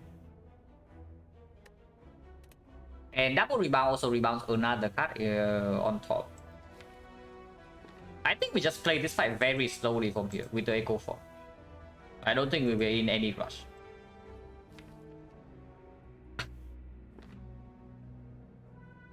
Yeah, I don't think we were actually in any rush. But I want to double Equi next turn and not when he's attacking. It shuffles out the strikes though, so like how bad is that? Like double cold snap into Equi next turn, shuffle all the strikes, and we have 2 Frost Ops. Yeah, let's actually do that. I don't want to actually take damage here, and I don't think we need to. Yeah, bottom deck is currently playing Root Rebound, yeah, but then I open for barely any damage. If that's the case, then I might as well just open next turn for 2 Frost.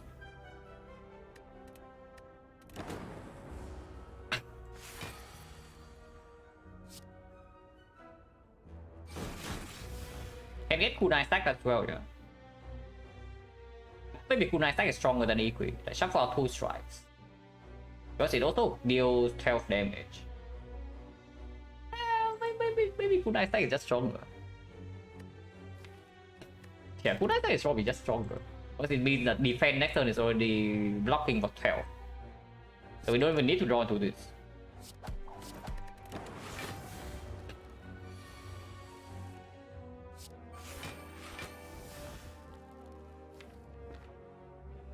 So we have Pyramid.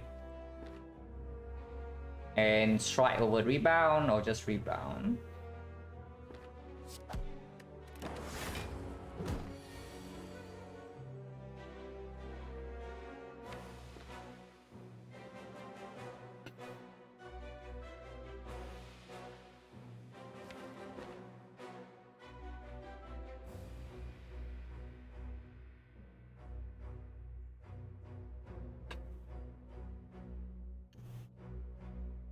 Double defense, dual cast, cold snap takes 2.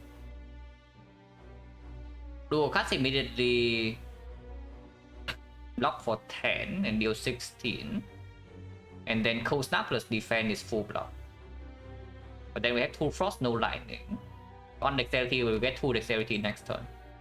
And then we can block again with double equi. Yeah, taking any damage is cringe, I agree. But what is the line if we don't want to take damage? Yeah, double dual cast cold snap defense takes 0. Which is also what I'm seeing. And it deals 22 damage, so it goes to 62. Next turn we deal another 24, so it goes to 38. And debuff dexterity doesn't matter, because we go back to 0 dexterity with 2 frost. Let's actually do that.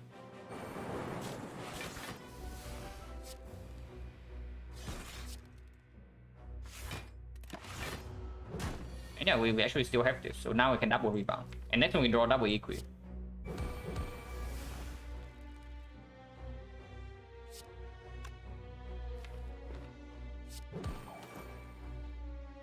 So we have exactly the hand we want next turn. Probably should have played the small rebound then get back the big rebound, but doesn't matter. Next time we just double dual cast and that works.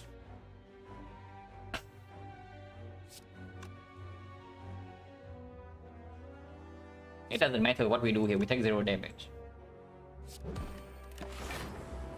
He can never damage us here. And we can even continue to do this if we want to. Yeah, he cannot do anything against us.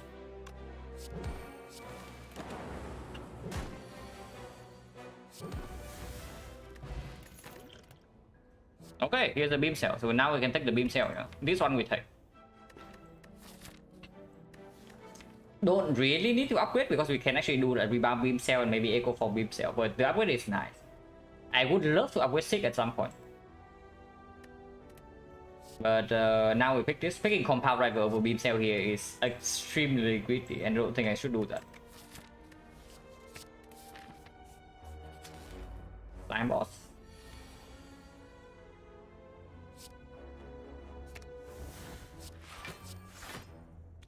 No reason to play beam cell here.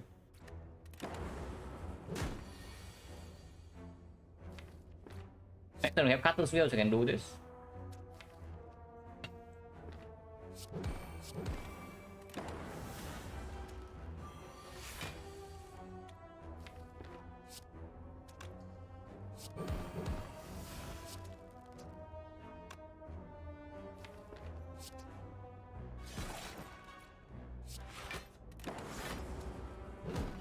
You're vulnerable.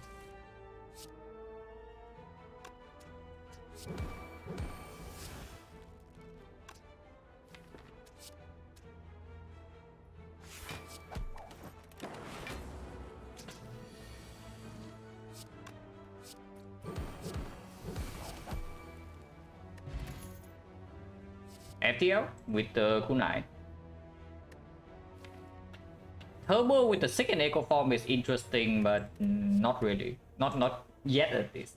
Especially with the modified hand.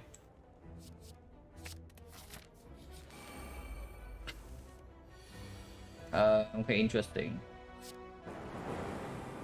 Could be worse. So -6, which is -6 to block for 6 more in the hexagon. So this is not real HP unless we overblock turn 2.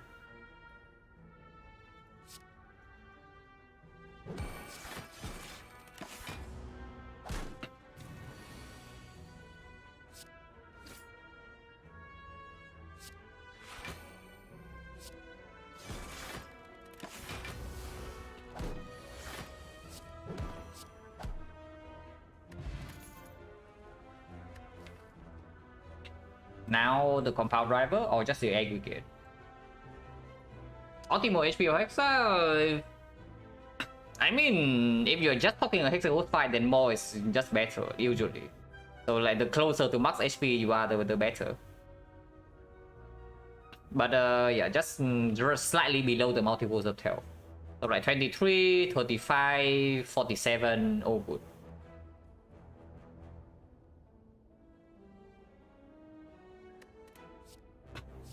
Aggregate is a greedier pick, but it's also stronger after we leave the eye. Eventually, Beamcell will probably get upgraded right now, and Sick eventually wants to be upgraded, so this thing gets slightly worse. With the compound driver, with the Captain's Field and the Kunai, the compound driver gets slightly better. And we already have Cold Snap, so it does draw 2. Yeah, HP is still good. It's half as valuable, but it's still half, and it's not 0. We are winning Beamcell here, yeah. But probably, and yeah, we draw 2 burns in hexagon, so like after Echo Form is down, the aggregate doesn't play. It's probably still compound. Also enables the nuclear battery after this instantly. Upgrade Beamcell. Definitely willing to energy pot to play Echo Form if we draw into it with the compound driver. Like right now.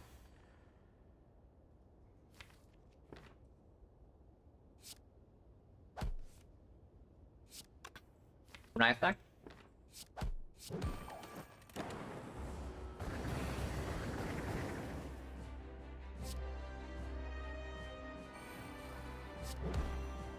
-18 unless I energy pot right hit the block for 2. But honestly that's fine. I don't even think I do a cast here because I potentially don't even want to play this up. And I still want the lightning off here to draw one compound driver.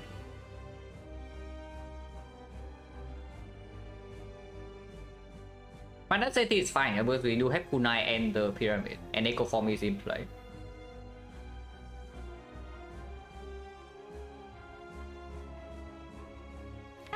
Maybe I don't want to miss the frost. Next time we don't take damage. But 6 times 2 is coming afterwards. Yeah, let's not be too greedy. Let's not be too greedy. Let's not be too greedy.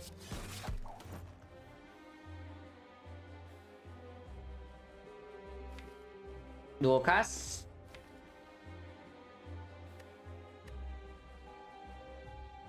Like I say, I play double rebound into like Equi into FTL. For example, Kunai stack, rebound the Equi. Then the Zap is still in hand. Maybe it's okay. It is cast for free.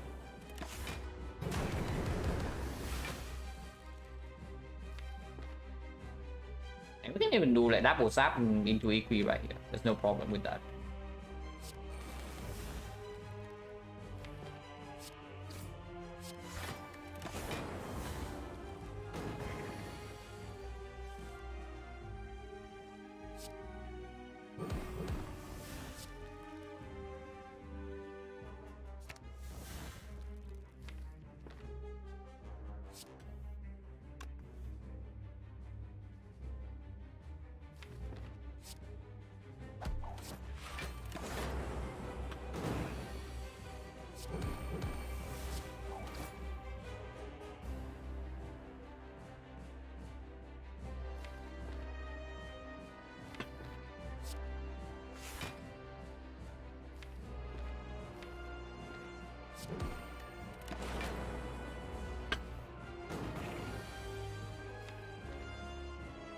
Prep for this prep so that we don't draw 2 burns guarantee next turn.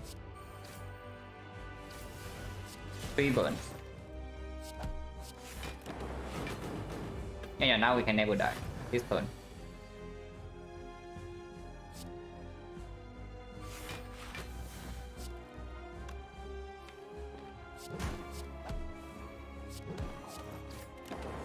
That's fine.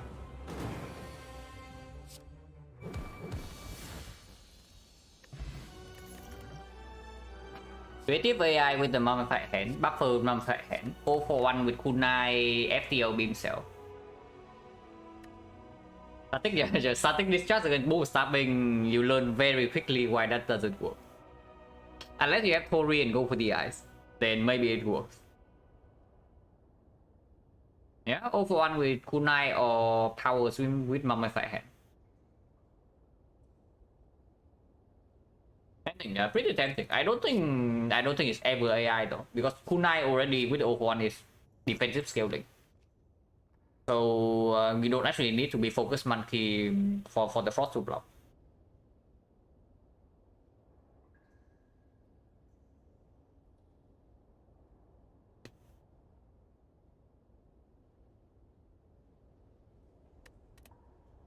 Buffer needs an upgrade, and we already kind of want to upgrade like sick. With 0 for 1, we can also upgrade the Zap, and 0 for 1 opens up Snecko. Snecko, Echo Form, Mummified Hand, Captain's Wheel, Forgotten Outer Protection. Probably is pretty strong. And Cell Repair also get Mummified Hand. Creative AI is clear with Mummy. AI is probably the worst card out of these 3, unfortunately. I know that the synergy is tempting, but it's probably the worst card out of these 3. Because it's the slowest by far. And we can be very fast. So let's be fast. AI is fun, yeah, I would agree with that. AI is fun. Like scaling to like a million block every single fight. This is just 0 for 1 over buffer, right? Because Sick is already in the deck and appreciates the upgrade. So yeah, this is just 0 for 1.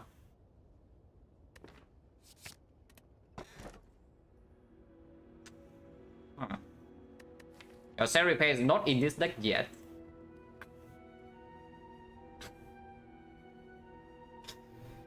But we do have Forgotten Outer Protection. Now, unfortunately, late question mark Act 2 also doesn't give us the Bloody Idol, yeah, because of this thing. Free energy question mark? Yeah, exactly my reaction. Like, is it actually free or not? With the Equilibrium, maybe we are fine.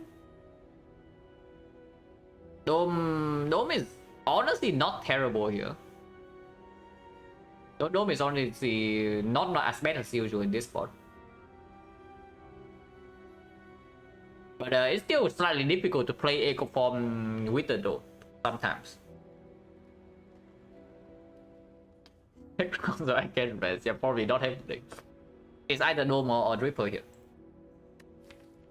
And with this, it's probably still Dripper. Yeah, with this already, it's probably just Dripper. Not difficult, just do it. Yeah, just do it. If we take 20, we take 20. Cell Repair, we don't. If we have Cell Repair already, then this is like a no-brainer. We instantly click the Dripper. With Mummified Hand, Echo, Dripper, Echo Form, Cell Repair, then Dripper is super free. But we don't have it. It's probably just good. It's probably just good.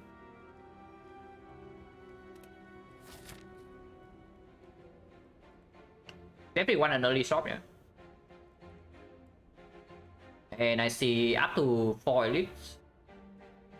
The only way elite is not forced is here, but then we don't get to do question marks for Tiny Chest and for Bloody Idol. So I think it's this shop, and then we run into potentially this elite or this elite. But this elite is slightly better. Of course, technically we can go here, but we cannot rest anyway. So advance always into advance always is not even good. 20 is not, yeah, 20 is not. Cell Repair plus 20 is actually not. We can take buys. We can take buys and buy Kunai, definitely a combo. And yeah, we start here, double question mark, shop, and then re-evaluate. Oh god. Oh, this fight is trouble for defect. This fight is actually like quite a lot of trouble. Especially when we draw like this turn 1. Yeah.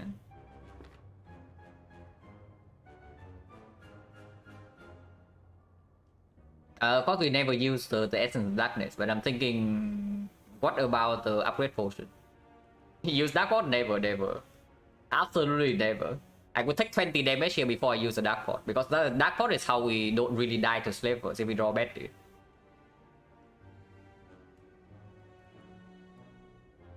Single file like starting discharge.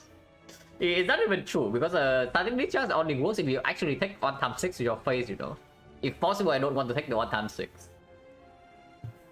If possible, I want to like maybe kill these things a third one. That would be nice. Probably just take 7.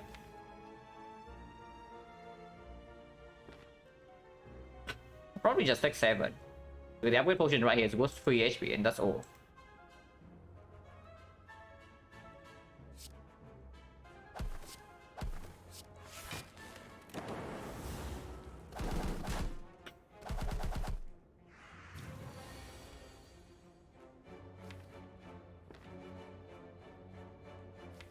Cannot play Echo Form here, yeah, but that's fine.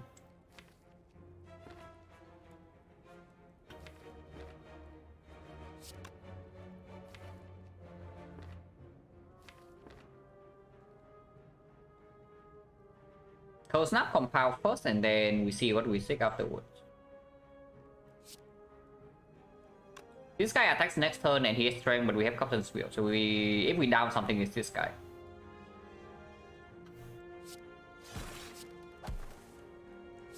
Okay, that's good.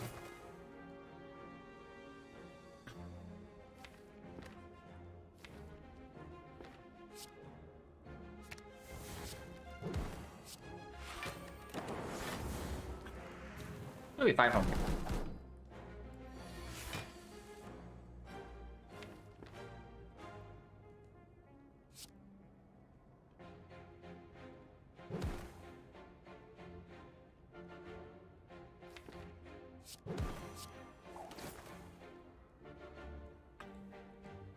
Maybe should have rebounded something good, but this is fine too.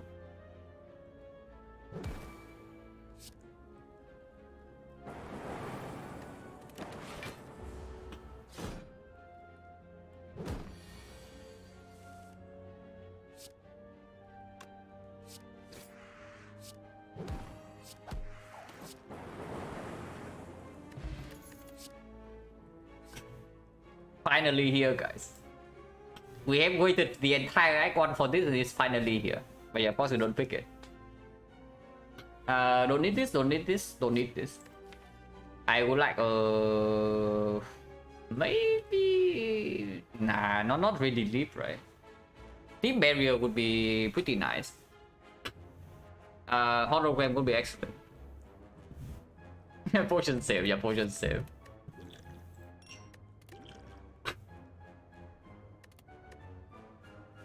Double rebound streamline deck. With the Echo Form, with the Kunai, with the O for 1. So conditions cannot be better. Streamline Plus maybe I would actually consider, yeah, but Streamline Minus, no way. Is it ever deep? Because upfront block we only have 3. 3 defense and 1 Equine, that's it. And then we do have the Kunai, so eventually this thing gets stronger. But we do get a 400 gold shop right now and potentially Bloody Idol. We can do better than deep. Yeah, we can do better than deep.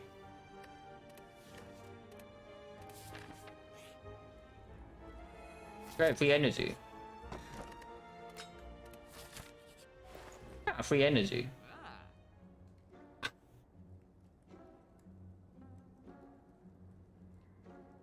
Really best defense card? No, it's not. So I see kind of self repair. Recycle all for one, yeah. A little bit too early though. Because we all still want to upgrade like something else. Like upgrade the Sig first of all, and then potentially upgrade Turbo. If we have a Turbo. I need a way to safely play this Echo Form. Which is why I'm looking at this. Because this thing right here is healing us for 12 per fight. For 8 per fight. Plus the Blood Arrow is 13 per fight, and then we can actually just play our Echo Form.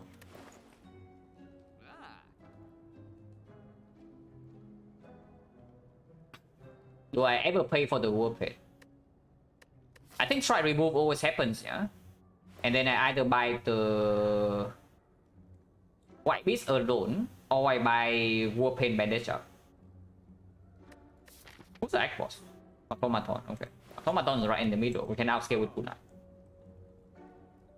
Do I buy Fish Shield? I know if this upgrade is nothing else, then maybe. But with this in the shop already, I think I just buy this. Strike remove, we no longer need bites. So now we can after remove strike over defense. Because yeah, defense plays with Kunai. And I think I just take bandage up Warpaint. Warpaint upgrading this is very good because of 0 for 1. Upgrading this is very good. Upgrading defense is slightly annoying, but it's okay. You can send Warpaint with the courier, yeah. Warpaint is pretty good.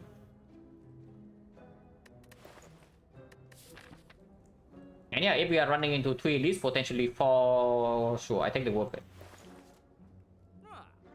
And upgrading this is actually quite good. So maybe I buy the matchup first. How much will I pay for Alchemize? I buy it for full price like fairly often for 160. But as a card, before I actually have some stupid potential with it, yeah, like with the Nightmare, maybe with the Discovery, maybe with New Risk Codex. I think the max I go could be like roughly 200. Without any other synergy like Secret Back or the Ornithopter.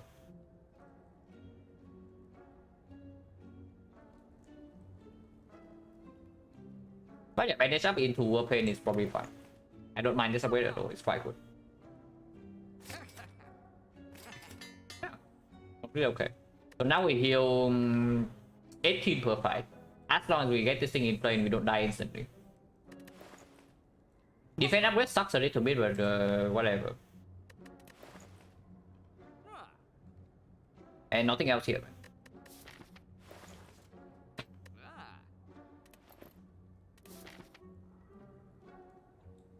White Beast with full right CP, we literally just bought White Beast yesterday and it carried the crap of the run, so I don't know like whether it's actually iffy or not. This is still easy hallway fight. Now technically we can go this way, but probably no reason to, because I want to upgrade my Sig here. It's not very easy, but okay, this turn we can block.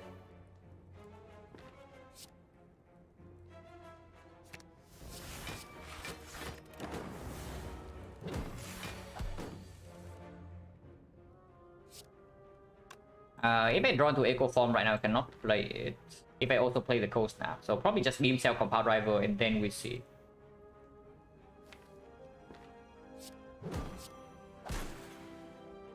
But yeah, if not, then we just block with the Kunai afterwards. Next time I can play the Echo Form for free with the Captain's Wheel.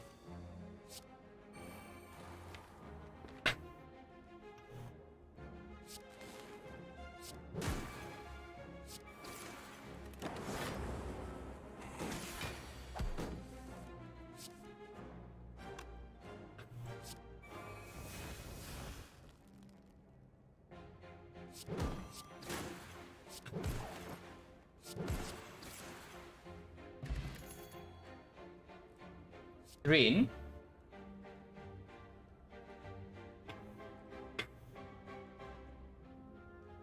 Yeah, green's quite good. I would like more block cards, like the charge battery, hologram, steam barrier. Maybe I should actually have taken the leap. With this right now, it's weird though. Then we run into the elite fight with the hourglass, with the captain's wheel, with 2 potions. Potion chance is again 40.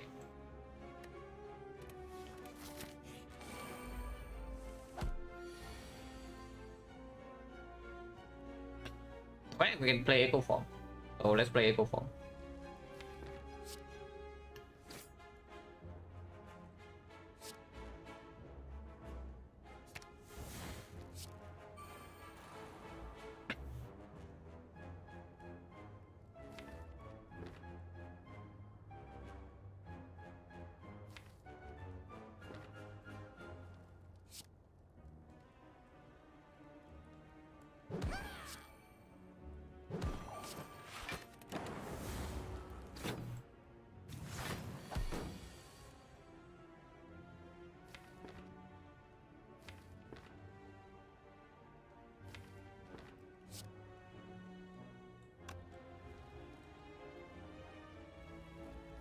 Do have this coming in next turn with the hourglass, or maybe you can just ignore this and do beam cell on the leader. Take 4, but we heal 266, and then with Radiado we have 4 HP, so we don't need to duplicate this.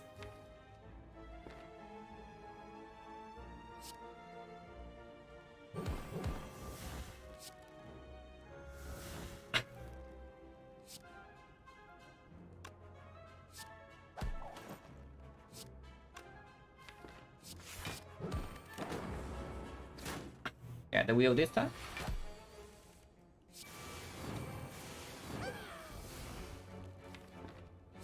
So 0 for 1 completely missing, but I guess that's fine.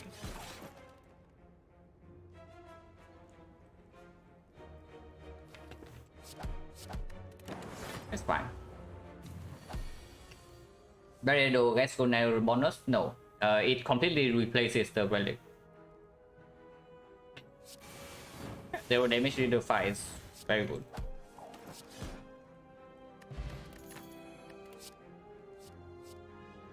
Yeah, or monkey can click this, but I see a skill plus. So yeah, no or monkey today. Not yet at least. No, not yet. We actually click this over this crap, yeah. Black spot. Probably still not as strong as these two.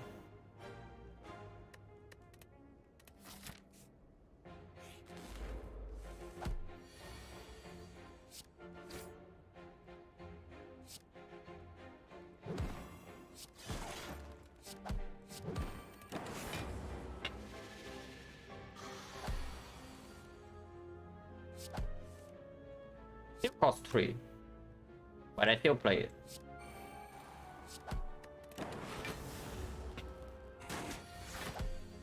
Because we do heal a lot.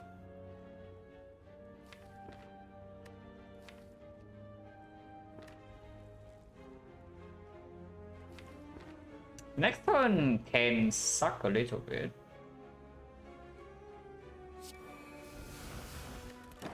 Not sure if that's correct. But because we are not vulnerable, I wanted to be a little bit greedy.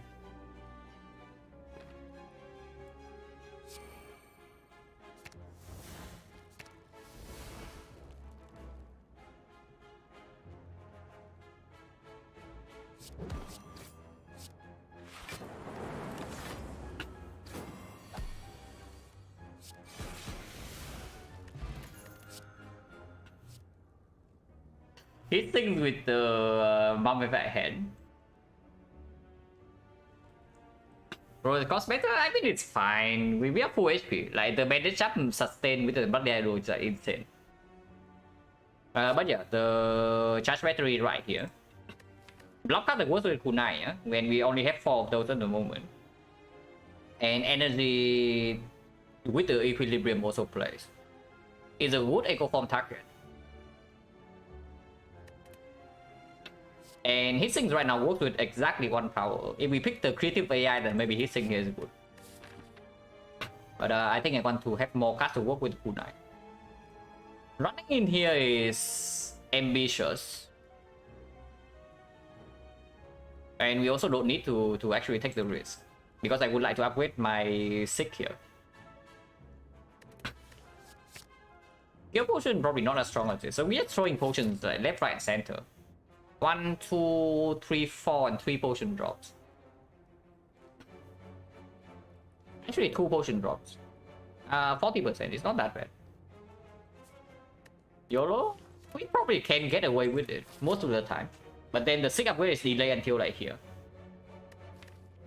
Slavers, we can just Essence of Darkness, and then move start being honestly exactly the same. We Essence of Darkness both fights. And we heal a lot. The only slight issue is that the other elite fight is coming right afterwards. I want to upgrade my Sig. Because if I see energy in these slots like Turbo or something, I want to upgrade it here. Or Aggregate. Or Hologram. We can just take Elite, the Burning Elite in Act 3. So not to be optimistic. I already optimistic enough in Act 1. When I took the path on the directly on the right side. Let's go ahead and upgrade Sig. And it is sick, yeah? It is sick.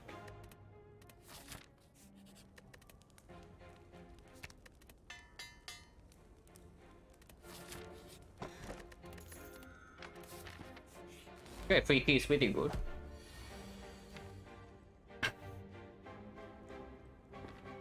Play the Echo Form and take a billion, or what? Or just stick for like charge battery, and then maybe rebound. Actually, no. We need to do Equi, charge battery, maybe sweeping beam. Beam first. Yeah, if that's the case, beam first then. Potions can be used. Don't need to be used yet, but it can. Any energy gen right here would be sick. Like anything. But there's only aggregate and turbo. Yeah. Double energy is also okay. Let's do this first.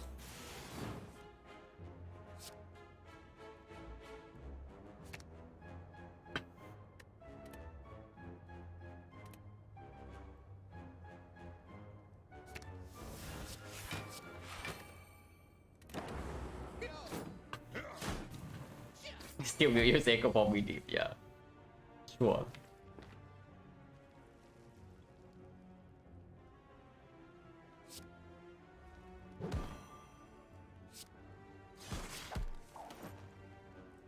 Okay.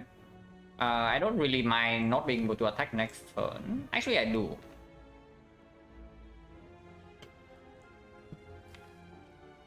The steel case right now doesn't really hit attack stuff.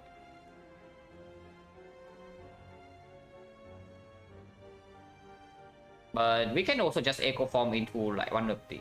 And next turn, okay, next turn Hourglass kill this guy. No matter what the Echo Form discount hits here, next turn this guy still dies. Don't need to Echo, yeah, don't need to Echo, it's true. Echo does heal for 6, but we also don't need to do it. Echo right here is very greedy. But it does discount like one of these cards. So anything that's not Zap and dual cast, then this guy is dead next turn. If it misses, you can still use the Essence of Darkness. I want to be greedy. Yeah, no problem.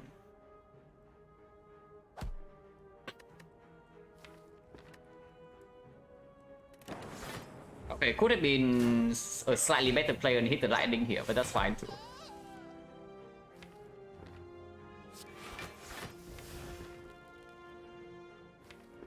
This shuffles out the things, or probably not. This is a very greedy line, so hopefully I don't get mega punished. This was not wooden now.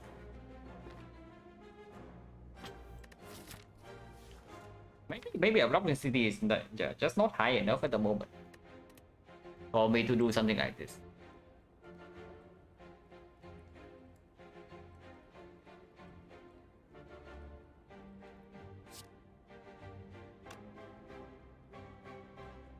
Can use potion, but potion chance is like 40.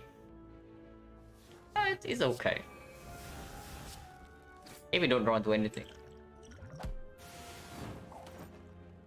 maybe that was not very good. Whatever. Like optimistic, the optimistic echo form did not pay off, so maybe that was very bad. Yeah, okay. Block density is not high enough for me to do this because after echo form is down, we still don't really take 0 damage here.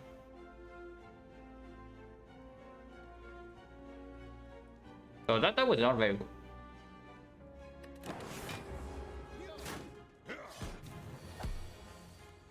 I know he still heal a lot, so it doesn't matter too much.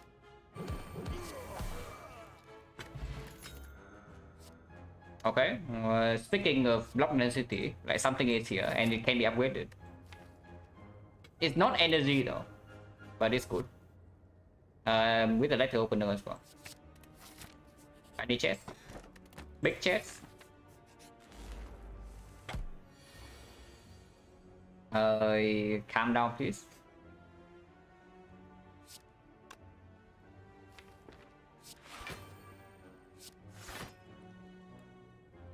Letter opener versus one frost. It's not enough damage to force her to heal next turn anyway, so I would prefer just to get the frost.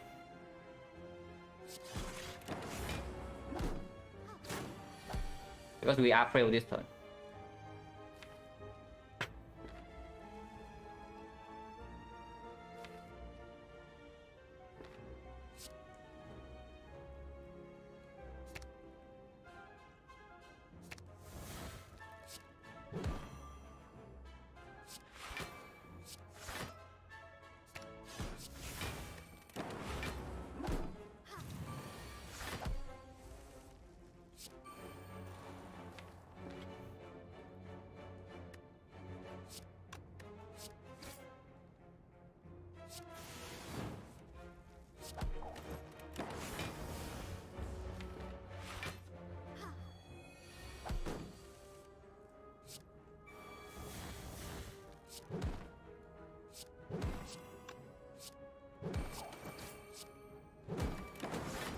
Yeah, we're fine.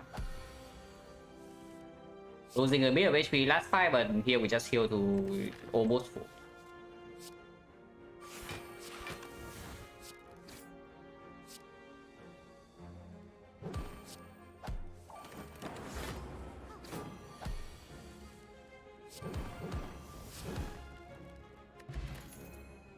Team barrier? Sure. It's still better than auto shield. Because it's a block card that we can play on the turn when we draw echo form. So do I upgrade hologram or do I dig here? Yeah, I picked the hologram with the intention to upgrade, but now we can dig. And digging pretty strong. Digging is pretty strong. We cannot dig up a war paint to upgrade the hologram, yeah, but it's still pretty good. That was fine. Hold on. Of course we play this, and if we take damage, we take damage. So just discount EP every time. We're close enough. Yeah, close enough. Could be worse. So barrier already play. Ninja defect, yeah, ninja defect. We could have been off one kill. We could have been off one kill. We had the frost. We had mummified hand. We got offer like creative AI and defract, but no. We are not off one kill.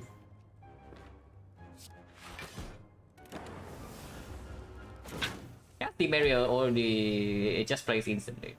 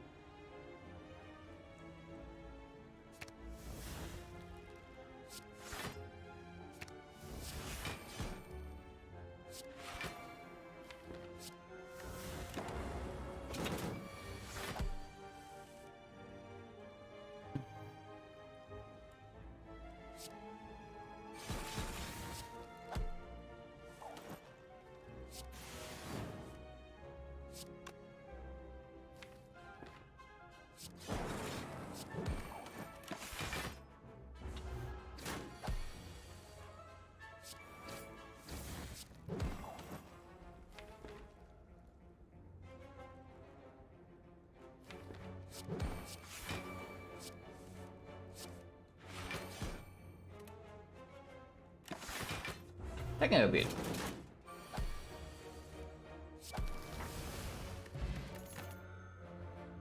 Of monkey. But boost sequence is good, yeah. Yeah, boost sequence is good. So now if we draw 6 turn on, I can just get a performance in play. If we play, we don't have 4 hologram plus, and we also don't have a recycle, so probably not. And this time we actually have kunai. And yesterday we do not have kunai. Oh yeah, this is good. So now we can upgrade hologram and we can dig again. With the honestly with the EQ after eco form is in play and we have enough kunai stack, I would like this, but probably maybe not over dig. Eventually maybe I want the hologram upgraded, but for now we dig. Or for now we keep digging. Okay, but that's good. And yeah. On turn 1, so that's good. And then what? Probably cold snap so that compound driver can draw. Probably just cold snap so that this compound driver can draw.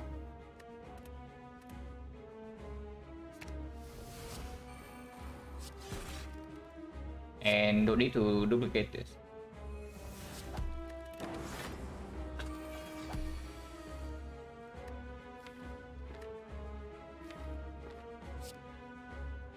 Pyramid.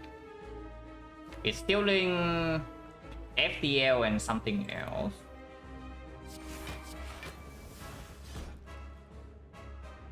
What FTL?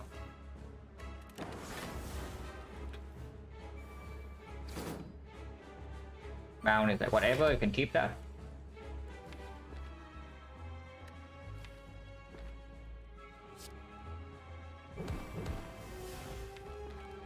We are still retaining, yeah.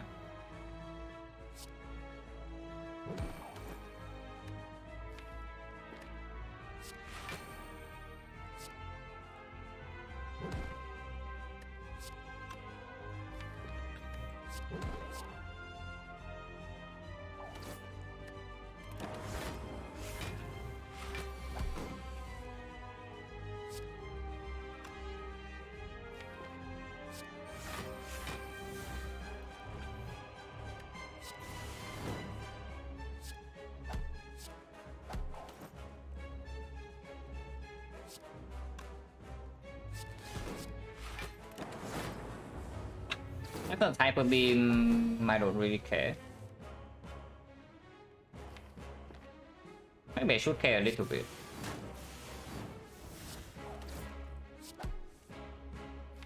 But we also have like plenty of block cards.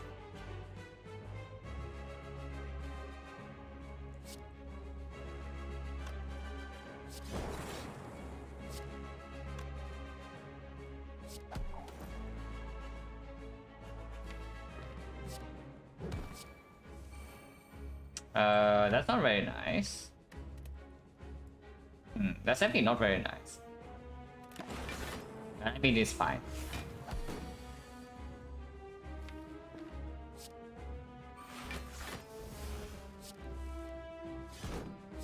Taking a little bit of damage here. Not even that much, it's like 9 damage. I'll pop the puzzle.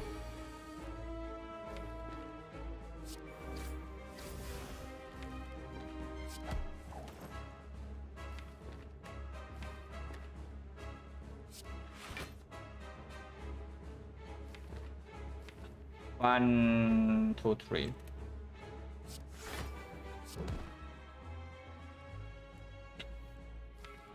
Honestly, I think I just want to double beam cell next turn.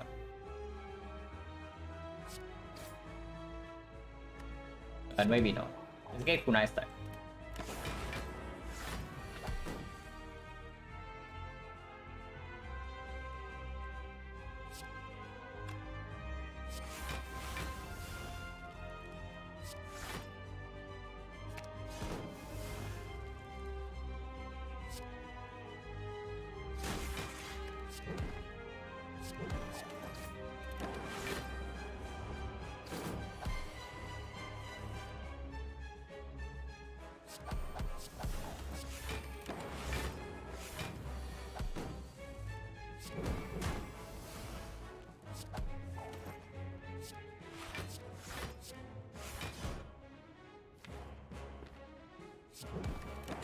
Anyway, this guy's dead.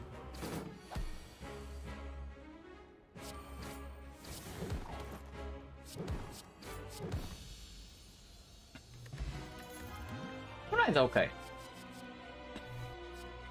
Second off one is cute, yeah, but we only have 1, 2, 3 cards at the moment that works with it. This exhaust, this exhaust. So we just pick the second echo form with the Mummify head.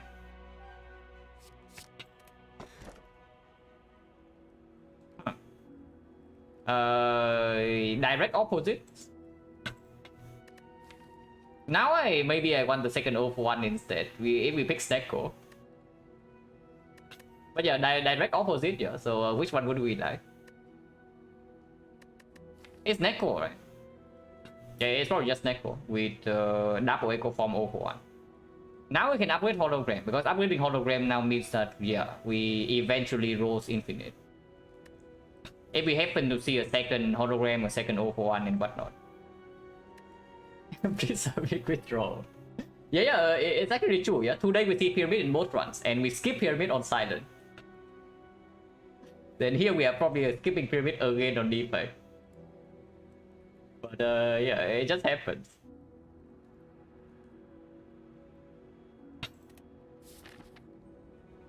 Oh god. We are fighting the boss and we are playing some powers. So the run is probably already... The run is already over, yeah. Unfortunately. We cannot win.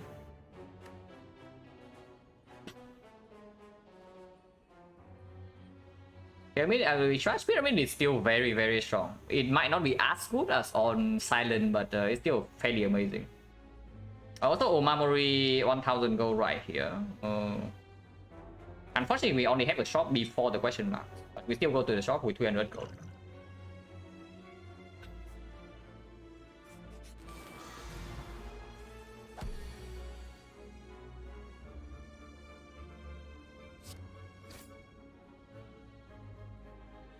Sick is kind of cringe, just a little bit.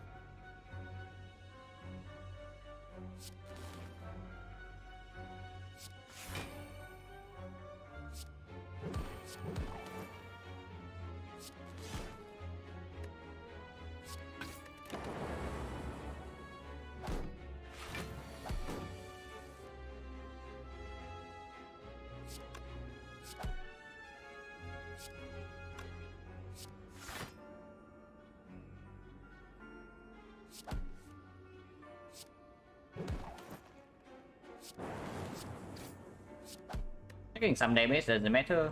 We have bandage up, echo form, Bloody Idol.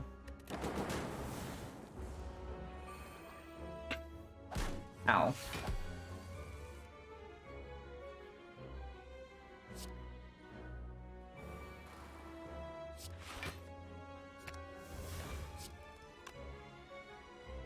We don't need to do this. I can just play this right now. But these are all 0 cost, so probably would like to keep this hand.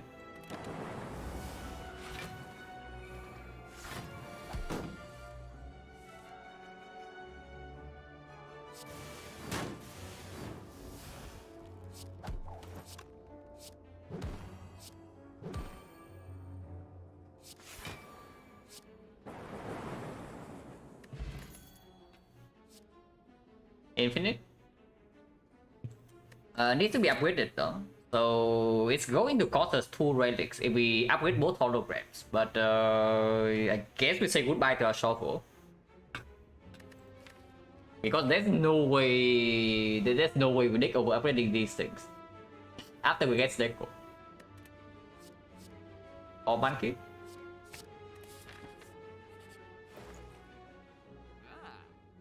Or Monkey.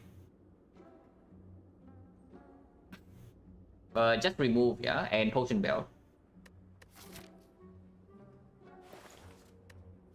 Yeah, remove is way stronger with the pyramid, and Zap right now is probably the worst of the worst. Already have the lightning off to draw with compound driver. Strike stack school 9 and defend block with school 9. That is just like completely worthless, and potentially we can pick up reprogram from here. KTI Stecco, yeah, it's good, but it's not 149 gold good. We are not playing gold for buy this to buy this, especially when we have exactly one frost cut. Oh yeah, just remove potion belt. Do I want double energy? We do have 4 base energy. I cannot avoid. I cannot afford all of this, right? So yeah, it's probably just remove and potion belt. And yeah, staff is gone.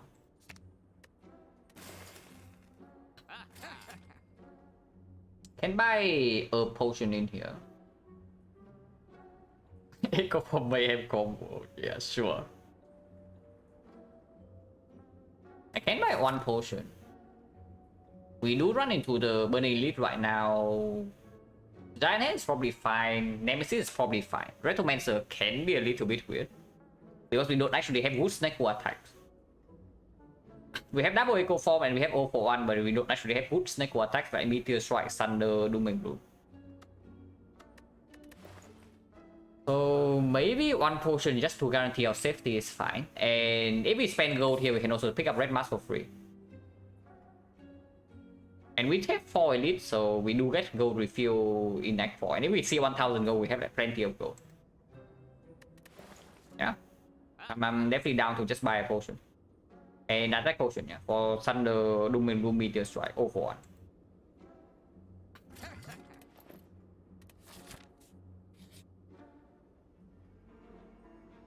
It's free. 1000 that we cannot spend in this act, but it is 1000 gold into the Act 4 shop. 1000 gold. Unfortunately, yeah, there's 0 shop in here, so basically we enter the Act 4 shop with 1000 something without the courier. So now you're telling me to dig for the courier. Okay, interesting. Instead of upgrading the hologram, we dig for the courier. Interesting plan, right? But yeah, we probably take the gold. We probably actually just take the gold.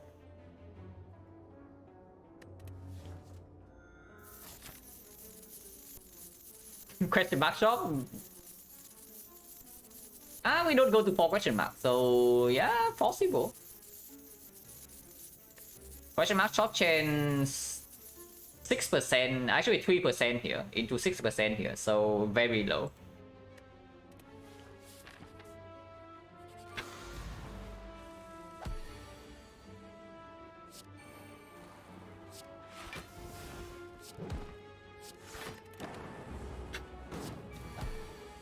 Relic Defense Bundle, yeah, sure.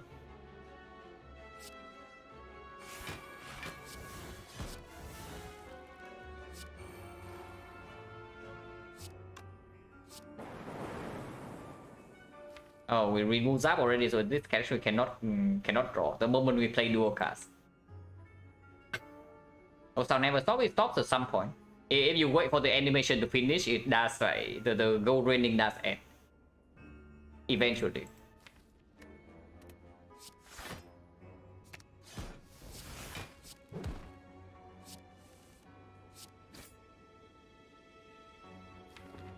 Like this, or let's open no damage.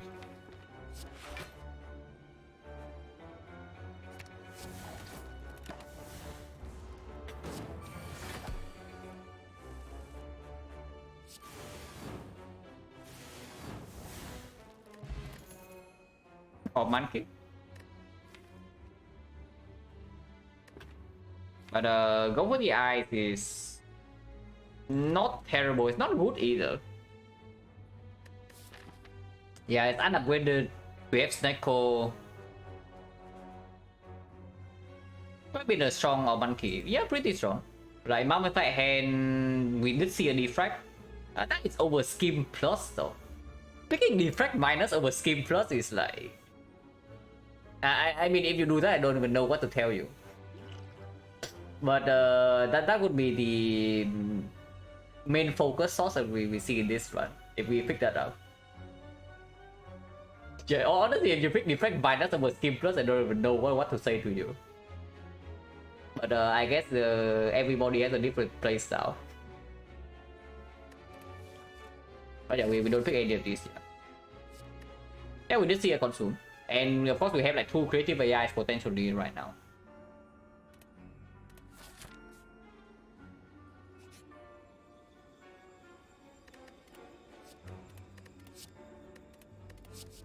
Yeah, normally a very good event with 0 for 1, but this one I don't know. Running capacitor not in this run. Man, this could be so sick without a Secco. Yeah, with the pyramid with the 0 for 1 right here, like this this event is insane. Instead we are probably, at most we maybe take discovery.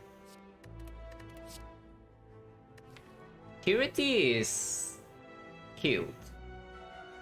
The nice thing about Purity, yeah, is that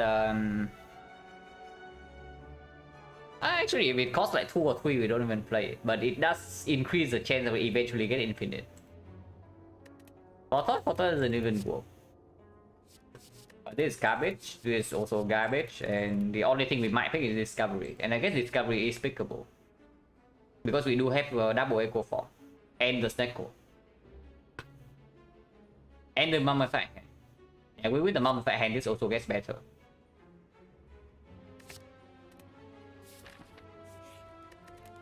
And yeah, digging is over. Yeah, we have the holograms now. The only reason to dig is actually to get the courier.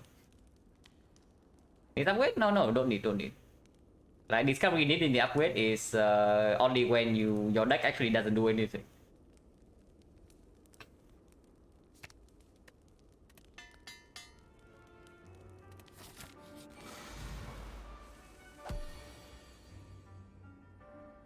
Two 3 cost echo form a starting hand. Yeah, you are almost there, but you are slightly off. We did draw 2 echo forms turn 1, but they are not 3 costs. No reason to seek anything, yeah.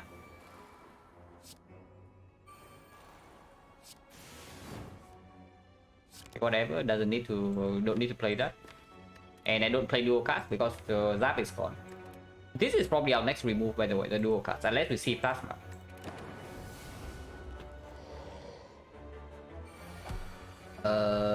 Please calm down. I have not stacked my kunai yet, sir. Sir? My kunai is not stacked yet, I'm not ready. But we can still block. Because we do have to stack of echo form. Taking a little bit of damage. Wasting the puzzle as well. And we are still retaining this hand, so it's a little bit annoying.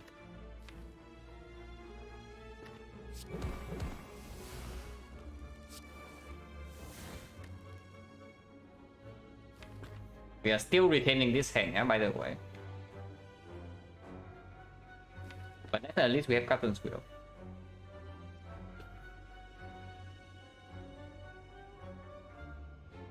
Yeah, retaining this hand, not exactly the best deal. Not exactly the best deal ever, I have to say.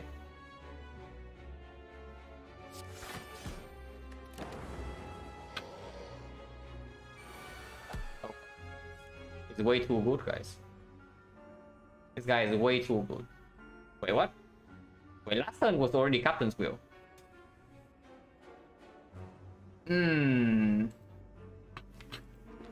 Okay, he's way too good for us.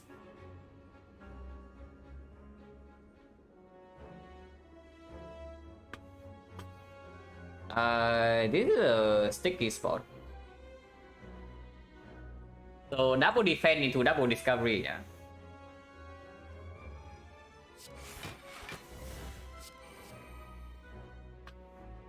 Grip doesn't even do anything. Overclock is not very good. Chill, hyper beam. Yes, chill blocks a little bit and also exhaust.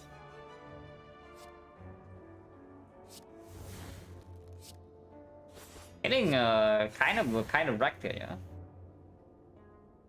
Yeah, double discovery buffer was the optimistic life. It did not happen. And we have 10 burns now. I sure hope this guy is not actually killing us, but it can happen. If the snake hole keeps rolling like this.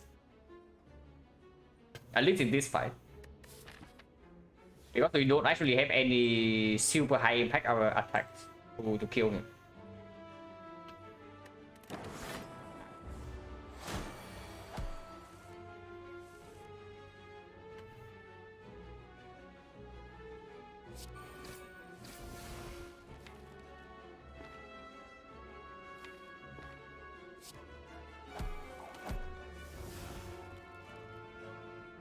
Yeah, certainly a slight problem. Energy potion? Energy potion for what exactly though? Like energy potion that turn block for like 5. Oh, it doesn't even do anything, unfortunately.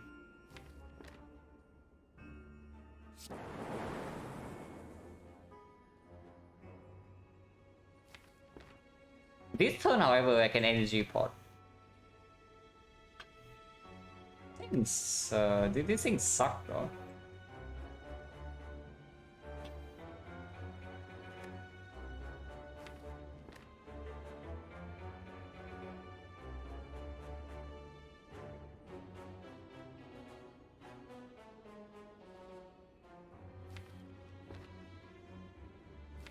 Yeah, we don't really have the cost block in here except for this defense.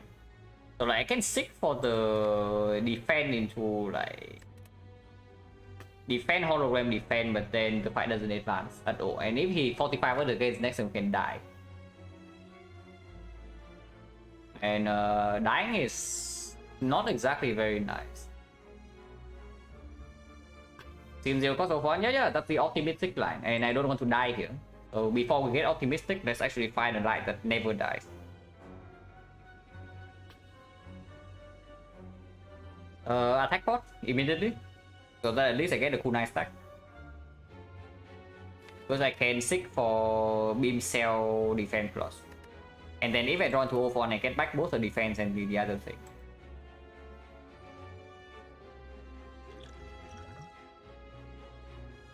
And this FTL is 0 cost.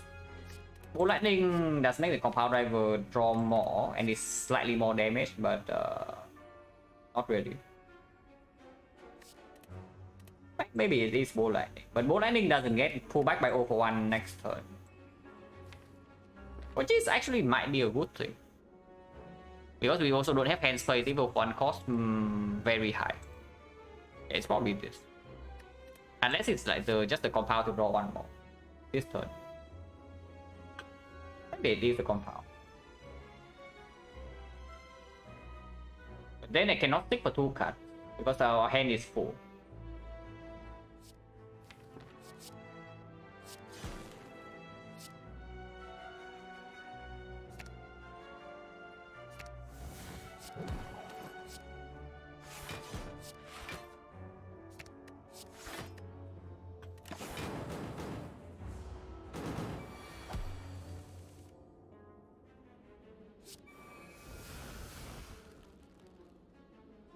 Do I want to retain 2 turns? Maybe it's okay.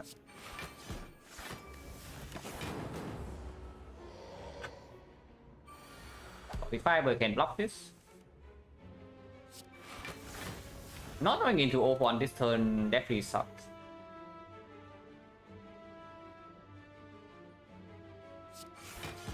And this hand also sucks.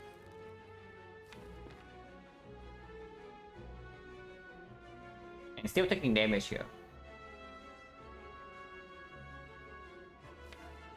We are still retaining this hand.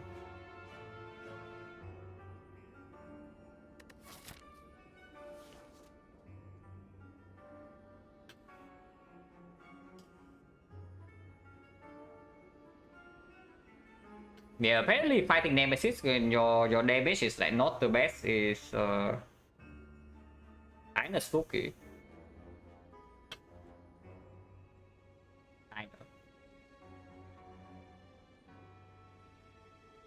I mean, it's definitely strike, and I do not want to rebound strike. So the only question is what the other card is. So snap blocks for 2 more, but Riven Tail deals 14 more damage. Was the darkness fall anyway? Yeah, it could have been. But in my mind, I want to save this potion for the potential Retromancer. I did not think this fight would be that bad. But apparently this fight is actually that bad. Because we picked Deco and not Pyramid, it is actually true. I play this first.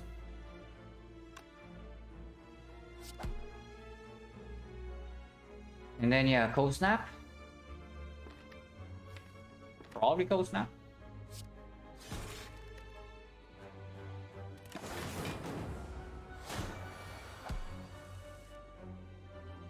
Everything costs 3. I cannot even make hand space for my 041.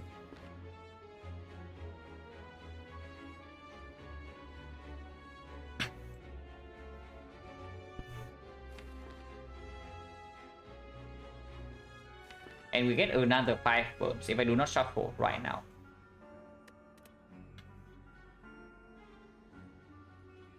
That was pretty cringe tips, I have to say.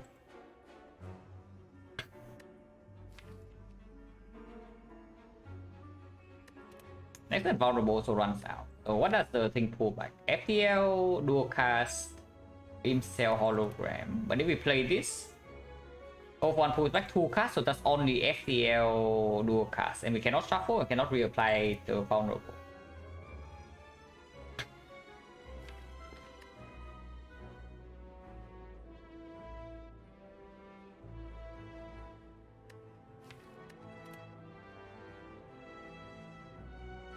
So one kunai defense, we already get kunai no matter what. We get 2 echo forms.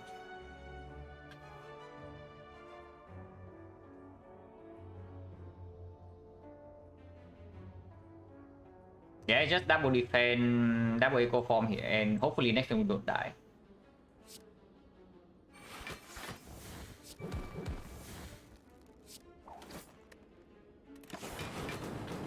We still need to kill this guy somehow. Yeah, our deck has 15 burns now.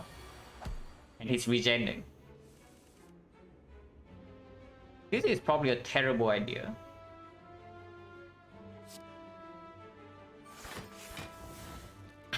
To duplicate this Equi. But single Equi is fine.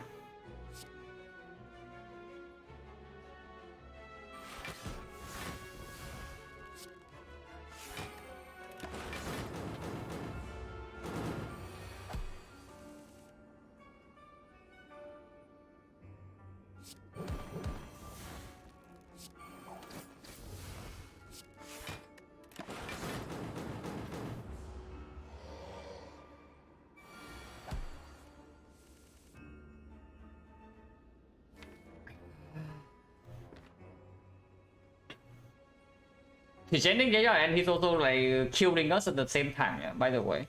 He's not just regening. Double sweeping me, and then we see. This is not that terrible. One more energy.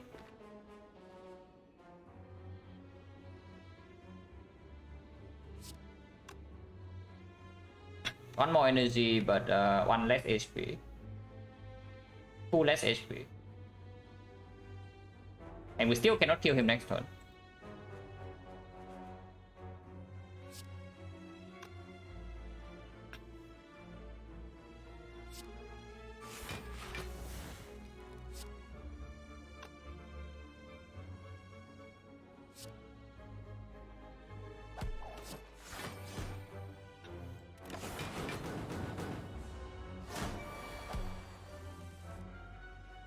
Oh, never mind.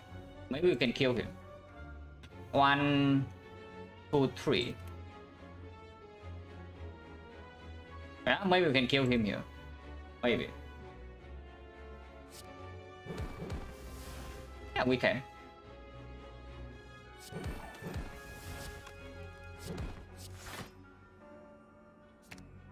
And we actually just kill him this turn.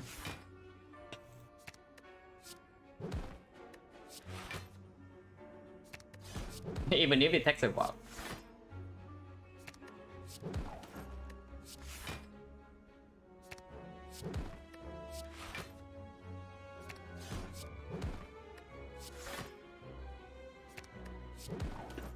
This fight was painful.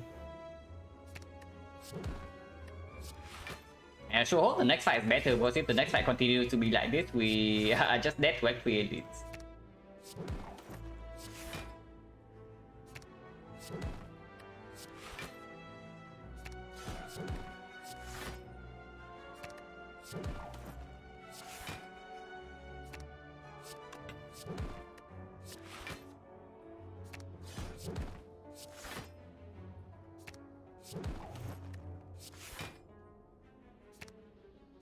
Nothing to set up.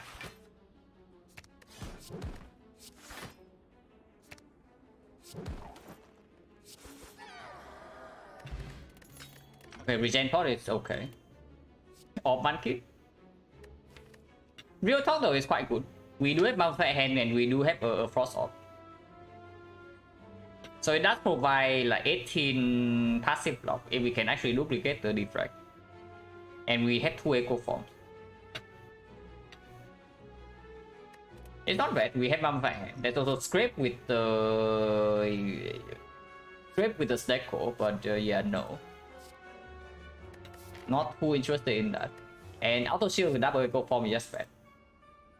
Now, of course, the fact does make us slightly worse in this fight, yeah. But with the kunai, I would like to think we are not that bad in that fight. Because if with the kunai and double hologram we cannot kill the awakened one, then something else is very wrong.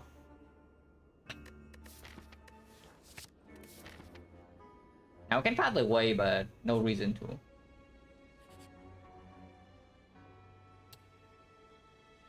Yeah.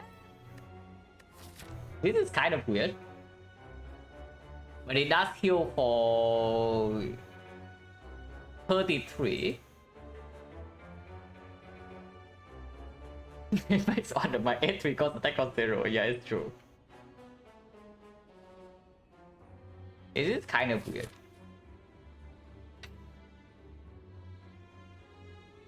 Of course, the upside that we don't die instantly here. But if we can win this fight normally, then we already heal +5 and then another plus health. Plus 17 in this fight. Into plus 17 in this fight. Into plus 17 here. What are we giving a golden idol? 233 gold. If we still have golden idol, this is trading golden idol for 233 gold.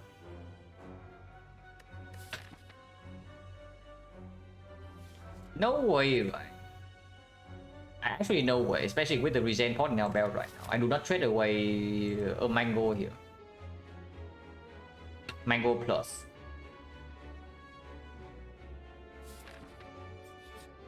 And yeah, this can also give gold which shields us.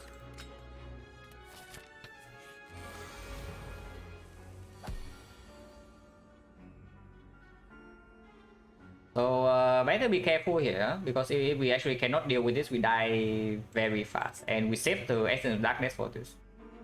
Fine. Let's start with this first.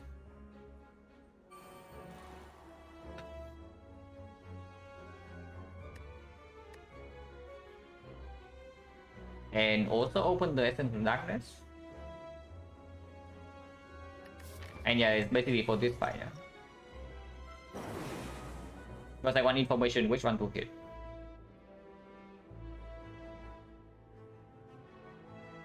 Compound driver.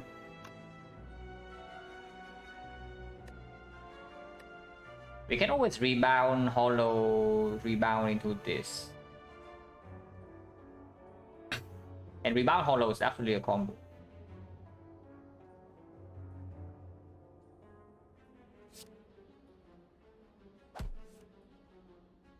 Okay, we can rebound sweeping beam, is even better. But we do have echo form, so sweeping beam will kill all of the new minions.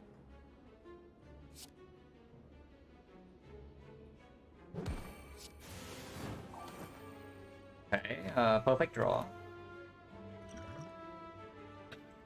Is this fight really scary enough for me to actually do this? Because this potion is very, very strong. That we need 2 echo form stacks. Because yeah, this thing actually is doing the same thing in any difficult fight we choose to. That it saves the 1 echo form. The first echo form we draw into.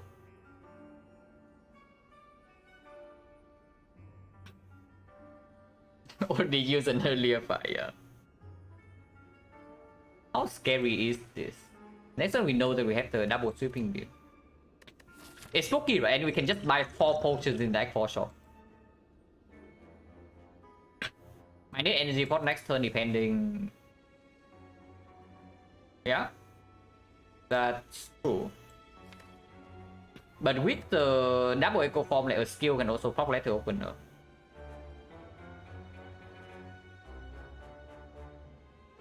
And the hologram right now doesn't do anything.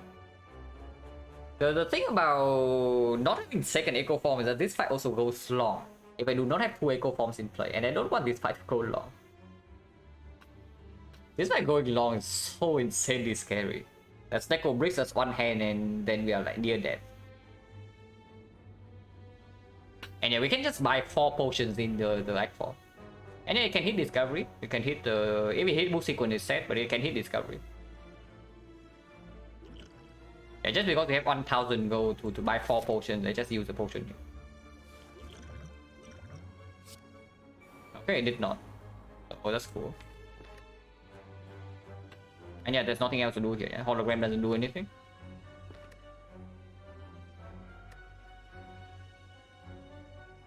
Do I use regen potion?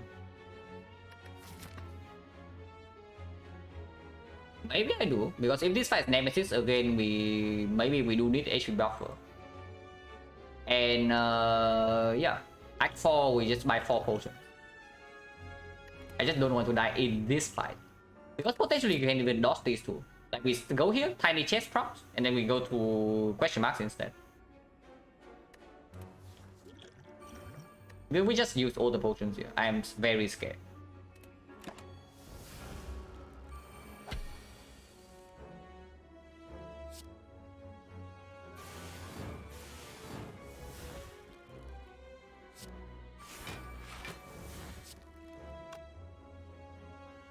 Taking some damage doesn't matter.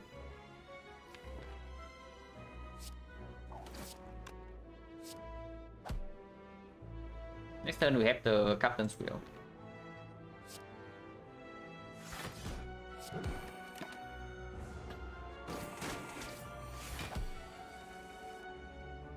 Go for 1 costing 0. Hologram does not cost 0 though, but that's fine. 72 damage.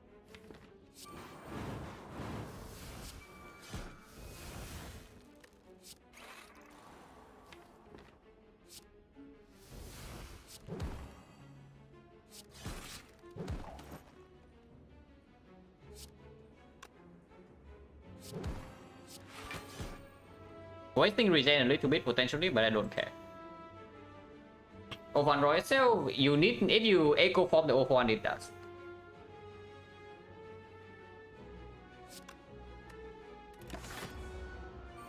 If he doesn't attack, he gets to live 1 more turn.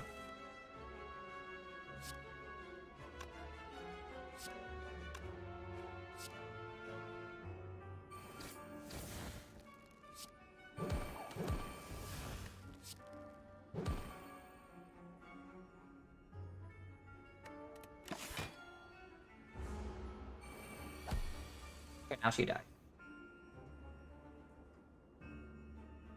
We have Thorn, so yeah, she dies no matter what, but maybe we can, yeah, we can do something like this. Now she dies to Thorns and we heal to full. We get the full heal.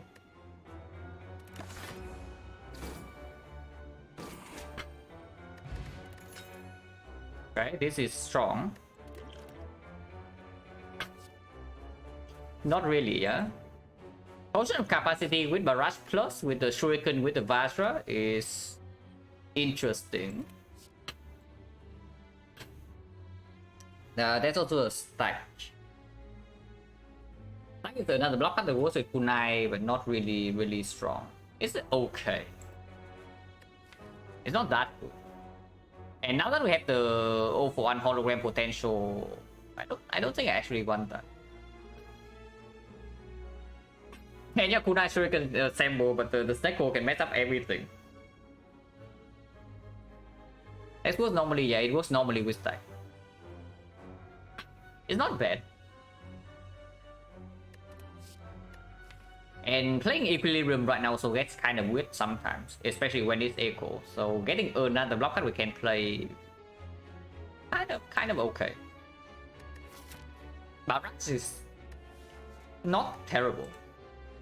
We have vulnerable, we have strength, and quite a lot of strength at that. Honestly, it's just Barrage plus overstack.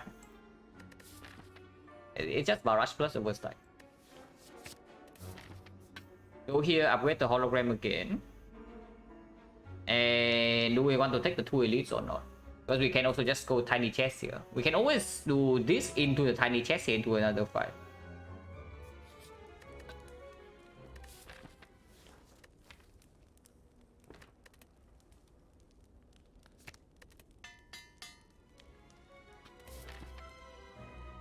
So I guess we take the elite first and see whether this is scary or not, because this can be Retromancer rematch. And we have already seen My Bloom. The Orb Walkers are not even like super free. And Red Mask is complete trash. So here is the chest, and then these question marks are not even good events. Unless we hit the question mark shot. And we take this fight first. Giant Head is really hard at work today, yeah. Willing to use this potion. Definitely willing to use this potion. We have the Barrage Plus now. And this fight needs to end quickly. Evidently from the last time we fought him. I mean, this time he doesn't have regen, but he's still freaking annoying.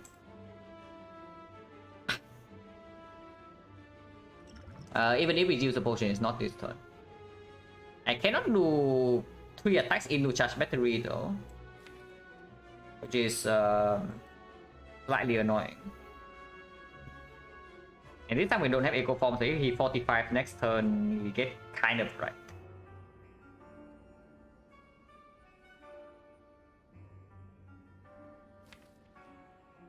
Probably 1 energy. Because next turn we need to block, we know that we need to block, and I also need to play the Echo Form. Probably just get the energy.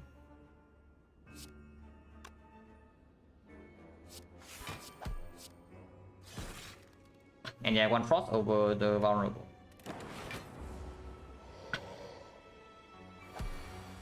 Burn into 45, very nice. But we can Hollow Equi, which blocks for a lot, but that also kind of sucks. Next time we do have protection though. And Sick for Team Barrier, and I don't know. Probably just leave Sick for the redraw. Then we can actually get 0 cost cards.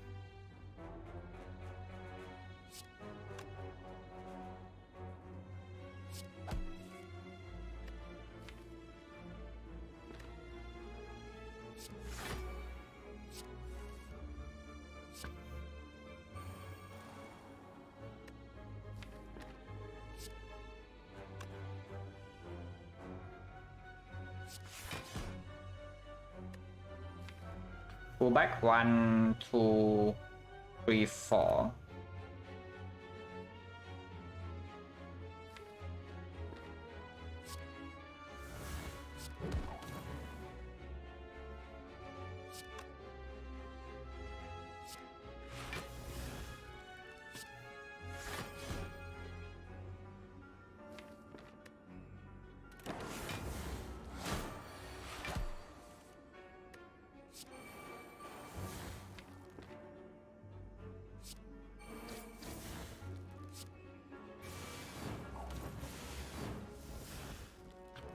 Still retaining this turn, yeah, so that is dangerous.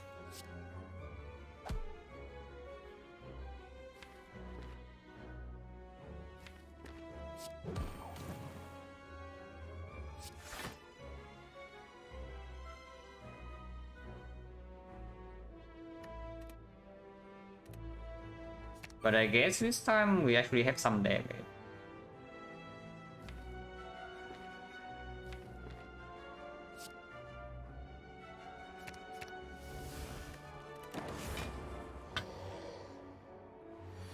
Burn 45 into burn into 45, so very cool.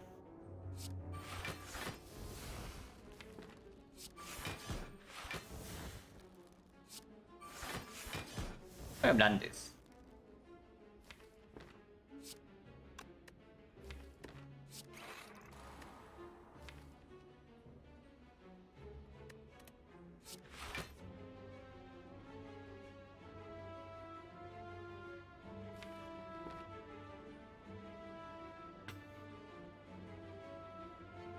Hologram is a good draw next turn.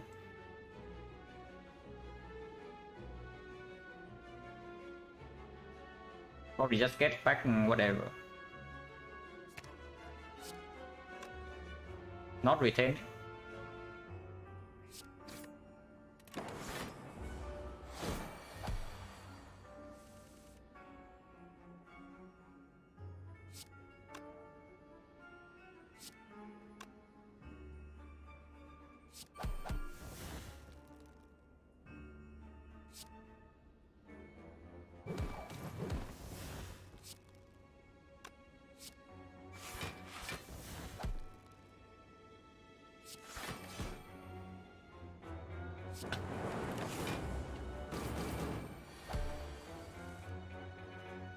Okay, this time a little bit better than the last fight.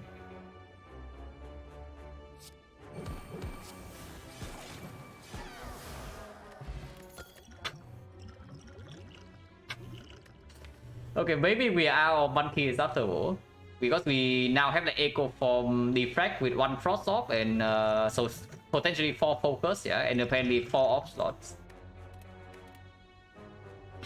Agent, streamline, bowlining. Efficient is acceptable.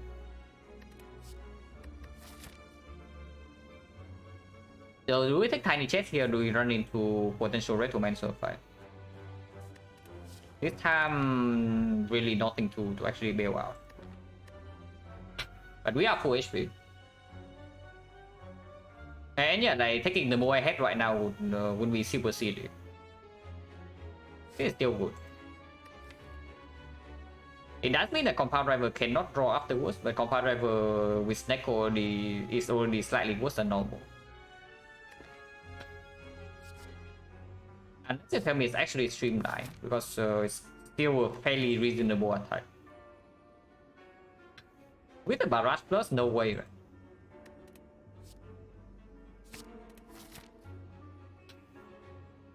So, Elite or Chess?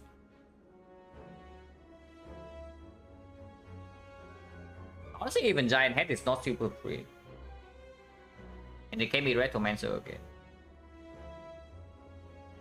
And we just saw a rare card, so the rare chance doesn't matter for like Meteor Strike roll. Actually, it gets preserved until Act 4, so maybe. And overall, card rewards are just pretty good with Sneko, especially when our damage is kind of lacking. We take the fight. Yeah, we will probably just take the elite fight. What's the worst that can happen? And we have potion bell, so potions get stronger. Oh god. Okay, not dead on turn 1, hopefully not dead on turn 2.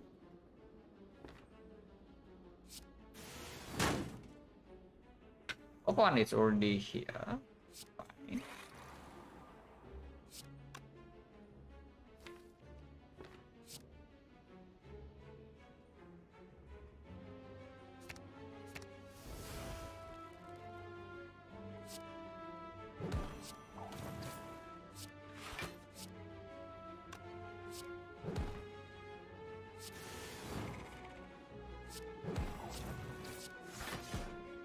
Be fine.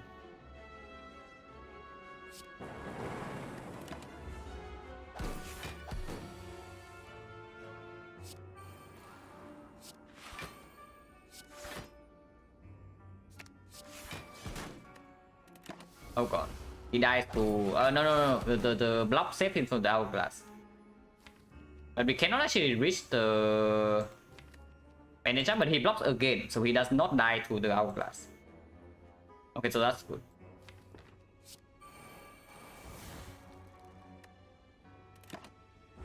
And this way we also advance Sunday a little bit.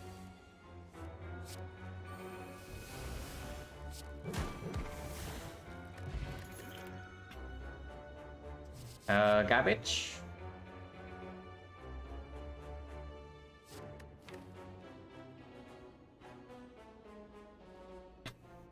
The only 2 costs or 3 costs we have seen in after picking up the stack 4 is the streamline in this side. So that's pretty sad. I would love to have like better block cards and better attack cards.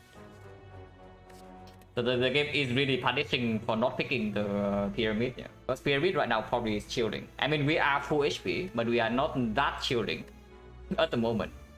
Because if the Snake wants to kill us, it can.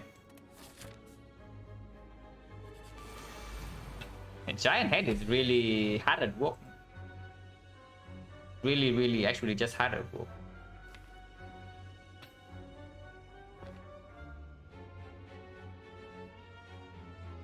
Vision first or save vision for next turn?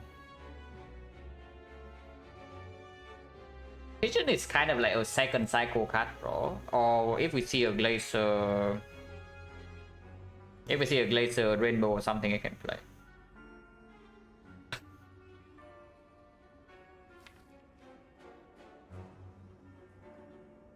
What do I even seek for here?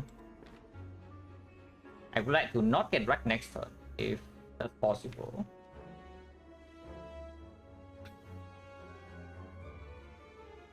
And I would also like to have a chance to roll into infinite.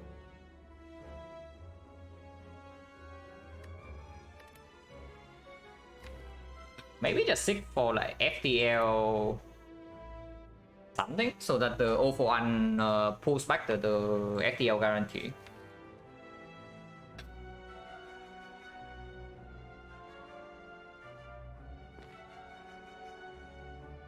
Maybe just Vision first. Then just lose damage for nothing. It's like basically just 1 card draw for this lightning orb. So -1 card draw if I draw into compound. FPL Discovery? But then we don't really have a guarantee kill on anything here, yeah? So it's like scary as well.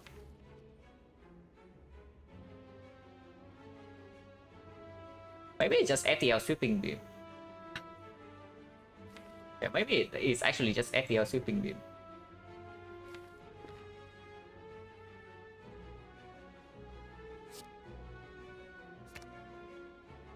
That kind of sucks.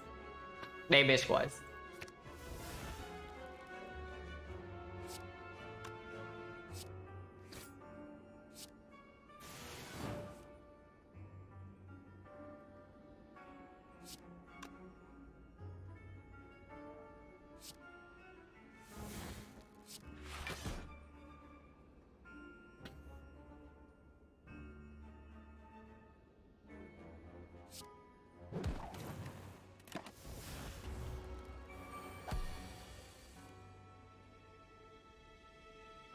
Okay, okay. This looks like a nice hand.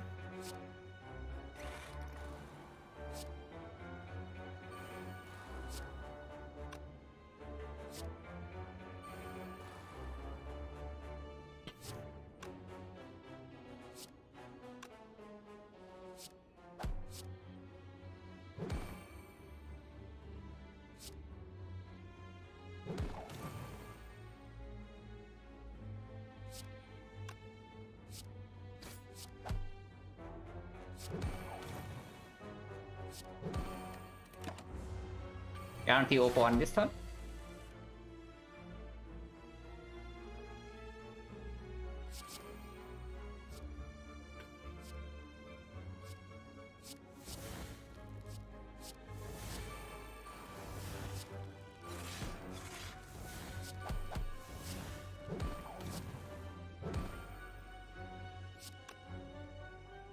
And this is a nice hand.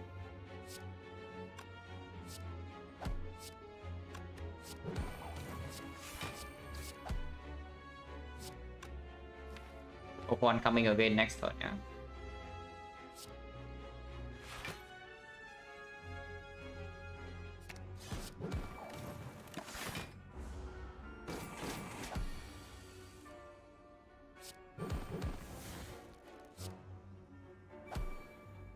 Another 2 when she dies.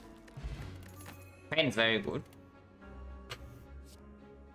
Oh, monkey.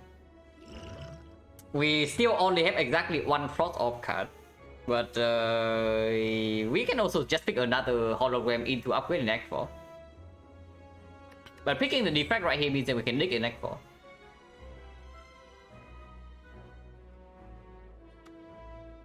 Defect does make this fight slightly worse. Not that we care about it too much, because we do have the kunai.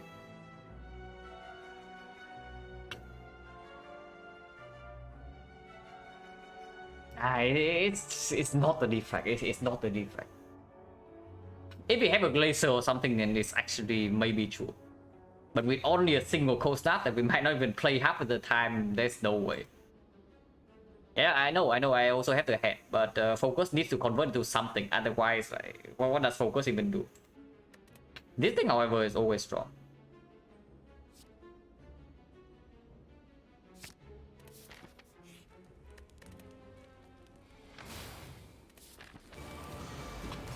I mean, yeah, we are full HP at the end here, but I am like the Nemesis fight alone just kind of scared me, you know. And infinite incoming. 1 out of 4, the 0 for 1 rolls, and we can rebound 0 for 1 to reroll the cost. This fight. Of all fights to be scared, you are scared of this one.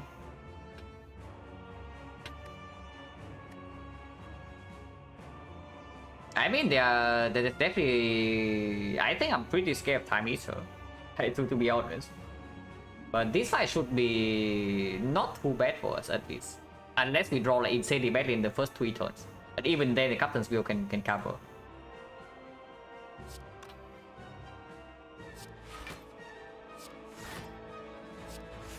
And here I probably just take the puzzle 3 damage.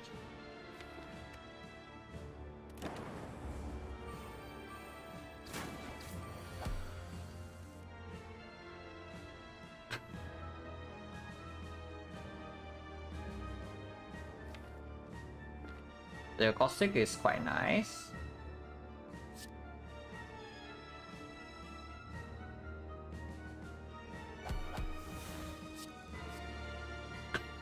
Aggregate is fine.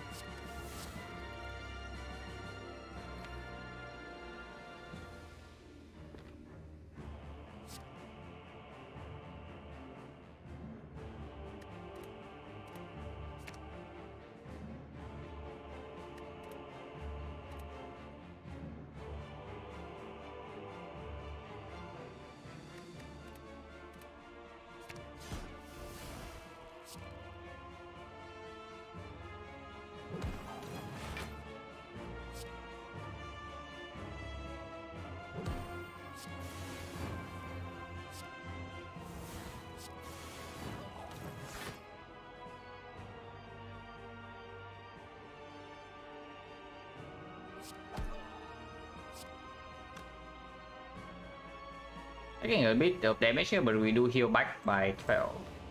And next time we have the wheel.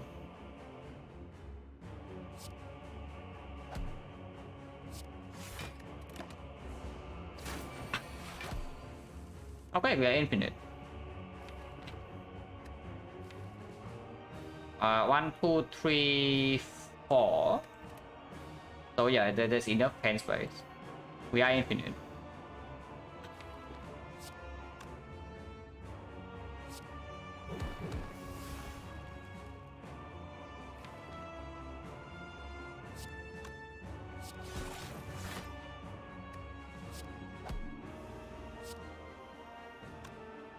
Don't want to hold beam cell, right? Because I want to... I don't even think I want to kill it this turn. I stack up Kunai Shuriken and then I don't kill it this turn because next turn this hand is not exactly the best to block the 40.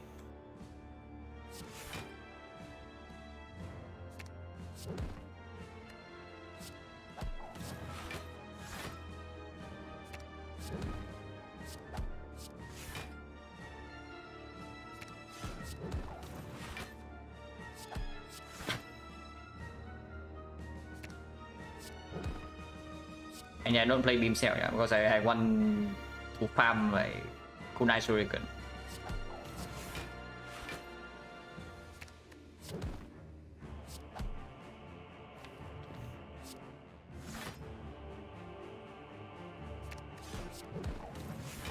Need to be careful though, is that he takes 12 damage from the taunts.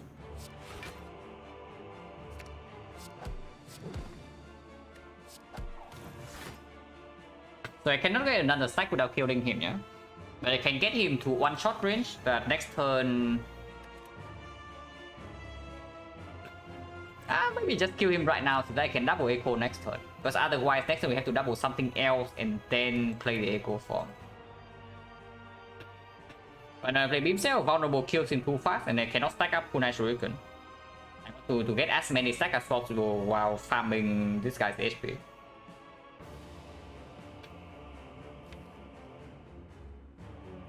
Is there anything else I can hologram back? And go snap equality and try to shuffle and finish second phase. Yeah, that can happen too. But I kind of still want to play bandage up. Is the thing. That is very greedy, but I do want to play bandage up. We just kill right now and then play the defect at the end.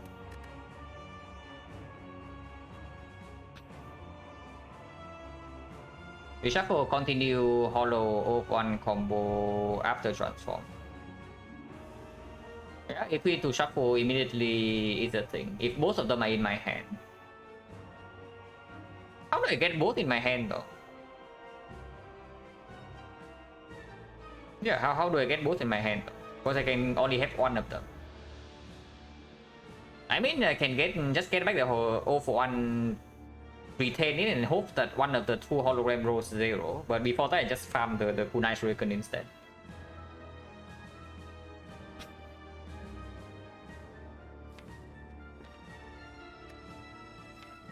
But maybe we just kill right now and play the defect.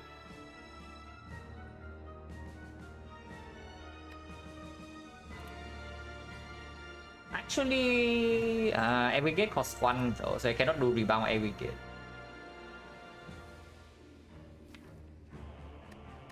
In dexterity, then we just block with double defense next turn.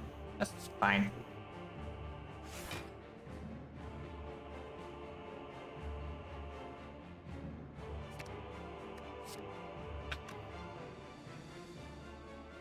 Yeah, I guess we leave him like this.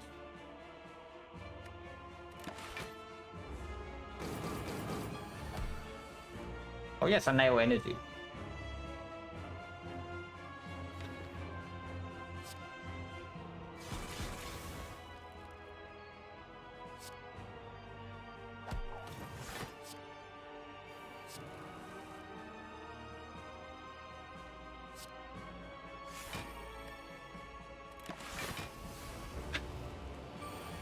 No way we got fan too, yeah, we also have the fan.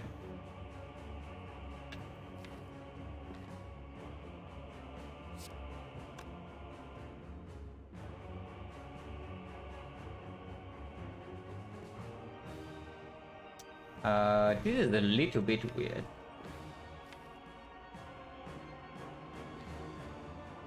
If we don't do that, it's like dual cards in here, so we kill 2 frost. But we don't actually have to retain 2 turns. Actually, no, we don't need to actually do that at all. We can just get the fan right now. Or we can even defend here without retain. Maybe that's better because these cards are good to draw into. I don't actually want to draw one right now. Even if I get 1 stack.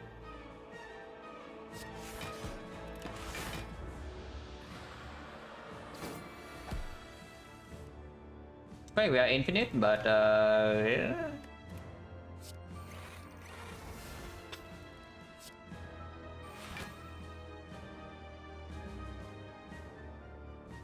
Cannot actually skim, yeah, because we have 2, otherwise we don't have hand space.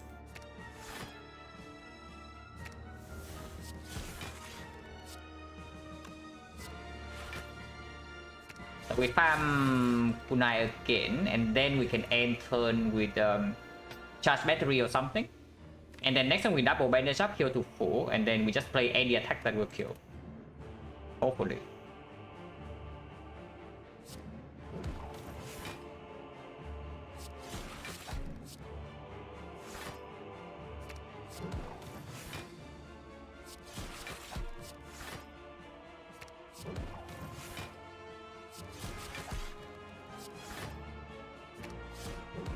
We do draw into a void next turn, so better be a little bit careful there.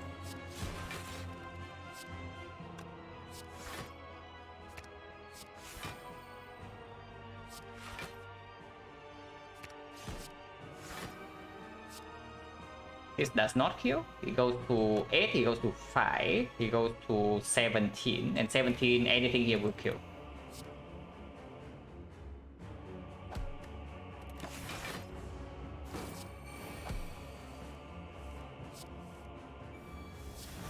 Yeah, 4 HP. Okay, annoying fight, yeah?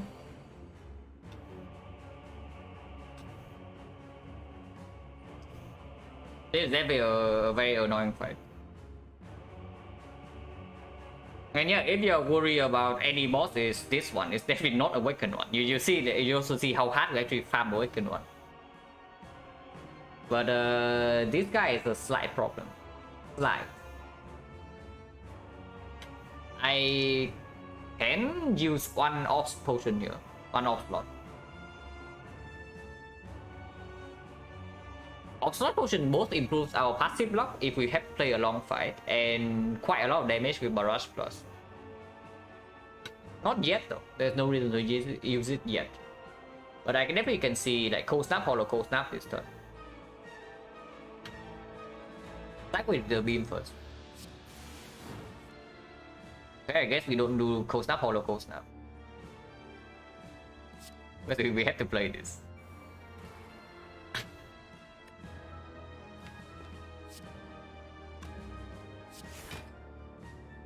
Don't actually get a stack this turn, yeah, but should not really care too much. I still want the Frost off because Echo Form is in play right now, so I can double defrag.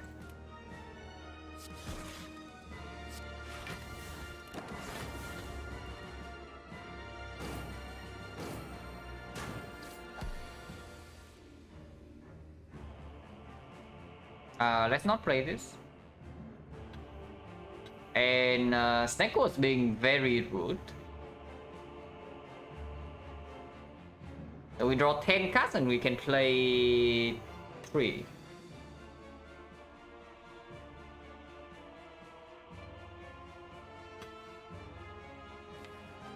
No 0 cost the shuffle either, yeah. We cannot even do over. Let's start with this. Yeah, playing this right now is dead, so let's not do that.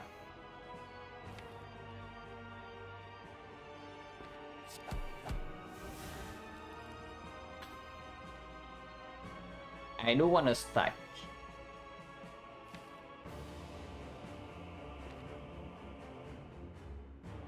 But then it means I have to take the full hit here. Bottom deck? No, I don't really care about bottom decking. I care about like... What the hell is this hand? It's what I care about. Like, we have a full hand right here, we cannot even play any card. And that is a real issue.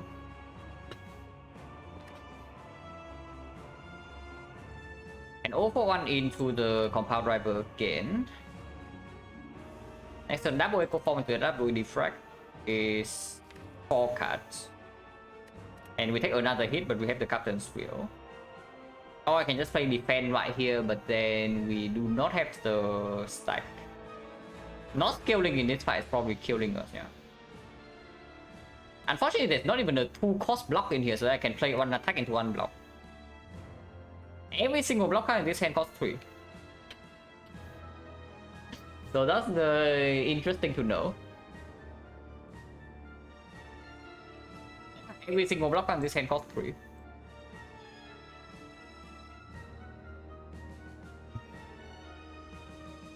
Yeah, probably just 0-for-1, take 26. And no need to block potion yet. Block potion is always for 12, so we can just do it later. Actually, hologram into Cold Snap is a better line. But that means that I cannot do double Echo Form into double defrag next turn.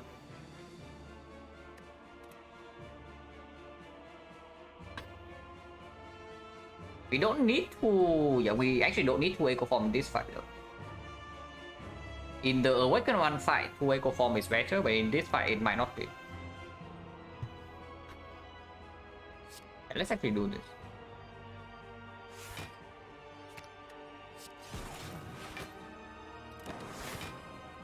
This blocks the most and also set the cost of in play. I guess if we don't even draw deflect, then we do double Echo Form.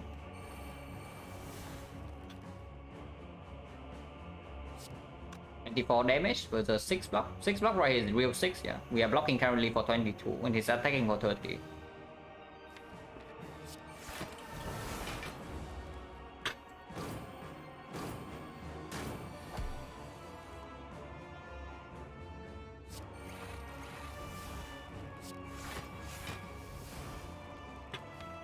So okay, do I want to use the Obslot potion right now? Because I can hologram into the Cold Snap immediately for another 6 passive block. We do have 2 Echo Forms in play, but 1 stack only, and he has 2 strength. We have no Wick, we have no huge block cards, no Reinforced Body to guarantee that we can always block, and 4 Slimes. Yeah, with 1,200 gold, let's not be stingy. 1,400 gold, 1,200 gold.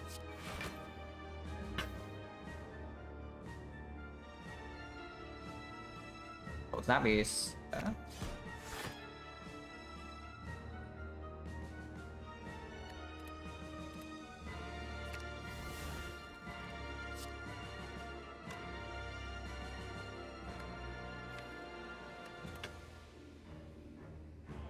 so double defrag, double hologram. Next card is also double, so we don't even need to rebound the Cold Snap. Just play double Cold Snap here. Actually, it doesn't work. Okay, never mind.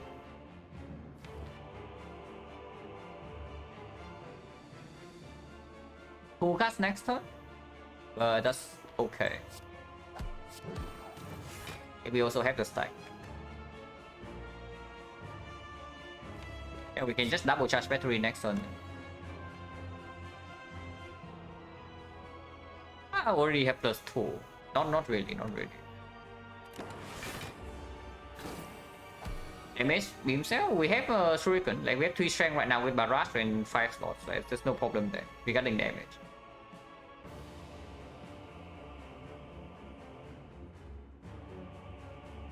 $36, 15, 33. You can take 3 damage more, and that's fine.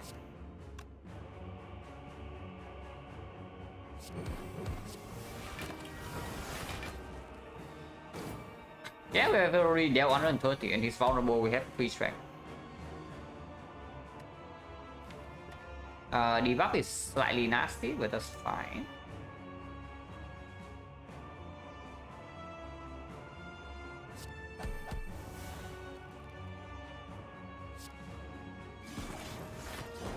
And there's no problem here.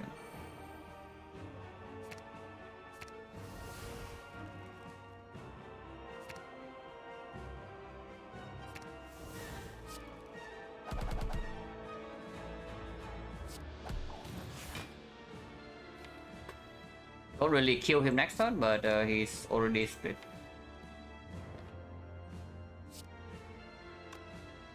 Maybe I can play 2 slimes, because playing barrage again right here doesn't even do anything.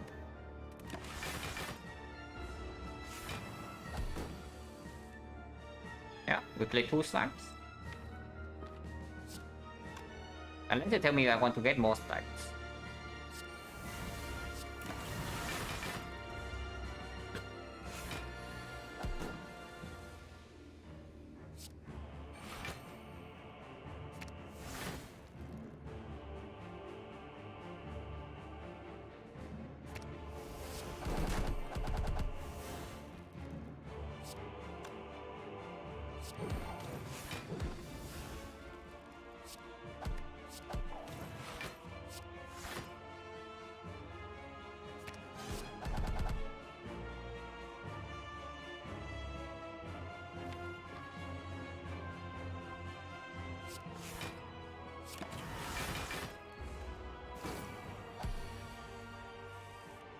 Oh, that was not very good.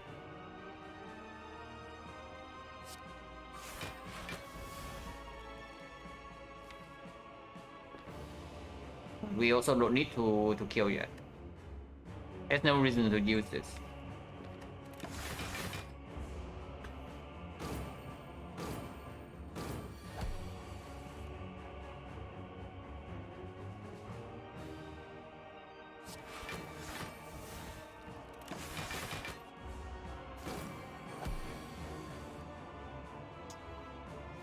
Okay, don't draw into this, and we also break on block. So I guess we kill now.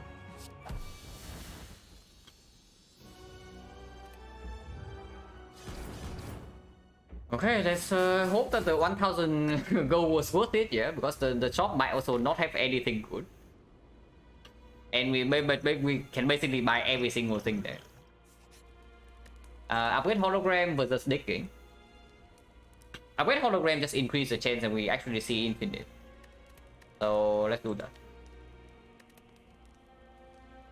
Courier? No. Courier cannot even be seen after floor 48. But the shop itself can never sell a courier.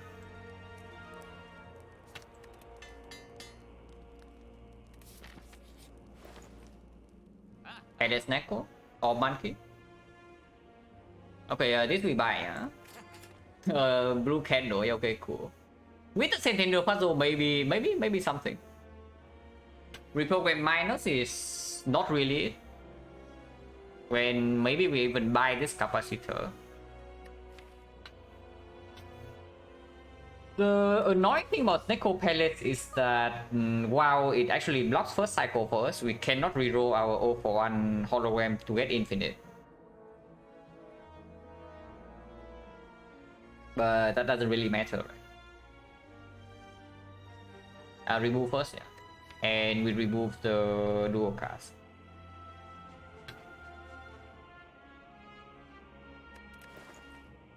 Can buy any potion right here, so which potion would I like? Attack pot? It's very good.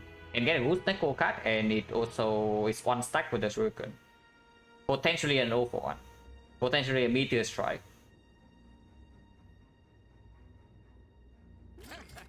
And then the strength person versus bluff. I don't think we actually need the damage whenever the fight goes wrong. So for the short term, this is slightly better. Doom and Gloom can be bought. Don't have a frost card in here, yeah. Do we ever buy this? Because if we duplicate the defrag, we do have like a decent amount of things. And buying another power, if we also buy the pellets, means that we can get rid of the debuff, like more consistently. If we buy pellets right here, it's only for the hot debuff. Because purging Snecko is the negative. Statistic plus beam cell, like, do not suggest every single thing in this shop. I know we can afford everything, but not everything is good. You want to buy a card that deals 5 damage per 7 damage per next cycle. Let's not add the garbage to our deck. Hello, Arcavian. Blazing Victory is Silent won today, so Silent doing well. The fact is in deck form we are like full HP, a lot of gold, but I am slightly worried. Because our front load block is not very strong. This being upgraded would be like insanely good, but it's not. But yeah, we probably just remove the dual cast.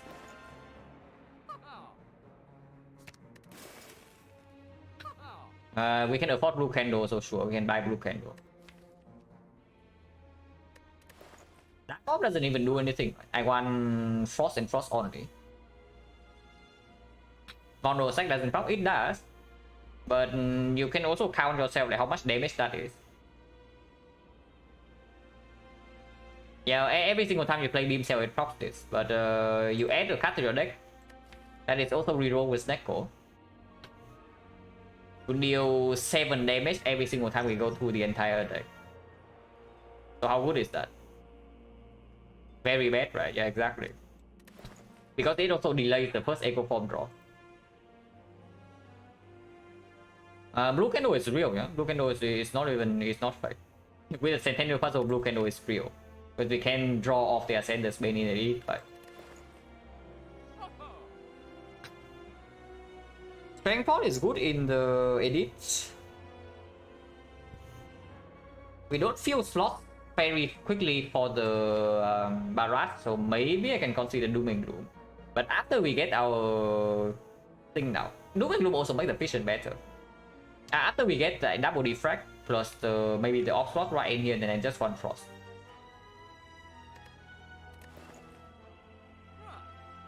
So I actually do not ever buy this, but I think I buy this. And yeah, sure, blue candle. We are way too rich.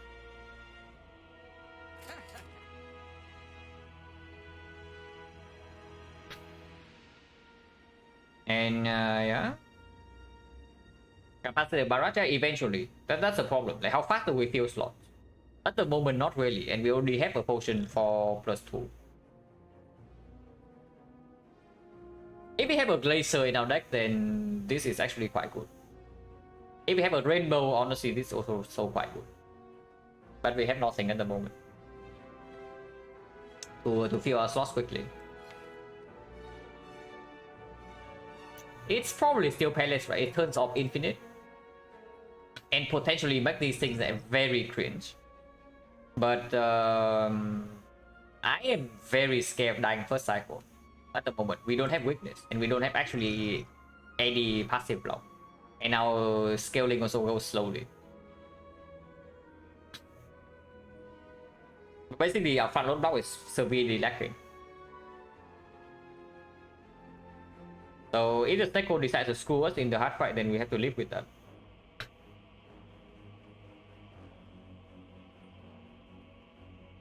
And yeah, I just want the thing to secure the first cycle. We do not have to proc the pellets.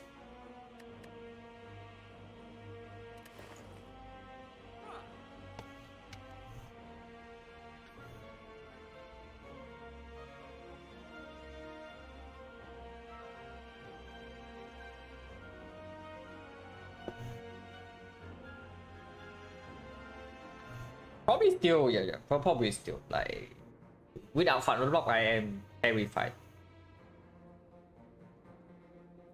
Yeah, I'm very, very, very scared with the first cycle.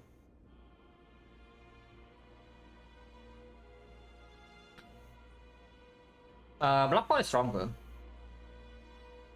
Potentially, we can get away with not buying this if we take the block point.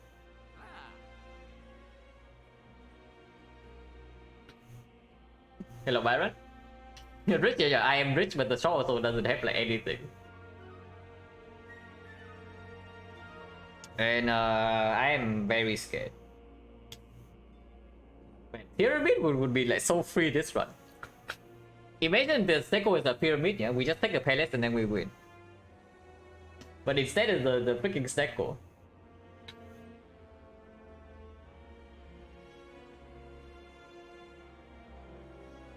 Yeah, 24 block is not good enough. Like even if we take the block potion right here, 24 plus the Captain's Wheel is 42. But 42 we are still facing 45 plus 67, 102, 112. So we are facing 70 damage per cycle still. Do I play chess? No. And not very interested.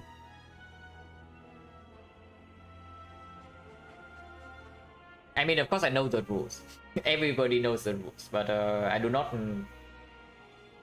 I don't really care about playing chess too much. Yeah, it's still 70. 70 is way too much. If I buy the palace, do I ever buy strength point instead to kill the elites?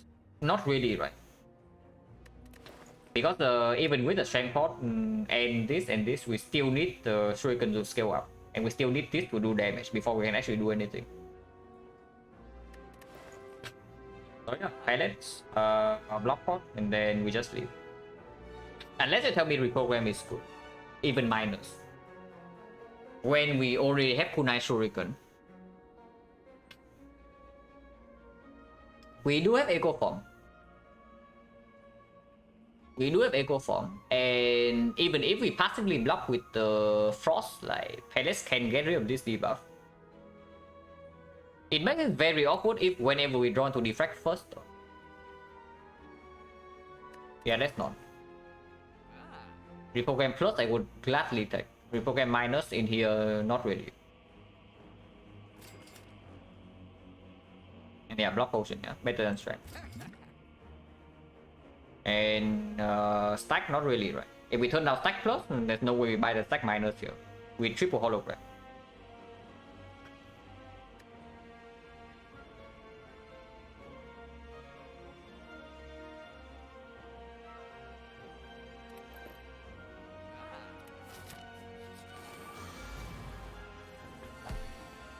Okay, Echo from turn 1 is promising.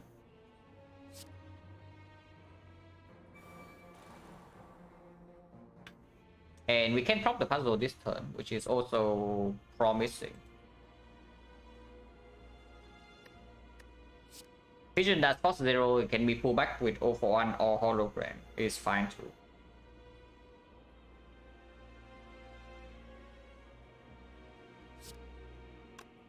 I play FTL for free, yeah, but full blocking right here is like very stupid, so let's not do that.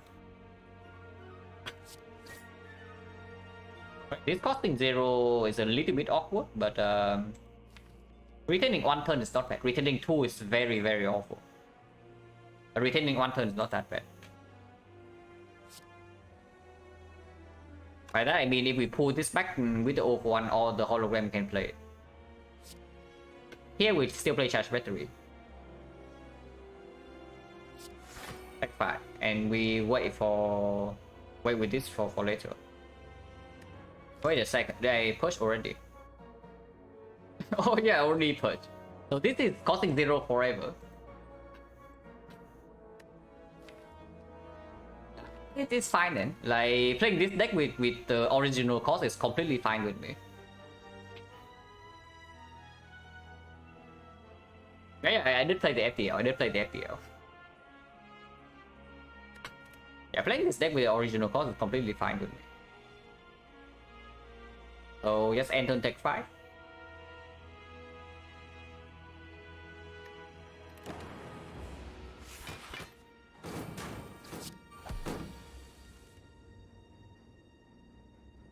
Sick actually costing 0 kind of good.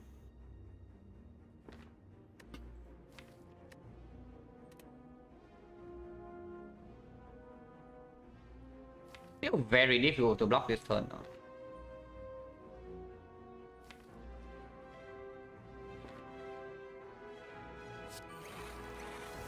With one side hand, I do that.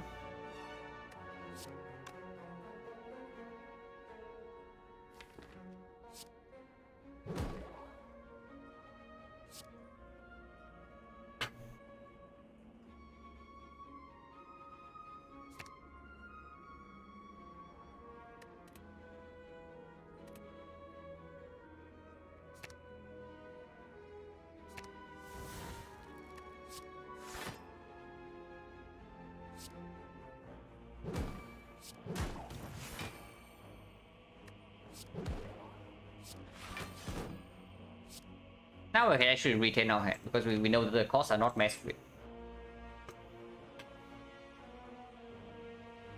Would love an aggregate.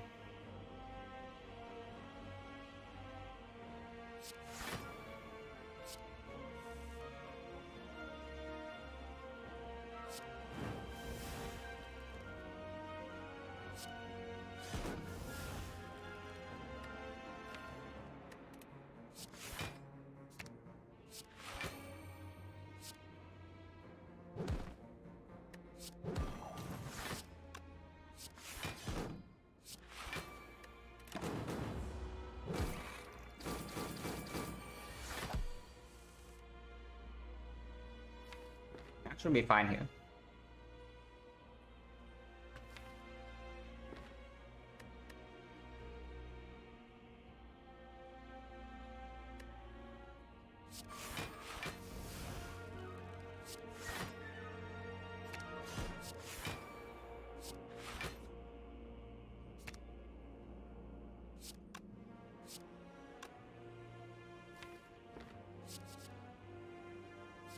What? We do have pilot.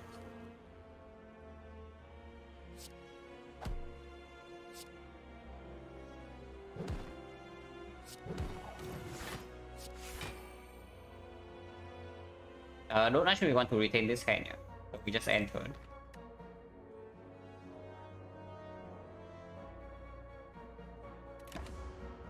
We already retain. Okay, never mind. Definitely playing a lot of attention here, guys. You can also see. But this fight is over. We don't need to care about this fight from now.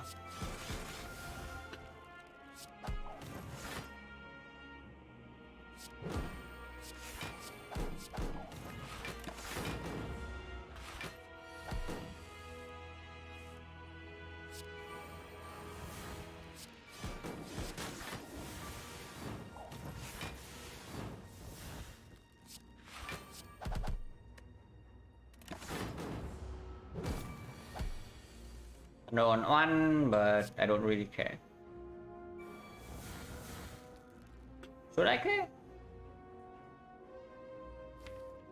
Maybe I should care. It's free to set up.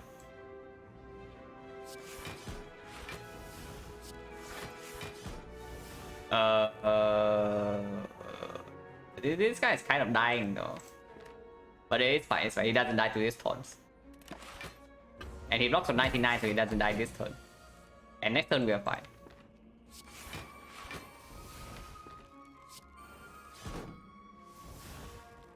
And next turn we just kill him.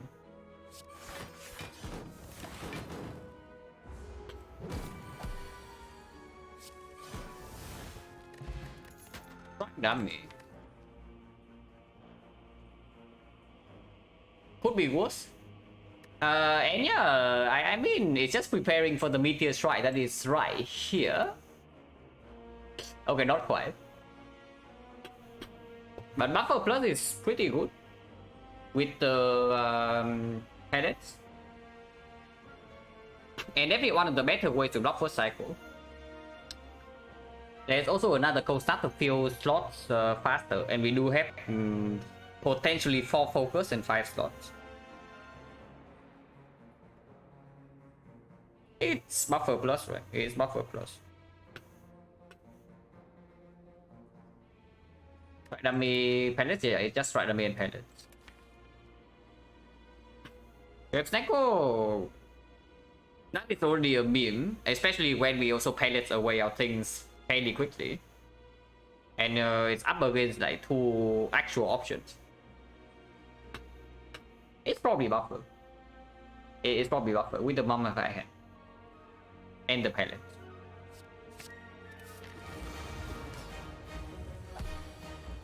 Oh. Okay. So we can pellets immediately, yeah? We can do something like Echo Form 6, the Equilibrium, and the Defrag. And next turn we double Defrag. Play the EP, play 1 attack with the attack potion, and that gets rid of the debuff, and we never die first cycle. That sounds pretty good. Now, of course, it keeps all the costs the same. So, do I mind playing with these costs or not? Probably not, right? If I get 2 Echo Forms in play.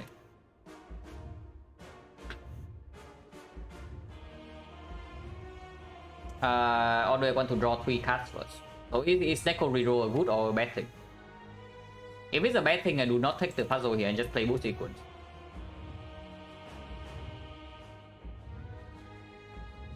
Echo Stick Echo, I want to guarantee the pellets come down next turn. So I seek for EQ plus a power. And Echo Form cannot be retained, so it has to be another one. Which is probably Defrag over Buffer.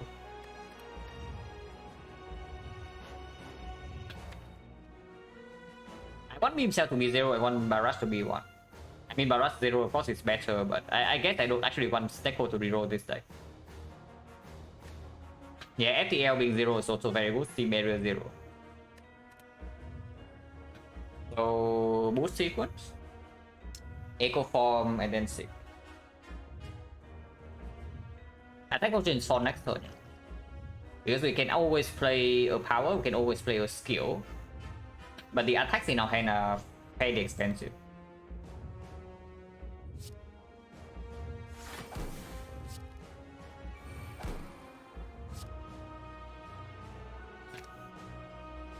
Equi deep, right?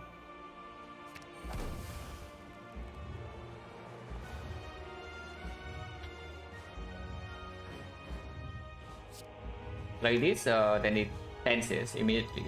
That's fine.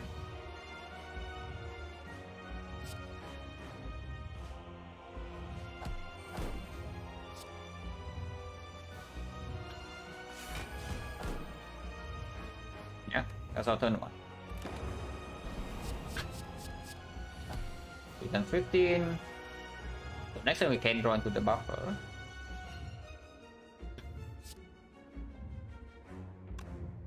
I don't want to waste the puzzle yet.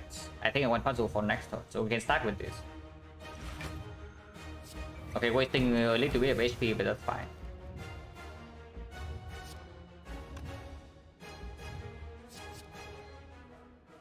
FTL School Leap is actually surprisingly fine. But we have the Ornamental Fan, Ninja Relics with triple hologram is probably FTL overleap.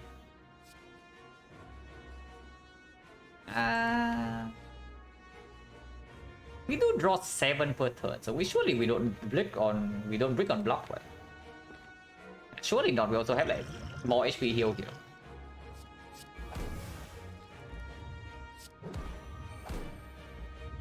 Taking some damage this turn, but doesn't matter.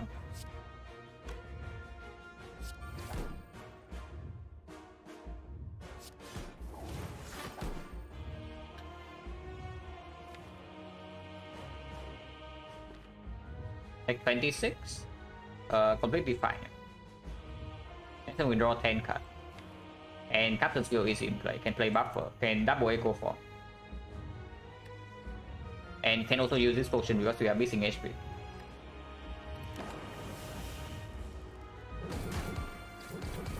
Yeah, buffer is here. Yeah, if the echo form's not here, we just double the buffer.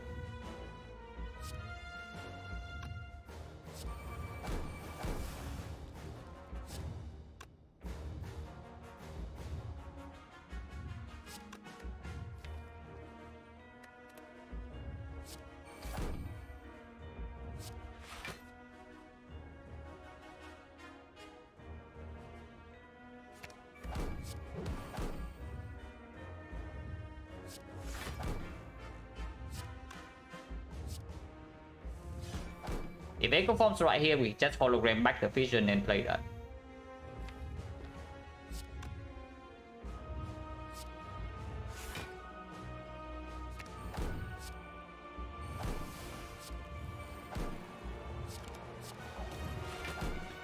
Rush for 0 damage.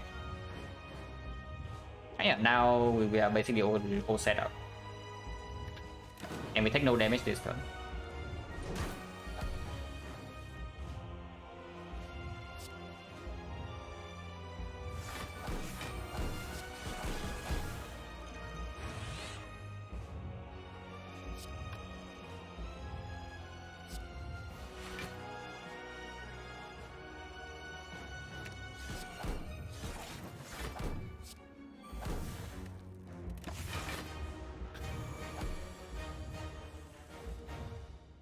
Now I can double equip.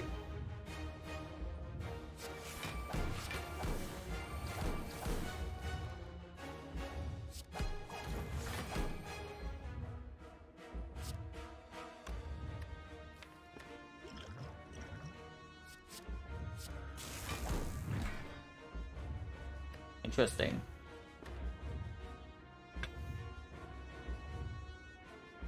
We are retaining, yeah.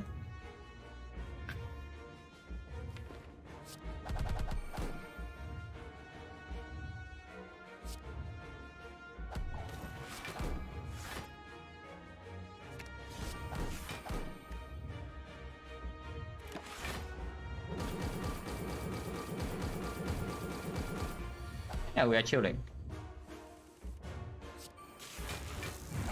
Still have buffer. Not that we need that.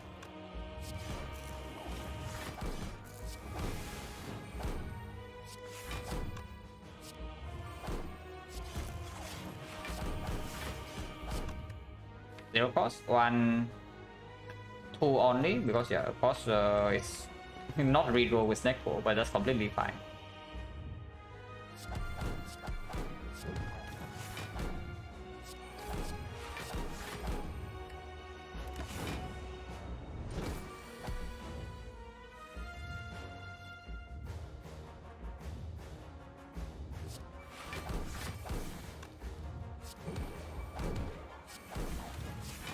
Fight over.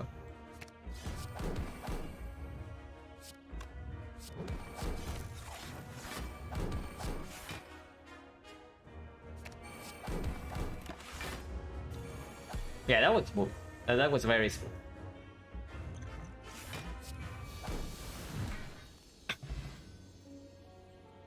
Yeah, let's pay off. Mainly because our deck is actually pretty bad for the Snecko outside, like maybe 4 cards. The rest of our deck is just like 1 cost and fairly low impact card, so playing them for 1 energy is better than average for sure. And just making sure we never die first cycle is enough to win. And Meteor Strike just like the cherry on top. So that was nice. Pyramid probably has a much easier time, I would say that. The Snecko I wouldn't say it almost killed us in Act 3, but the Nemesis fight got me sweating. I never expected the Burning Nemesis fight to be like that bad. But apparently our deck just kind of sucks against that fight. Because our damage was pretty low. They could look at the good and actually said no, yeah, basically it.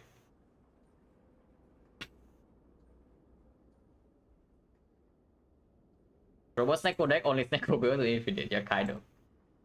After picking up the Snecko, the only 2 cost cards we saw in Act 3 was Streamline. 2 times. And we saw 2 unupgraded hologram, which we upgraded both. And then Discovery Incensory Stone. And yeah, Defract, Barrage, Vision. So basically pretty bad Snecko cards in the entire Act 3. Yeah, Streamline tried really hard to get into our deck this time, but not really. Yeah, the Sensory Stone was so sad. Like, just imagine picking Pyramid and then running into that. Probably just win the run easily there. Nemesis, it was like regen Nemesis, and the pattern was also really bad. And the Snecko rolls were also like really annoying for us. I was very surprised, you know, like that that fight was as bad as it was. But it was really bad. The Moe Head did not end up mattering. And at least we just correctly that we did not need the Moe Head. How much damage did we take here?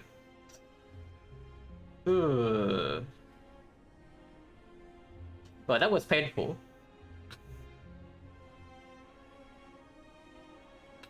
Yeah, we got burned very quickly, and also like Snecko did not really cooperate. Yeah, this was very painful. But yeah, turning down my head here was absolutely correct, because as expected, right? By the time we reach the end of the act, we have full HP. We only needed to survive this fight, and we have the regen potion still. This was so freaking bad. It's like multiple factors, yeah. We did not draw blocks and damage at the correct time, and he also had 7 regen. And we could not keep the vulnerable up, so we could not even kill afterwards. Whenever we get a chance to attack, and we got burned like super quickly. So Rick, we got we got Mind Bloom here with Obabari immediately after the shot.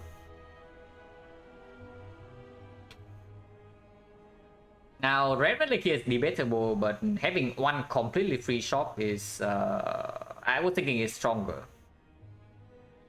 I don't know whether that was stronger or not, but it felt good to actually spend my gold. This shot was also like fairly bad, but Ornithopter was good, I guess, and Palette was good. Remove was good. But we could have done it with like 500 less gold, maybe even 700, because Blue Candle never played. Yeah, second Nemesis fight not burning is 0 damage, and it's not even like we got a lot stronger. We got 1 defract, which is not even that good. We got a barrage plus. I guess it was pretty fine, and Shuriken was strong. And the second hologram, okay, this one was big. Having a second hologram plus was very big in this fight. And then actually got this, no problem. This fight was free, expected. This fight not so free, but we spent one Oxford potion. And this fight was free. This fight also ended up being free. So overall, just a very strong run. Our deck at this point was pretty unusual though. We have like 2 rebounds and nothing else. So we were waiting OX1 for the streamline, but it never showed up. Because it was also Hexaghost here. Yeah, preemptively picking double rebound and wait for the streamline, but streamline never came.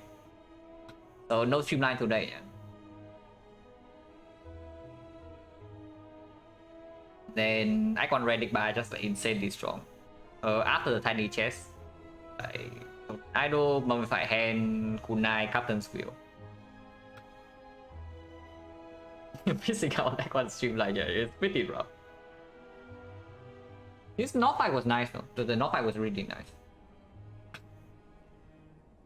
And then yeah, 9 turns against like only 0 damage, just like defect things. Took 9 turns and we take 0 damage. It's just like what defect does, especially with Echo Form.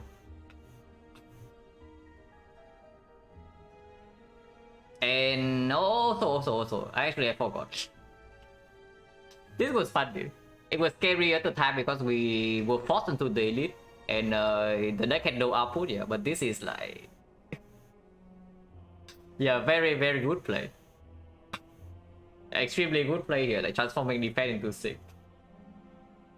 Into like finding where do we get Echo Form, like right here. Yeah, floor 7, so floor 3, 6 into floor 7 Echo Form. With Mummified Hand, Kunai, Captain's Wheel. And then Act 2, first event, Bloody Idol. Yeah, and Act 2 was just Snecko versus Pyramid. At the time, we had like 2 Echo Forms, an 0 for 1, and 2 holograms. With Relic Bar until here.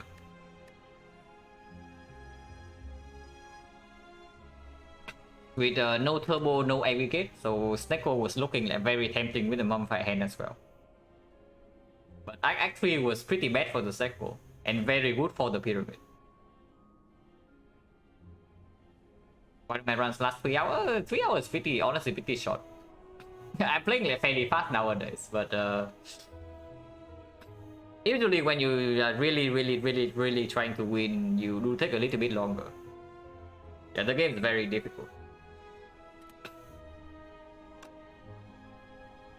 Yeah, this silent run was like fairly strong, but we still took 3 hours and a half. Even when we are taking like 0 damage in the entire Act 3 and Act 4. How long was it? It takes a lot longer when you actually stream.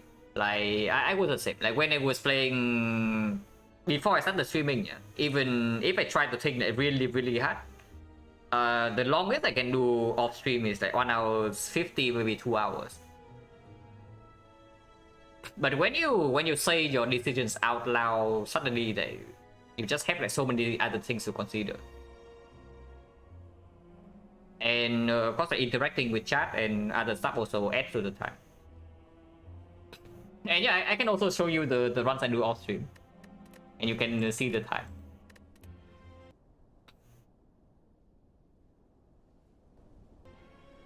Playing off stream and playing on stream very different. Okay, let's ignore this. This never happened. Okay, this is Watcher, so it doesn't count. But yeah, I class 49 minutes, Watcher 37, I class 57. This one I did not want to play out because of Monkey very strong, so just press the abandon run. This one, did I really die or did I press abandon here again? I probably actually die this run.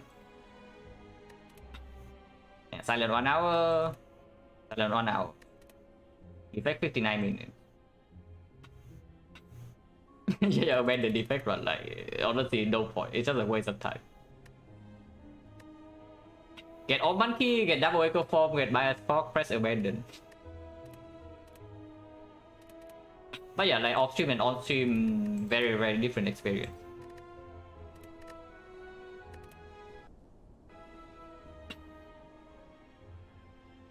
Distraction stalling. Distraction stalling.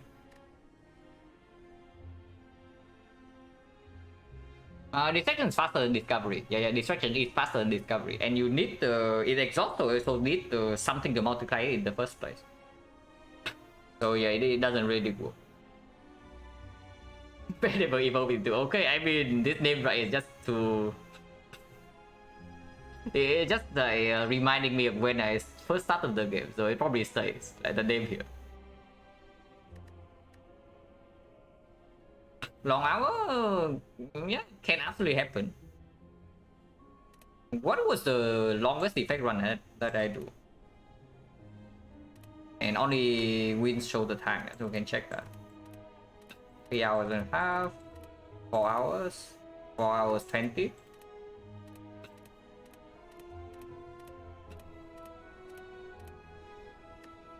It was yeah, we did it before the temple. 4 hour 20. Yeah, not that long. This win streak, yeah, the win streak. No, it's not the real win streak, because of course I filter by win, so every single run is a win. We are on a streak on defector. Like we are on a 4 streak. Okay, this never happened yet. Nobody saw this run. This run right here is just your imagination, guys. It's not real. But yeah, currently on the 4 streak, so pretty solid.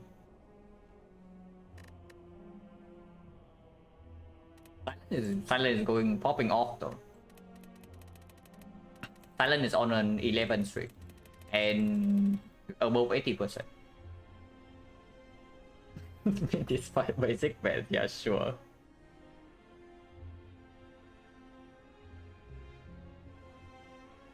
But yeah, that's definitely it for me. So I'll send you guys somewhere.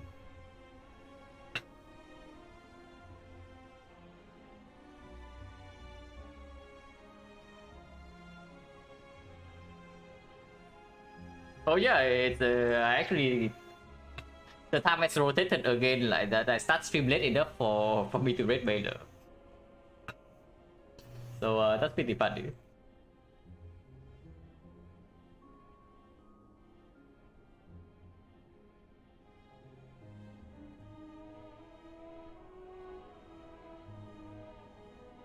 But yeah, thanks for watching guys as always, and see you later.